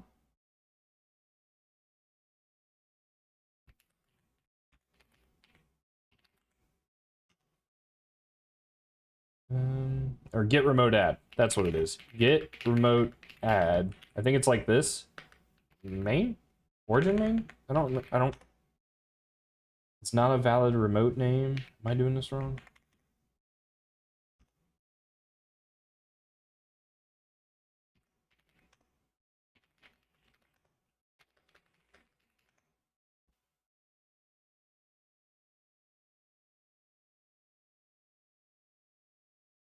Short name URL. So what's short name? Get add origin.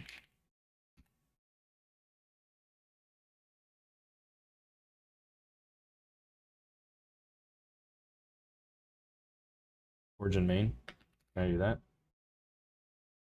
Oh no, that's push. Okay. All right, there we go. Git branch. Git add. Oh boy. Oh jeez. That was a mistake. That was a mistake. Oh god. Abort. Abort. I didn't ignore. Shoot. VC package needs to be a submodule. Can I do like a git submodule add?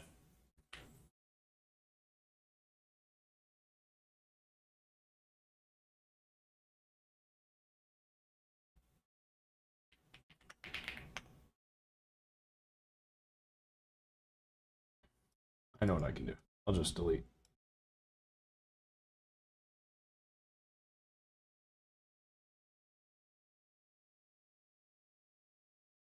What were you trying to do, Mr. K? I I I haven't figured out, or I haven't spent any time getting commands set up for chat, but maybe I should. Now that more people are stopping by to say hi, it might be worth my time getting that set up. Really haven't had a need up until now. Okay. So git submodule. Is it add?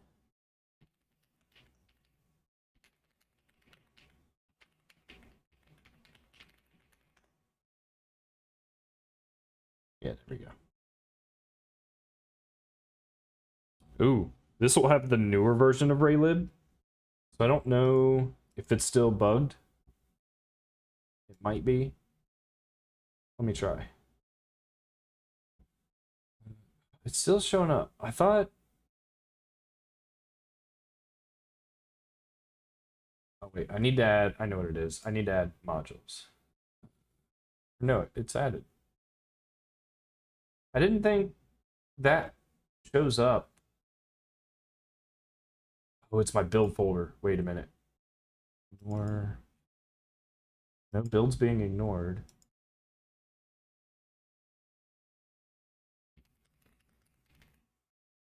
Oh no. Oh no. Git add dot git. Nope. Git ignore.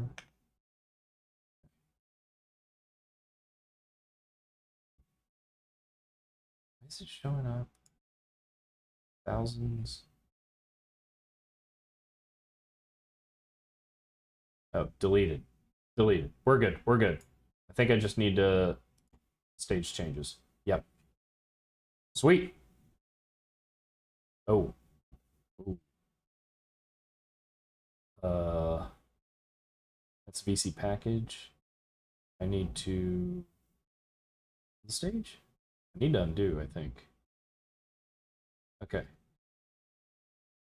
Yeah, I think we're good.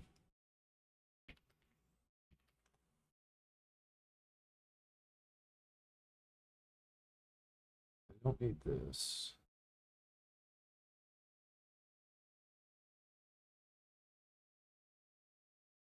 Don't need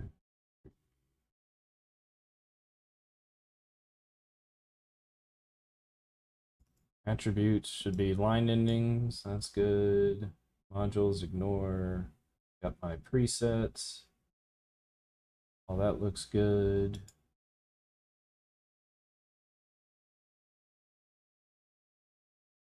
Let's that. That looks good. Okay. Initial commit. Ooh, I'm on master. I didn't think master was a thing anymore. That's not gonna work. Hang on. Git branch git checkout dash b main. Okay, now I'm on main. Initial commit. Boom. Publish. Dang it. Git push. Git push dash u origin main.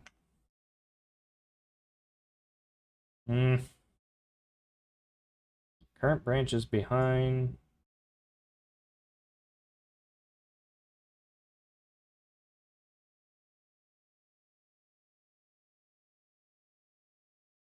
We can fix that. Everyone, look away. Yeah. Problem solved.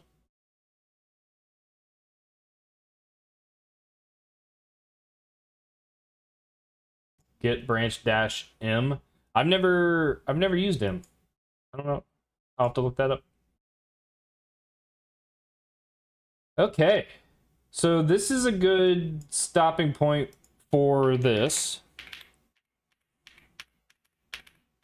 I want to build it one more time. Oh, I want to make sure it works with the newer VC package. And see if Wordle plays nice. So it's going to sit here and build, pull down new dependencies.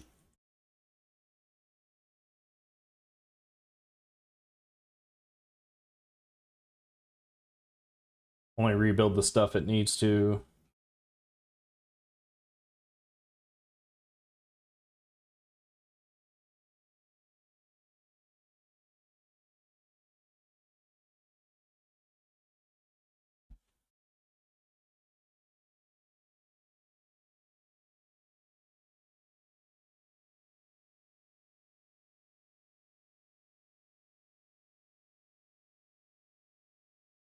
So this is basically like, this is what I'm doing during work.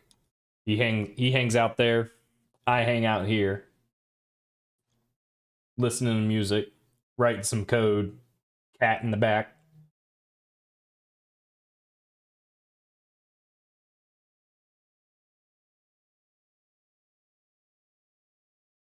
You can't compare Odin compilation of my Wordle implementation with what we just saw here. What we saw here was dependencies building and everything else under the hood to pull all that down. My project was right here. But yes, C++ is known to have slower build times because of everything it has to parse compared to modern languages. That's just one of the issues. Oh my god, my cat. I was trying to see if the mic would pick him up. I don't think it does.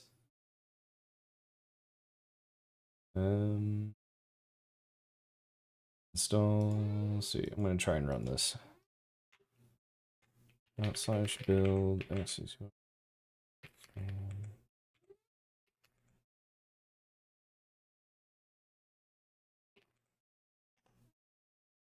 Yeah. So the raylib bug is still there, but I know what it is now, so maybe I can just fix my implementation to use it, which is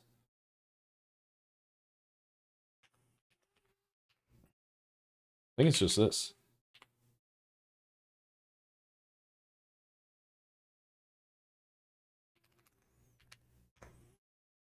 Ah, crap. It's not.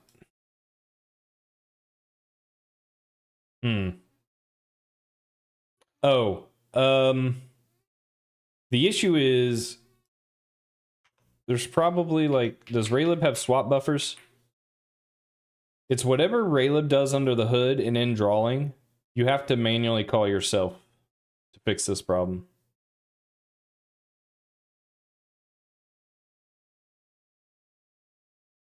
I think it's been fixed in raylib. It just hasn't made its way to VC package yet. But there was some kind of issue, like it's in raylib. I reported it for the VC package port whenever raylib 6 came out. But I think it's been fixed.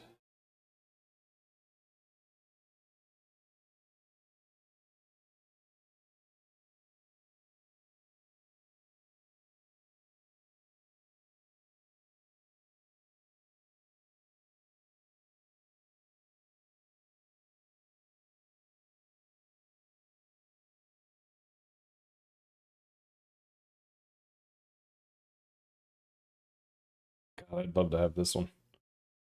Let me look it up in VC package.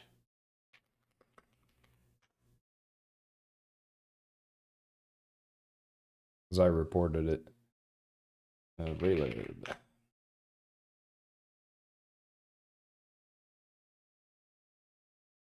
See, me. That's me.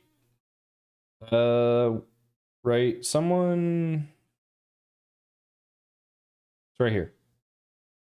Anyway, the fix is already in the master branch, Raylib, but has yet to be tagged in a release. So it's this one right here. Fix config.h parsing into CMake options. So I guess Raylib does something that parses config.h during configuration step or something to define macros. And those macros dictate what this indrawing function does, and whether Raylib will automatically handle things like polling for events for you or give you the control you need. So whatever Raylib does under the hood for indrawing is what I need to do instead to fix this issue. Like, I've looked this up before.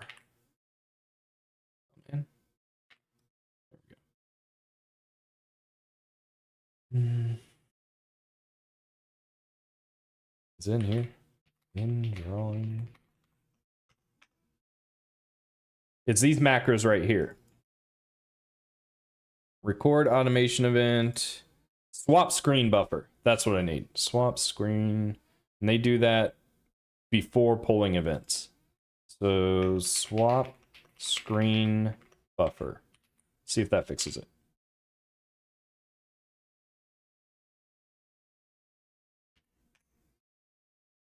Close.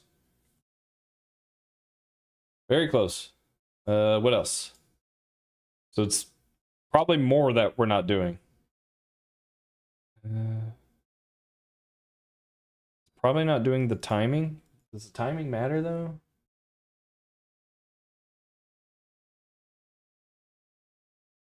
RL draw. Oh, it should be doing that. Oh, wait a minute.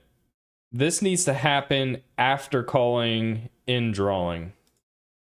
Let's try this.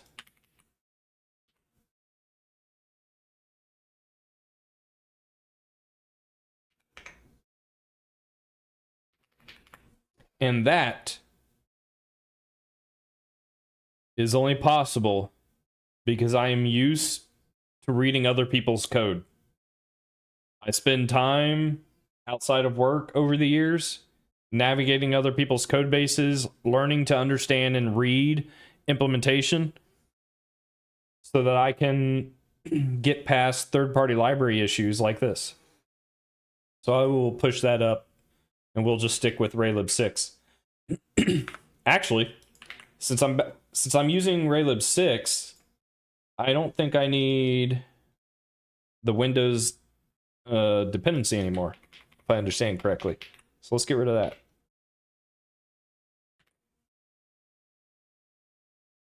Yep. Sweet. Ooh, let's not talk about, we don't talk about our old code. No, we don't bring that up.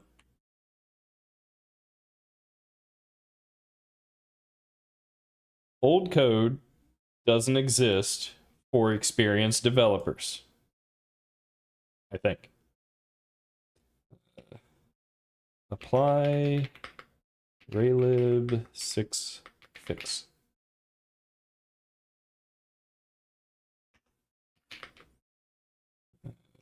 VC, let's do it here.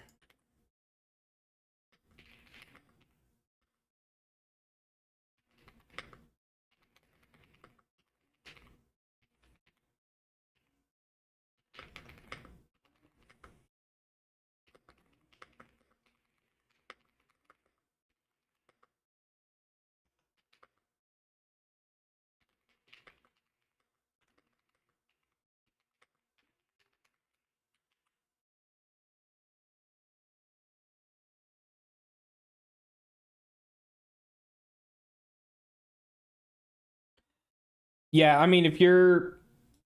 I think it was mostly an issue through VC package Or if you manually build Raylib yourself, is when it would show up. But if you like pulled in pre-builts, it was probably never an issue.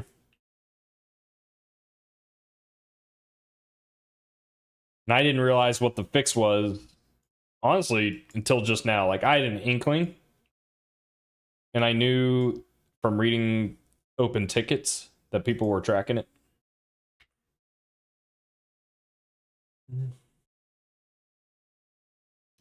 Oh man, I have been streaming for a minute. Yeah, that's enough. That's enough coding. I am taking a break from coding. I appreciate you guys for hanging out. I am swapping to a video game. I don't know what. I gotta think about this. I'll play. Oh, hello, chat.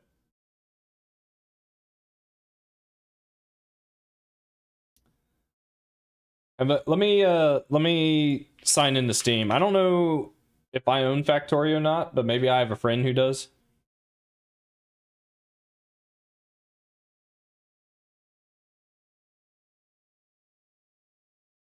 Oh yeah, flickering is some of the most annoying type of like graphic issues to run into. How do I find out if I own a game or not? I feel like have I not tried Factorio before? No, it is not in. How much of the game can I play through the demo? A good amount, I assume.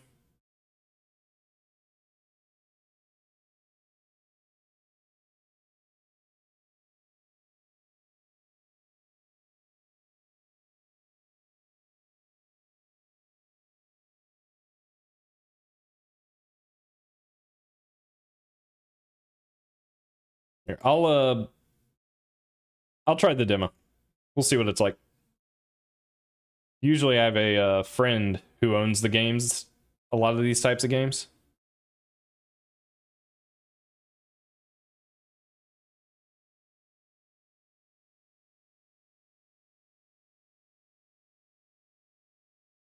It is downloading. Oh, it's almost done. Jeez. Is Factorio a single developer?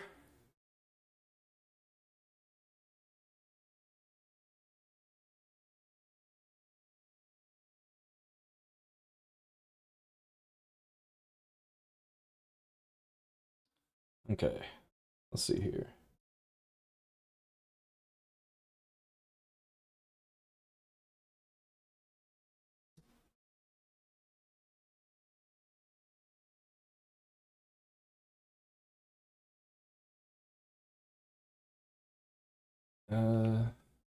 I gotta click on the game. Come on, why is it not showing up? Show up, game. Show up. I command thee. There it is. Let me update some titles here.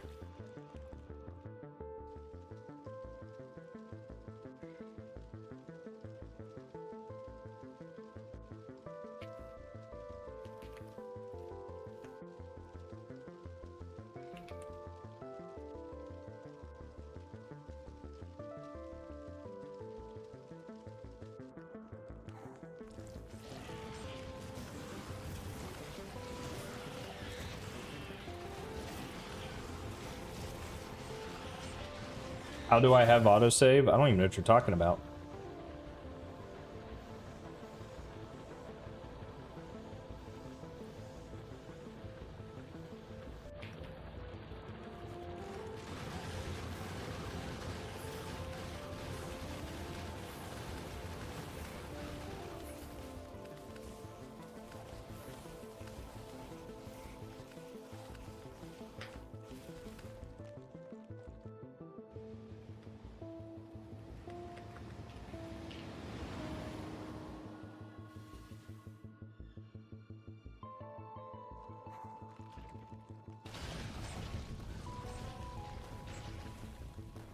Updating stream title.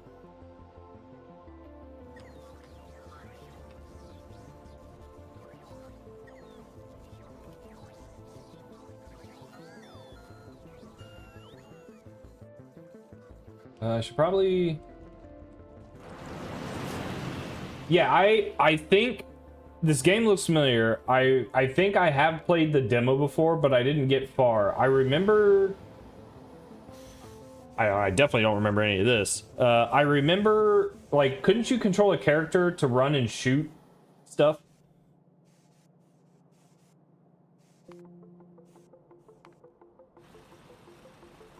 Where's the best place to put me in chat?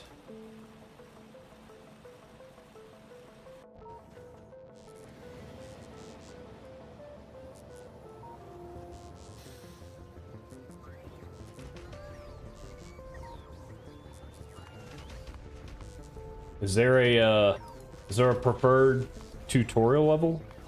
Or are all these different tutorials? Or is this how far I made it?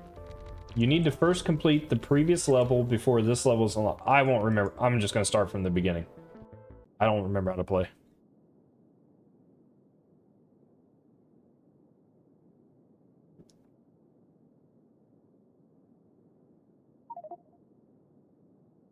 I'll probably do this for about an hour, and then I'm gonna have to head out.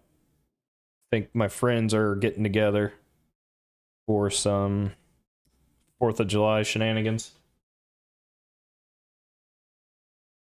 This window will occasionally pause the game and give you some hints. You can continue the game by pressing tab. Okay. You can always find the current objective in this window. Use WASD. Okay. Yeah, this looks familiar. Okay. The escape pod saved my life. I am afraid the others were not so lucky. I wonder if I could use something. Oh, tutorial. That's right. Can I shift click? Oh, I can shift click. I love it when a game has shift click. What's this? A tree. Can select trees. There's nothing else here. I'll have to make some simple tools. Okay. Small map. When you hover over an entity, useful detailed information appears in the tooltip tab. Iron deposit. Can't click. Oh, I have to right click. Oh, I have to hold. How many do I need? How do I know? Oh, right there. Is the audio good? Loud? Perfect? Craft stone furnace. Press E and check your crafting menu. On the right hand side, crafting menu, left clicking on the recipe will craft the depicted item. Okay. What do I have to make? A furnace? Left click. Not enough ingredients. I need stone. Okay. Is that what this is?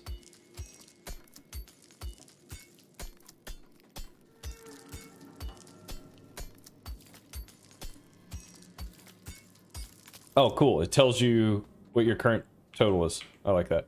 I immediately forgot how to get to the crafting tab. E. This is your crafting queue. Left click on an item in the queue if you want to cancel it. Okay. Build it on the ground near you. How do I... Sure. I keep wanting to... It's E. E. Okay. I need fuel. Give me fuel, give me fire. Give me dabba jabba za. Put the iron ore in the resource slot of the stone furnace. Iron ore. Oh, I can shift click. Put fuel in the stone furnace. Coal or wood? Let me guess. I can do this. Easy enough. Do do do do do do. Okay. That's gonna make plates. Feel quite tired from all this mining. I wonder if it could be automated. Yeah, I wonder that too. I keep wanting to hit tab. Iron plates from the stone furnace. I think it's my 7 days to die habit. Craft a burning mining drill. Okay, we can do this. Burner mining drill. Stone furnace. Gear wheel.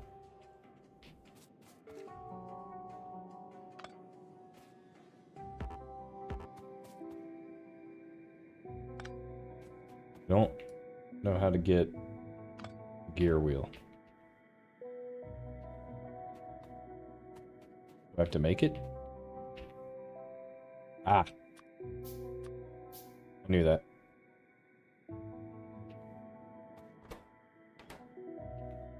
What do I need? Iron plates. Jesus.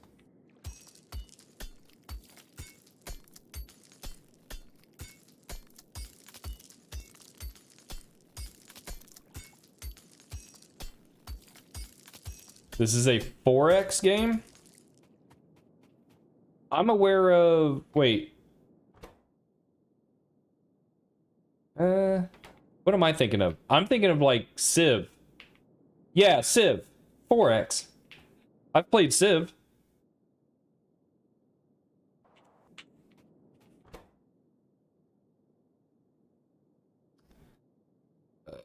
This.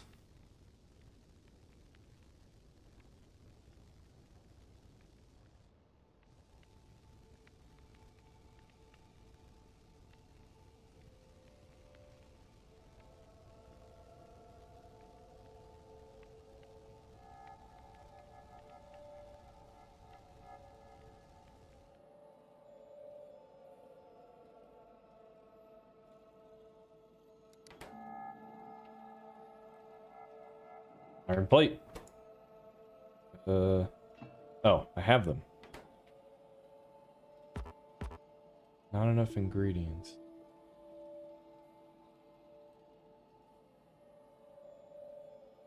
Ingredients, I need a stone furnace.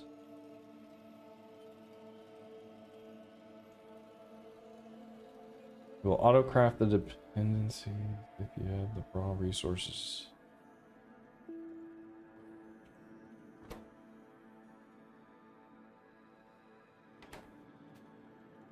I need stone.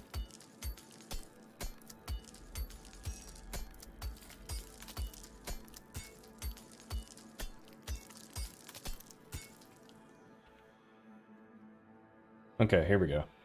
Burner mining drill. Mines raw material from resource deposits. Okay.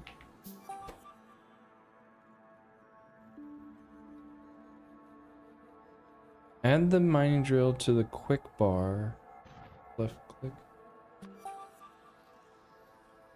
Empty your cursor using Q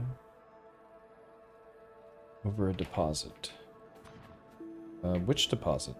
Iron, I guess? Put some fuel in the mining. Give me fuel, give me fire.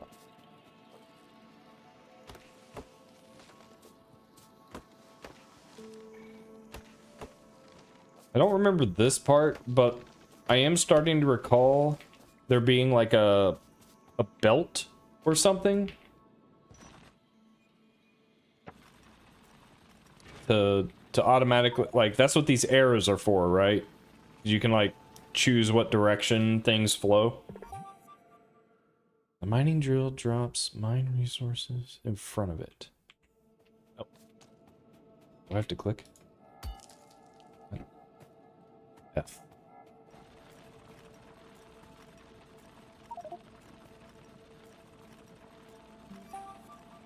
Craft the wooden shafts. I need wood.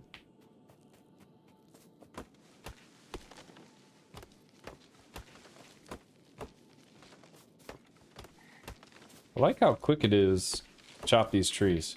Because this could get tedious really quick.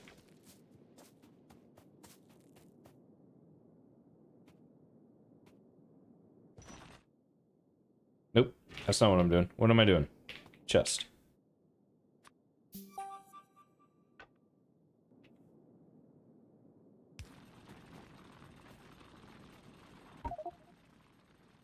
Okay. That makes sense. Wait until at least 4 items are in the chest.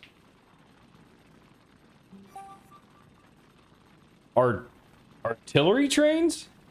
Is that what you're saying? Solar power, nuclear power. Oh my gosh. Alright. So, here's a question.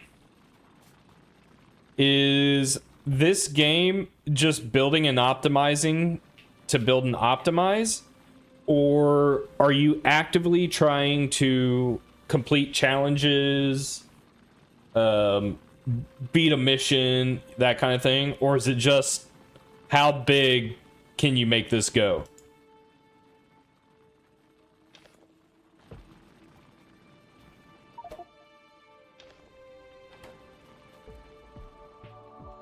The factory must grow. Oh, something happened.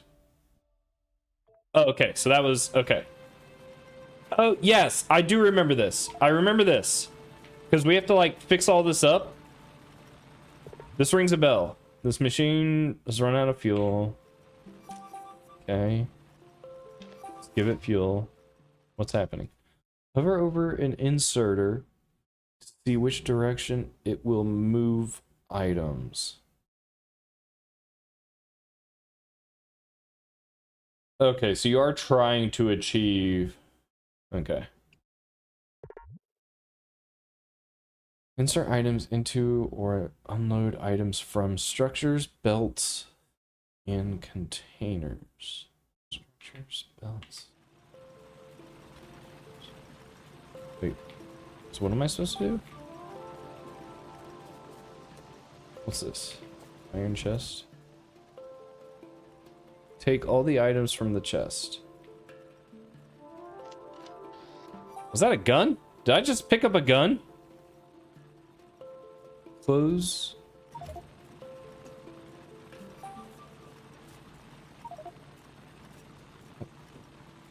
Too much going on. When enemies are close, you can fire at them by holding spacebar.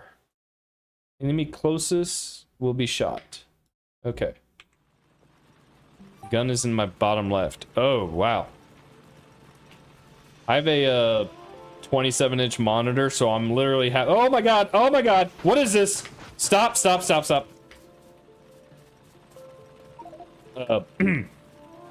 Anyway, I have to like look up, down, left, right to see everything. The second burner inserter is reversed. Okay, so I need to... How do I reverse it? R. Okay. So this probably needs fuel. I'm learning. Not enough fuel. Wait, what's going on?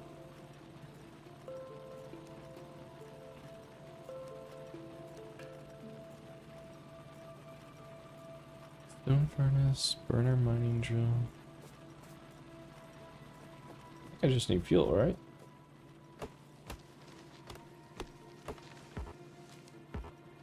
Wait a minute. Am I the bad guy?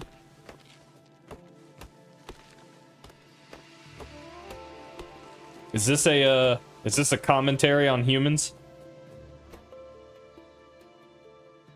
I don't understand. It has fuel.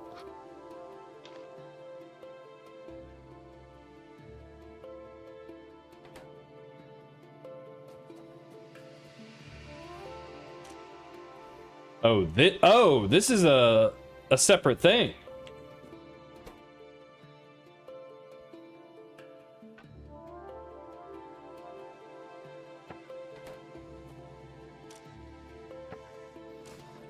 There we go. Okay. What does this need? Fuel?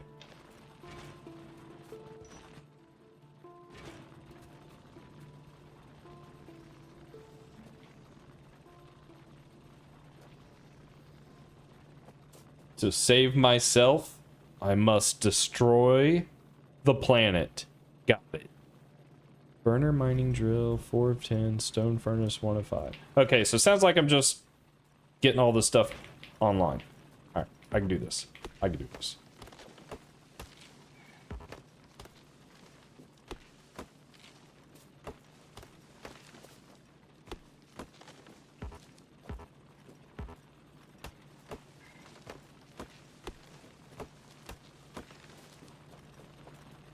Okay. Can I not?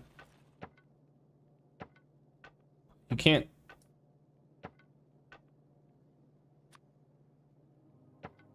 What?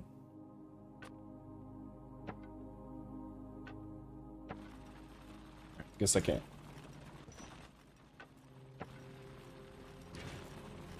I can have ore on one side and coal on the other, so the burner inserts feed themselves. Where's the coal? Is that what this is? Oh, so wait, what's going on here? Does this need to get repaired? Or am I mining it? Oh, I'm mining it.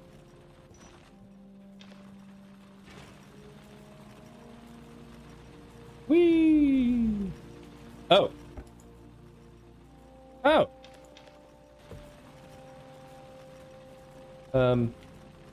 Still don't know what I'm supposed to be doing. Burner mining drill, 4 of 10. I don't know what that means.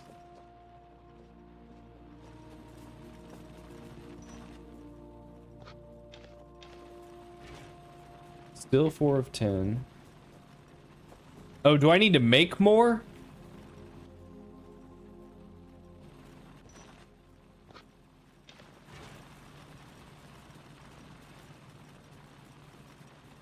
These are mining drills. Okay, got it, got it, got it.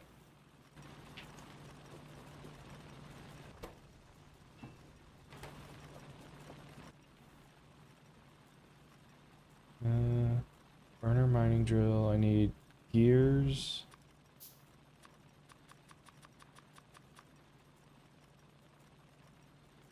I need a stone furnace. I need stone. Stone. Over here.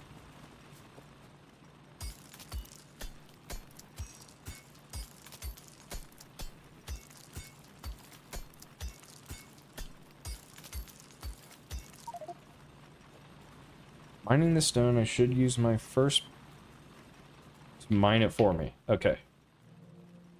Mining drill. Okay. Guess I... Are these tracks? Guess I'll point it this way. Okay. Then I need a box, which needs wood.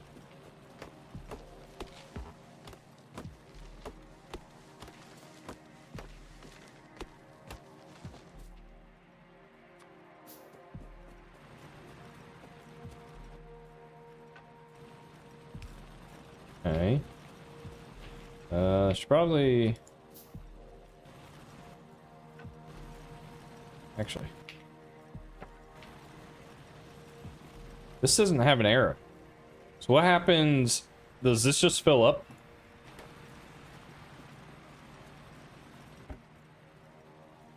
Okay. Know what I'm doing. I need more. Need more stone, which exists here. More stone means more mining, which means more stone. It's starting. I'm starting to see.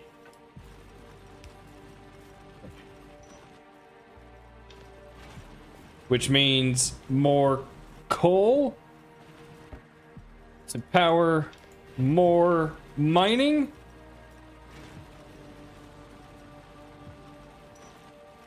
Ooh. Be on his last bit of fuel. You're still looking good. You're not doing anything, actually. Why is that? What's happening here? Oh, you're doing something. Okay.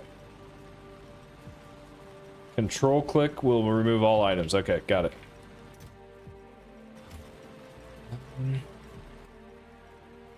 Okay, I can make more. We need more.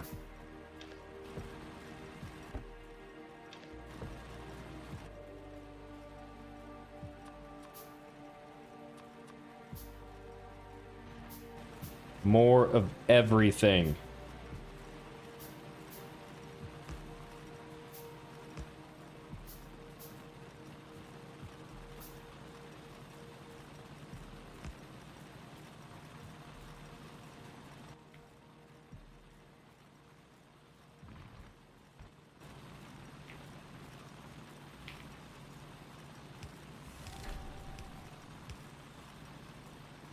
That's kind of cool.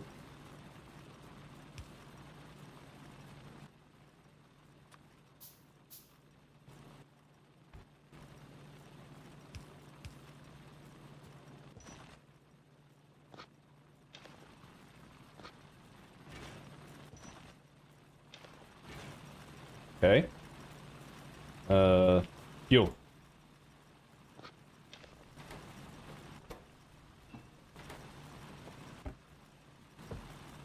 Fuel.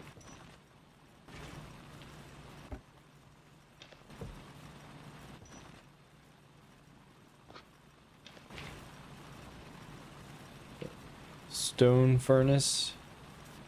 I need 4 more. Holy crap.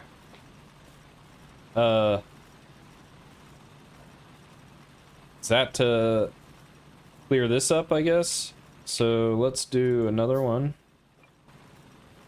Do it like right here, I guess. Let's get an arm. Okay.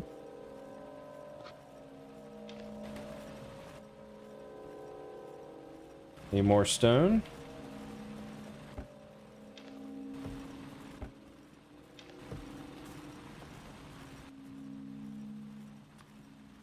Oh, what did I do?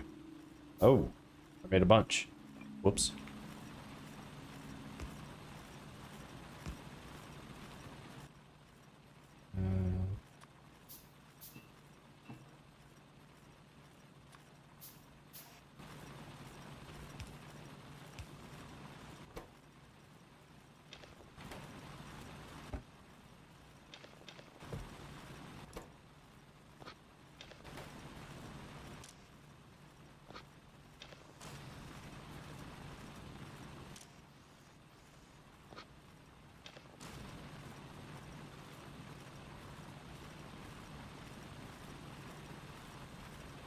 Things get massive to the point you're building robot networks to build massive blueprints. Oh my god.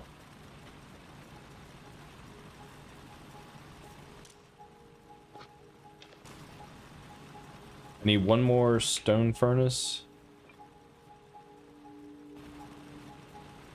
Yes.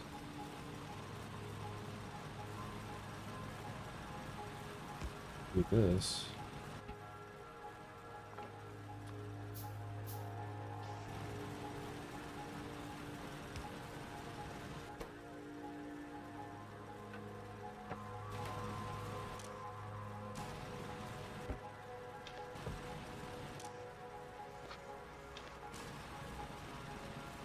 I need one more mining drill.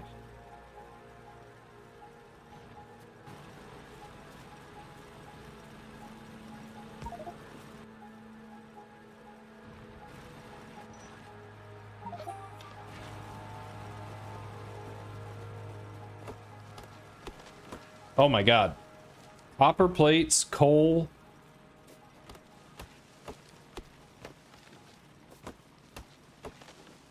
Keeps expanding. And you're kind of like programming systems. That's kind of cool.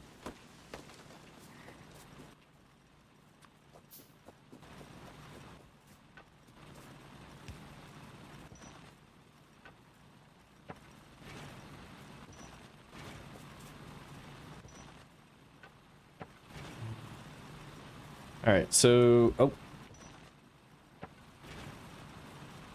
Copper. I gotta figure out how to make copper. Copper is...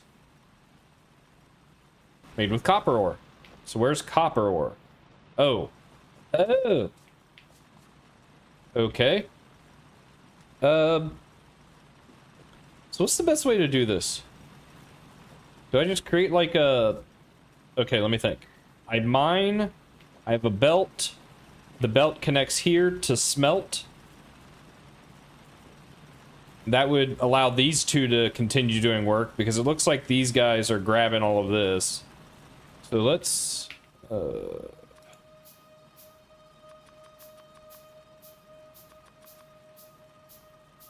try this.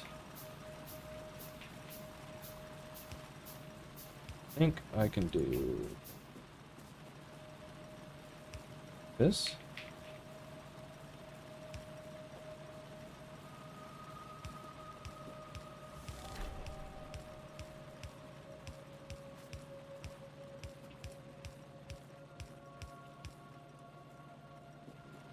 Then I need more fuel because everyone's running out.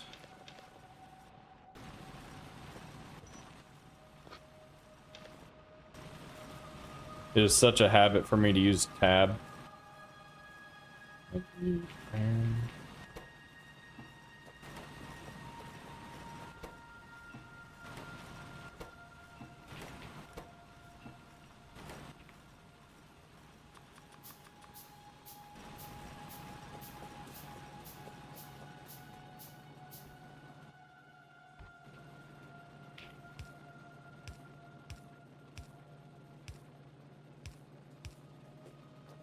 Okay. Oh. Whee!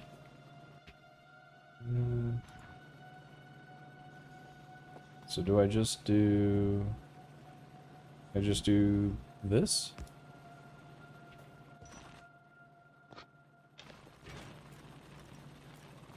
That work?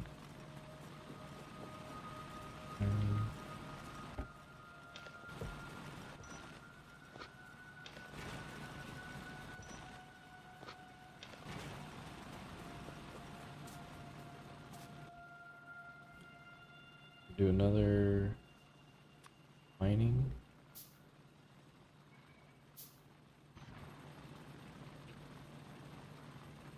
Ooh. I got an idea.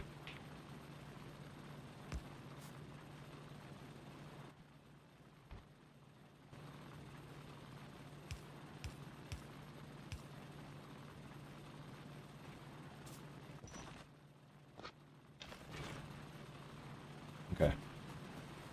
So I need copper plates. Oh. See you, Dal. Take care. Thanks for hanging out. Oh, we got a bottleneck. Guys, we got a bottleneck. I suck. Oh, everything's going wrong. Why is everything going wrong? Can I move?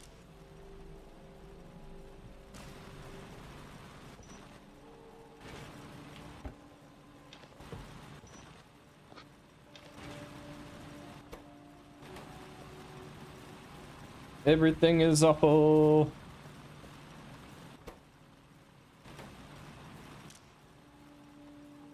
Oh, I don't know why. Use filters. Whitelist. Copper.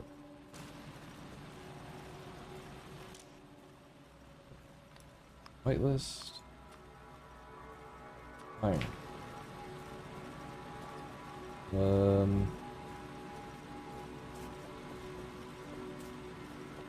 Oh, it won't let you mix? That sucks. Can I not move? Or destroy? There we go. Oh. Wait, now it's... Wait, what?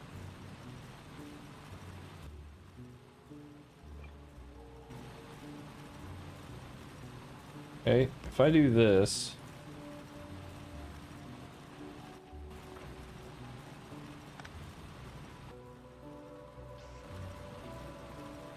this... And this.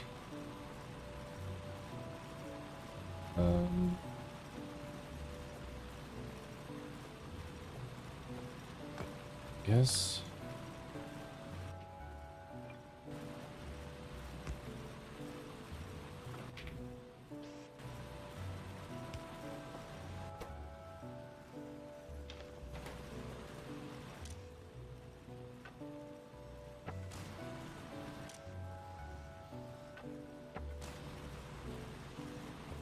Okay, there we go. That should start making plates.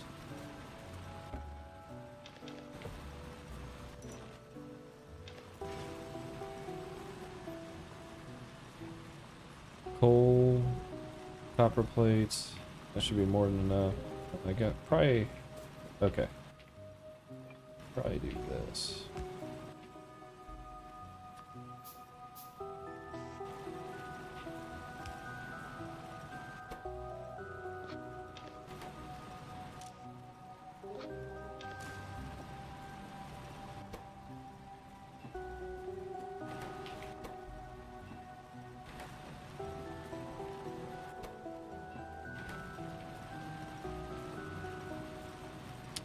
A smelter's internal buffer can only hold one output type. Oh, okay.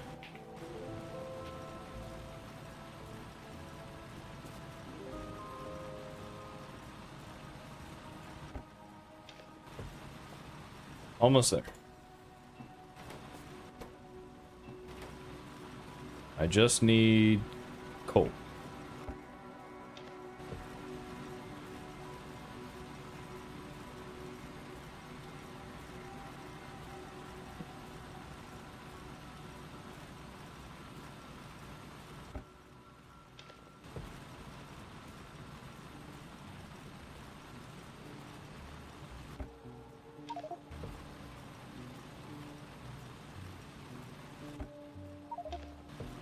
Okay. It's time to move on. Cool. Ugh.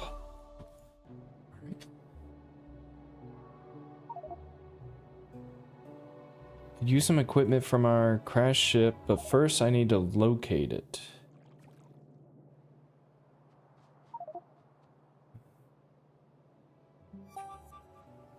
Build an offshore pump at the edge of the water.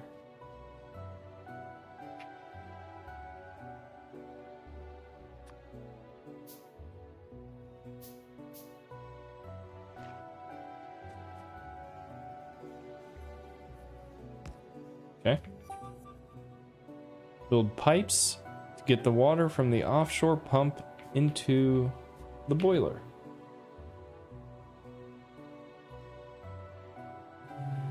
Pipes.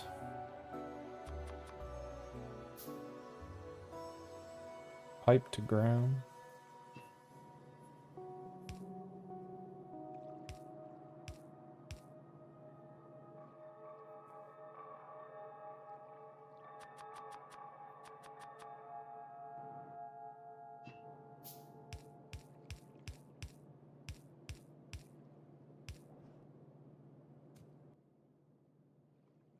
Iron plates. Iron plates require... What is this? Electric mining drill. Oh, did I screw up?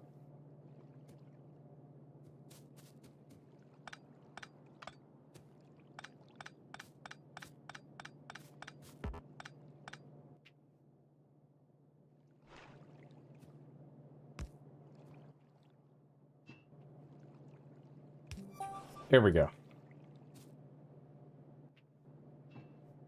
Put some fuel in the boiler. Build pipes to connect the steam output to the steam engine.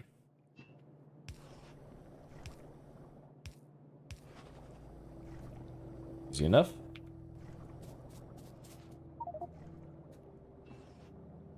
Steam engine is now producing electricity. Connect the electric mining drill to the steam engine using small electric poles. Sure. We'll get right on that. Not enough ingredients. I need copper cable, wood. Oh, man.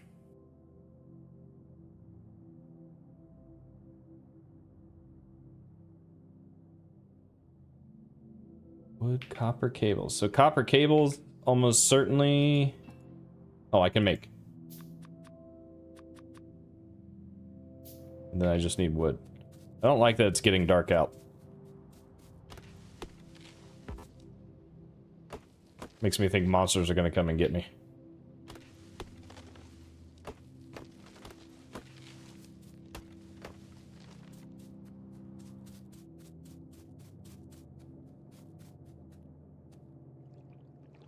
What was I doing?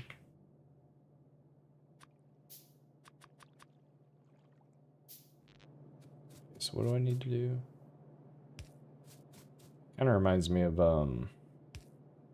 City Skylines.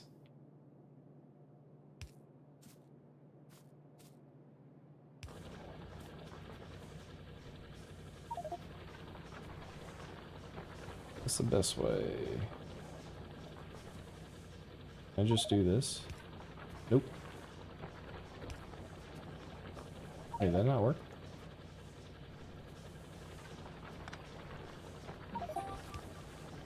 There we go.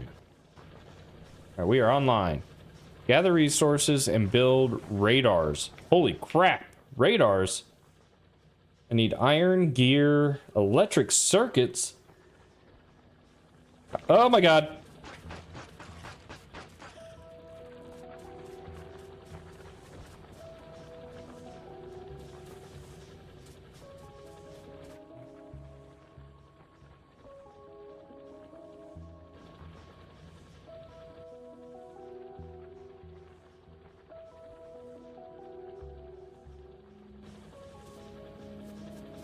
Okay, so that's coal. Where's my mining? Burning, electric. Oh, I have some. Oh. Let's do that.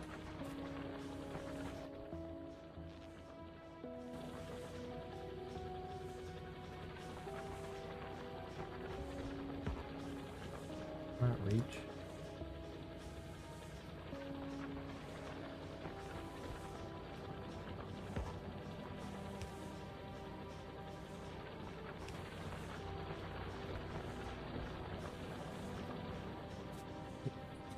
You found me doom scrolling?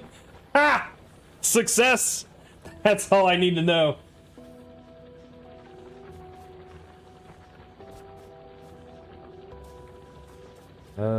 Okay, so I should be able to feed this directly into a furnace?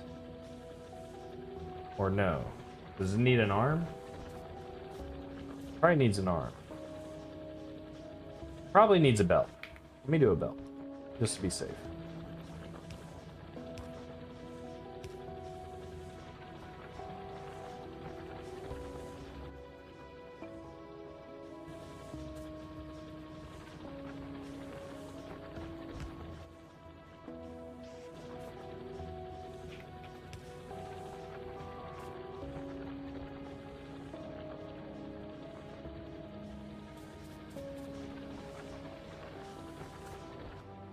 Wait a minute, why is this not on?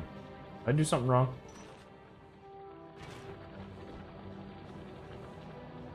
You found me doom scrolling C++? That's awesome.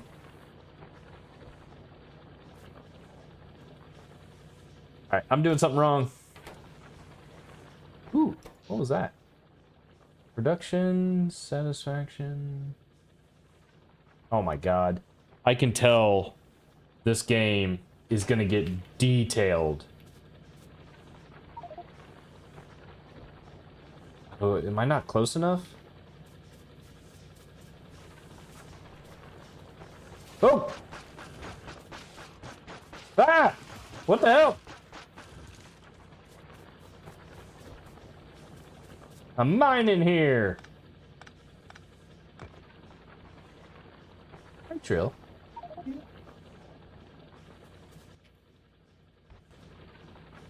Okay. Yep, that's what it was.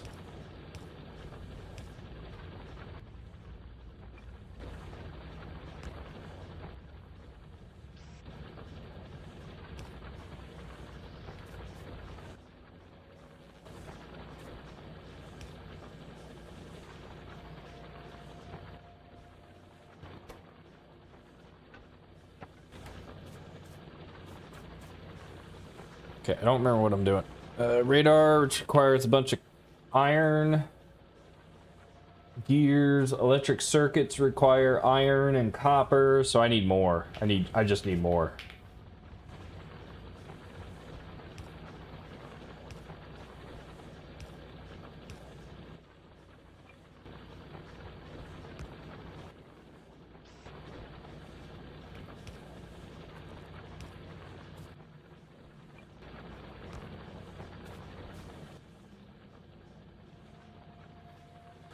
Wood.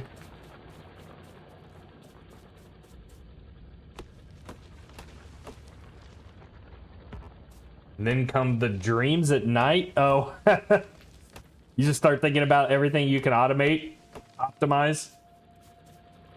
I've been there.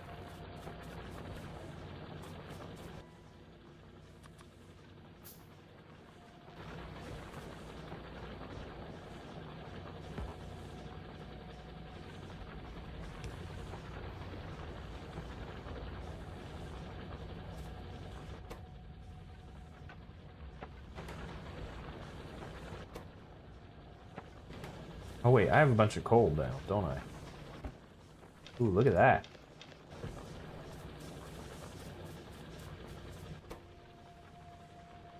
Okay.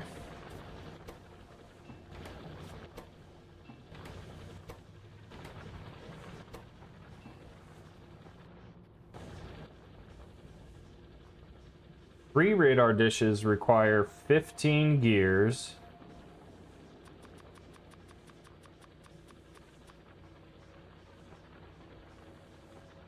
Circuits require 3 copper or 5 circuits? What is that saying? I need 5. 1, 2, 3, 4, 5. And then I need iron plates. Oh my god! Stop it! Stop! Guys, will this game let you build defenses as well? Will this become like a tower defense game? Because I really like tower defense games.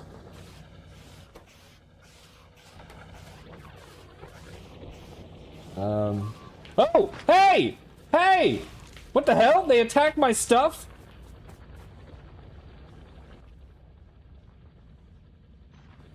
Are you kidding me? Little punk?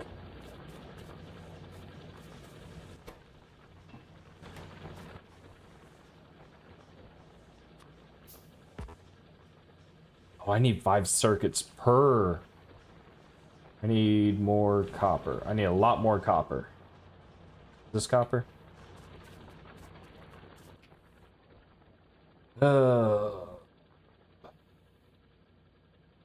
Electric mining drill needs circuits. I'm out of circuits. I need copper. Do this the old-fashioned way.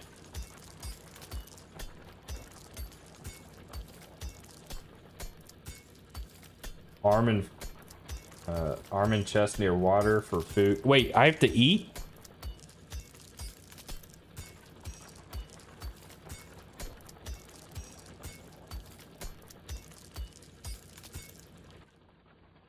Okay.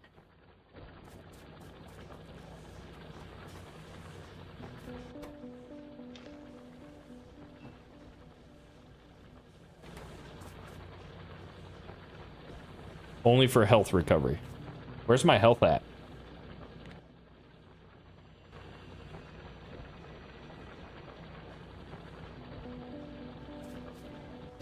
Okay, this is... I just need a couple of circuits to make a electric mining drill so that I can make copper so that I can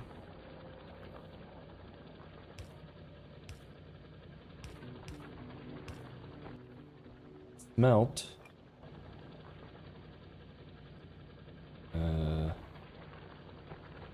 guess this.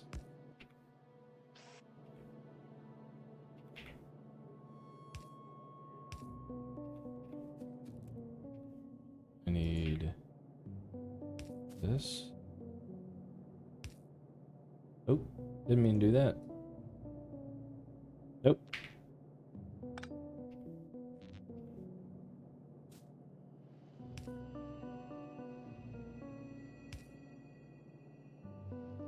Kidding me? Wood.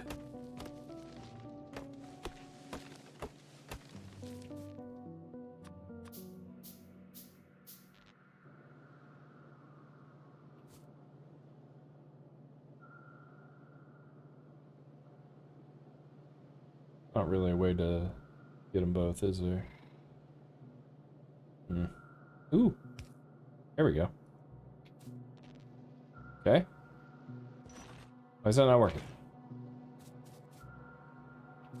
Oh no, I don't have enough power. Uh.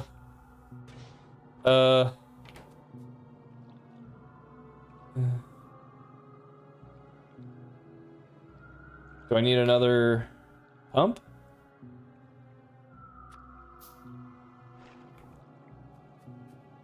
Can I do this?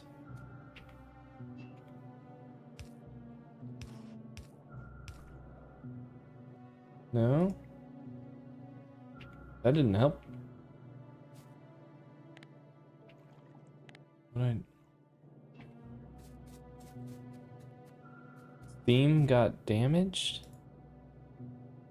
Oh, nope. Go back.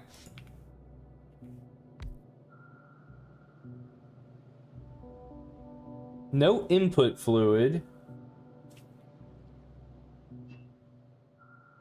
I don't understand. Oh, the boiler needs fuel. Oh.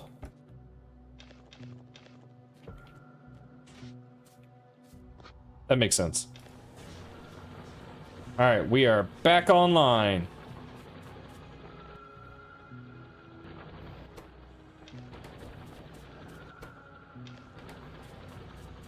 Okay, so that's gonna give me the copper. For the plates for the wires. This gives me iron.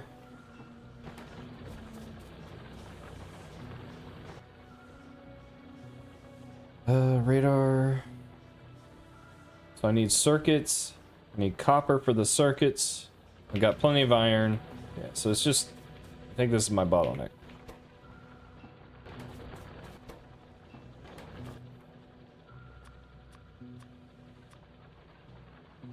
Okay. Just need 10 of these. There we go. All right.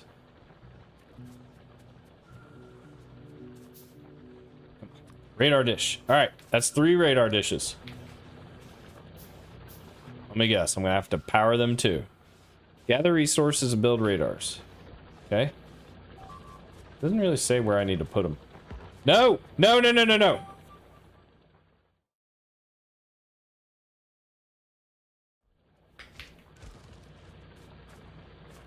The more I have, the faster I can locate shipwrecks. They consume a lot of electricity. Make sure your energy production is sufficient. Make sure your base production is sufficient. Enemies might attack your radars. You might want to protect them with guns or turrets. Okay. This game. Every time I make something, I need something else to go with it. And then whatever that it is, I need something else to go with it. Use radars to scan the surrounding territory.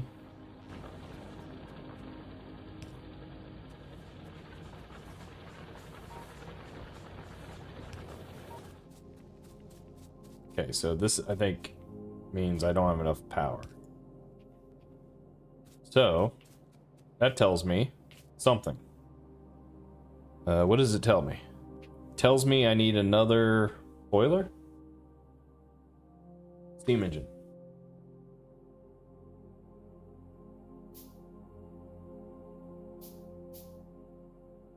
Okay.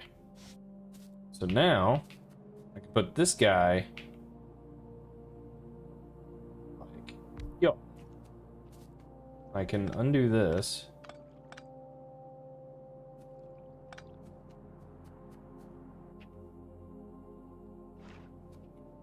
put this guy here.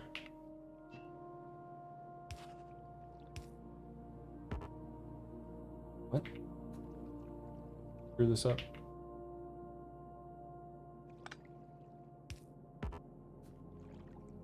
Cannot connect with different fluids? What?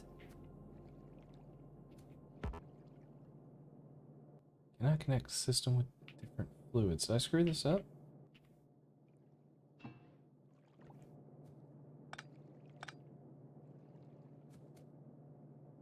Steam engine.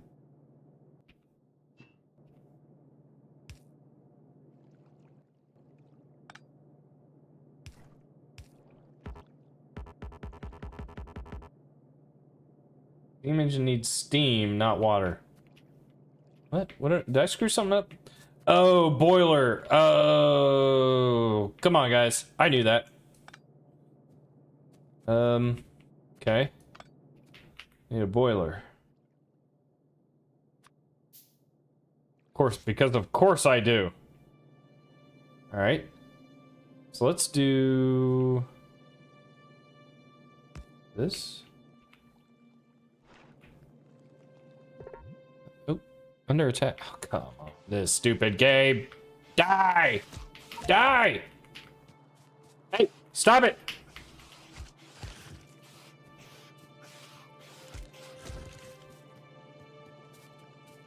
Come on.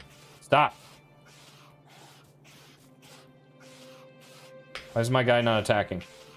My guy is literally not attacking. There we go.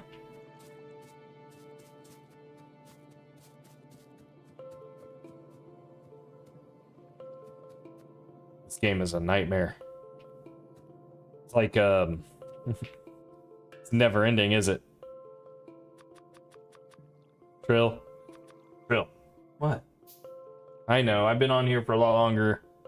Just give me a couple more minutes. Just a couple more minutes. Will this connect? See, none of this is... Let's do this.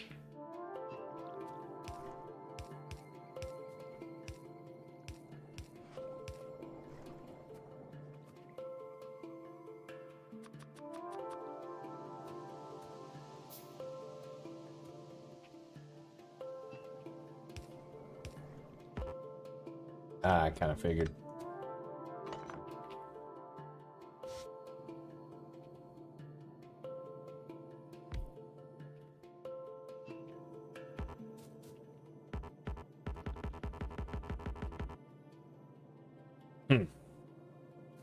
Now what am I doing wrong?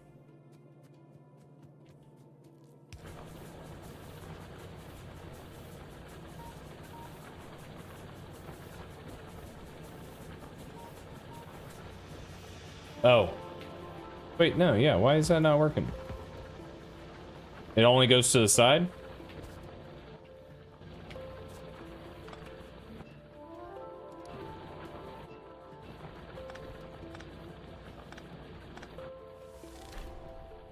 Boiler. Okay, I see. So I should be able to do that. Actually.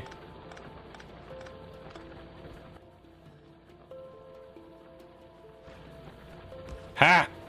Genius. Super efficient. Less travel.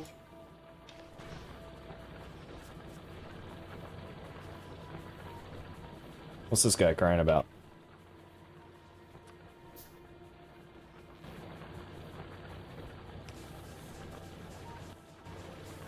All right, we have double the power. Let's go. All right, hey! I just finished. Hey, stop it! I just fixed that.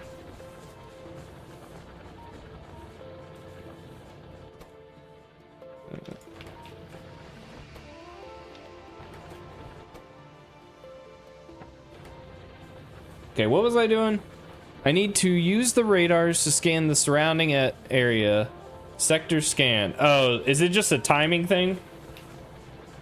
Make more ammo? Ammo. Uh.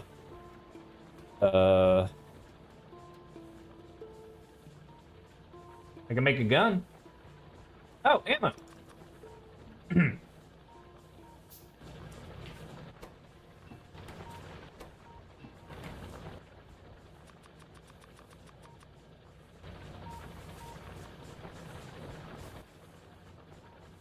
Do I know how much I have?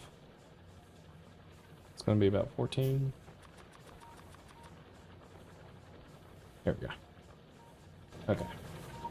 Alright, who wants some? This would go faster if I had more radars. Are you kidding me?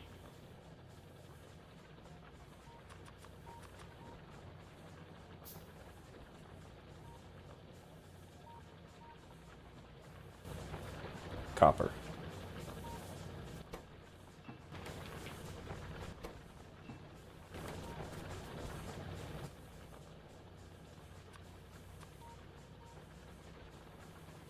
Plates.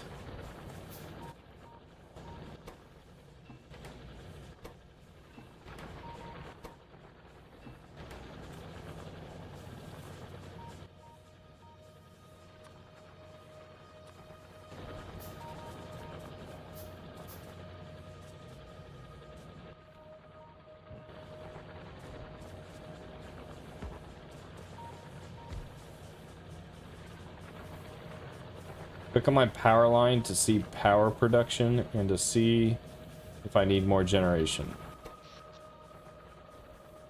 I assume I'm getting close to needing more, if I'm reading this correctly. So maybe another radar will push me over. Iron gear. Circuit. Iron plates.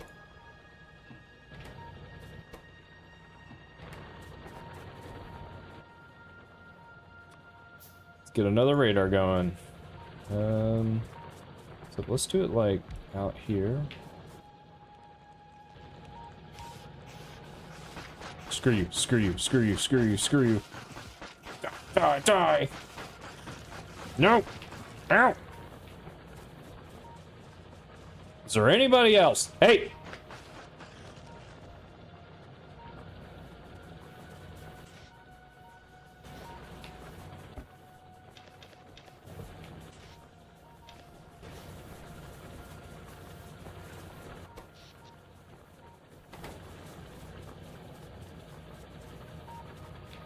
Upgrade to the assault rifle. One boiler can have 2 steam engine. Assault rifle. Is that not what I'm already... How do I upgrade? Oh, I have a pistol. Need gears. Oops. Nope, cancel. Screwed that up.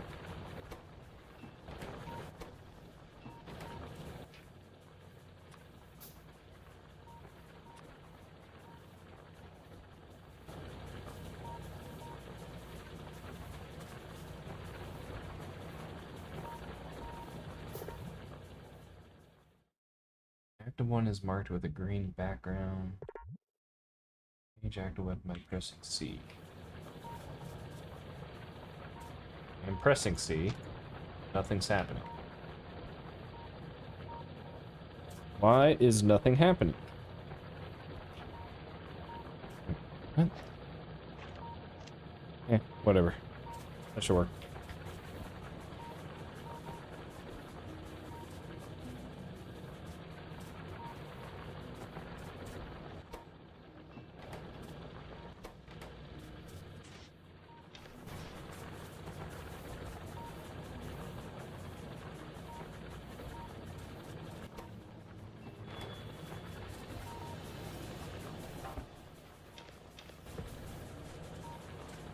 Come on, radars. Get there. We're almost there.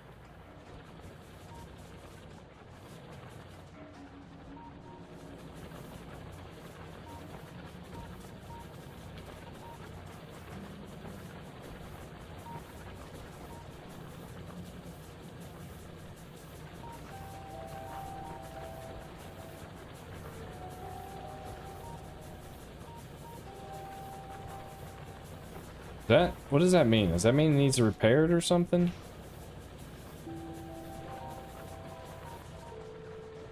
I get this new gun and now nothing's coming to say hi.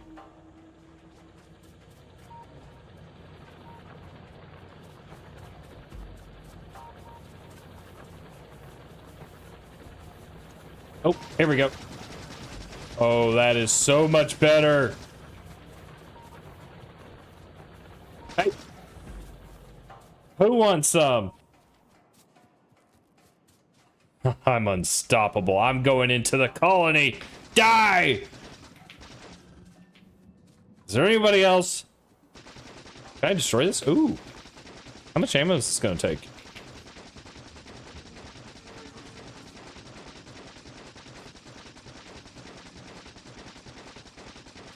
Hey, stop it.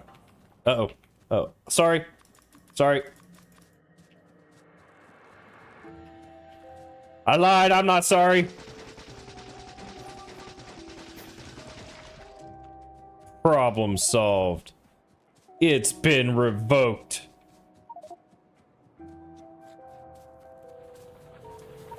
Oh, something happened. Shift click batchcraft. Okay. All right. Oh, what is this? Is this what it should have looked like?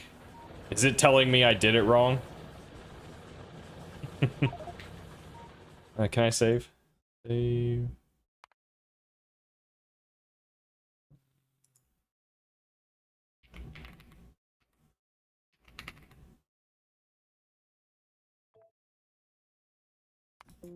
Alright, guys. I actually gotta get going here. I'm heading over to a friend's house to play some games. Board games. Eat some hot dogs. All that fun 4th of July stuff.